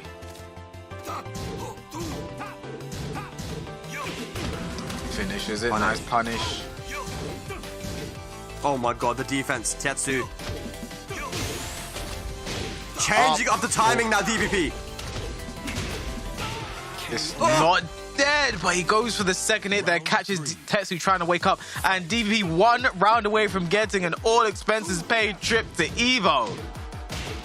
Tournament point now for DVP. He gets a counter hit. Oh my god, it's looking downhill for Tetsu right now. DVP, he can see that ticket to Vegas right now, but wait a minute. A block on the Hell Sweep. This can be the start for Tetsu. Has his starburst back again. Yeah. Jab. It's now or never, Tetsu. It's now or never. He is staying very patient. Hop kick, nice punish. DP. Oh no. Back 4. The Oh my forward God. again, and that's gonna be it! And DBP is gonna take the FGC Arcade Summer Community Series, the European Finals, and he is going to be representing EU at EVO 2022. DBP, the champion, taking it from the loser's side. What a tournament. Every single round there was ended with an up forward 4. I'd just like to throw that out. Every single round was ended with an up forward 4, and DBP closes out the tournament in dramatic fashion from the loser's side after getting absolutely bopped by Tetsu on the winners final. With that Claudio, I might add, he turned things around. He had full momentum, and it was just too much for Tetsu to handle. You know, that was the first up forward 4 to close out a round. Yeah, I mean, look, Tetsu, we've got to give a shout out to him, man. Like, it's definitely going to be a heartbreaker because he knows that he was so close, man. He was in the winner's side, you know, and he could have been going to Evo. But look, I mean, he played so well. This is still one of our top players in Europe. But DBP, the hard work has paid off. He has entered so many of these community series tournaments from PlayStation. He's done super well in a lot of them. But here it is. Here's how everything went down, ladies and lads. DBP got put into the loser bracket in the winners finals by Tetsu in the final match, which was a 3-0 in that final match, and then beating Tibitano and moving into the grand finals 3-1, 3-1. He will be representing Europe and Germany at EVO 2022, the biggest tournament in the world. I mean, shout out to DVP for an amazing tournament here today. Yeah. Got put down into the losers bracket, but did not lose any hope. Stayed as confident and crazy as he always is, and managed to reset the bracket and then take it over Tetsu. And just a great showing. You know, commiserations to Tetsu. He had a great tournament. He played so well. He was undefeated before he had played in that grand finals. And this is not the last of the FGC Arcade Summer Community Series, because you can tune in tomorrow for Guilty Gear Strive. The next week, Street Fighter 5 and Dragon Ball Fighters will be gracing your screens. But that's going to be the finals for Tekken on the European side. Isn't that right, Spec? Yeah, absolutely, man. Wow, what a tournament. And as usual, Tekken 7 always delivers. And I know you guys at home want to get involved as well. So if you do, make sure you sign up and get involved at compete.playstation.com, and maybe you'll be here competing as well for a chance to win some money and, you know, maybe one day go to EVO as well. I mean, speaking of going to EVO, we know DBP is going to be going to EVO now. And if you would like to join him and get a little bit of a discount, use code FGC Arcade to get $25 off of your entry fee at evo.gg. I mean, what a tournament we had here today, Spec. Absolutely, man. Well, that is going to be it from us today for the EU side. But thank you very much, everyone, for tuning in, and we'll catch you next time. Peace.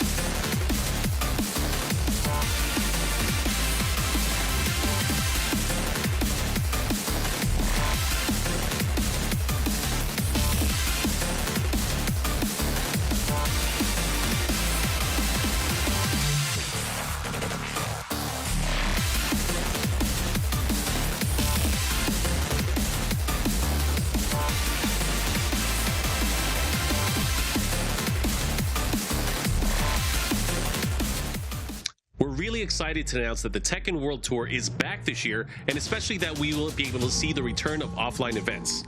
Kicking off on June 24th, Tekken World Tour 2022 will be a hybrid of offline and online events. Some of the biggest changes of this year to look forward to. First off, we are seeing the return of physical events. We have more regions for 2022, which we will touch on shortly. There is also the global finals to look forward to this year. With finals in San Francisco, Amsterdam, and Bangkok in past years, this is something that really created so many memorable moments in past seasons. At a glance, you can see the players will compete in various Master and Dojo events from late June through October, with regional finals for designated regions taking place from late October through December. Then we'll have the global finals as an offline event in early 2023. There will be 16 regions from around the globe in which players can participate in local events to gain points to increase their standing in their respective regional leaderboard. This is the largest number of regions that we've had for TWT so far. Notable additions are Pakistan as a separate region and North Africa. There have also been some changes as to which countries belong to which region, aiming to provide a better competitive experience. To see which region your respective country is in, please see the fine details at TekkenWorldTour.com. There are 2 tiers of events this year, Master and Dojo. You can see the hierarchy here in relation to how many points are awarded. Also, the top performing players in each region will advance to regional and then global finals. Here's the list of Master events on the tour this year, and you can see that EVO is designated as a Master Prime event, meaning it will award more points. Master events are major established tournaments around the globe that are scheduled to hold offline events this year. Unlike Dojo events, Master events are strictly offline. Master events are the best chance to gain the most points. Any player from any region can participate in any Master and gain points to boost their standing in their respective leaderboard. Dojo events are comprised of community-organized offline or online events. The number of points received for top placers scales according to the overall number of entrants. More point categories this year with the addition of a 48+ category.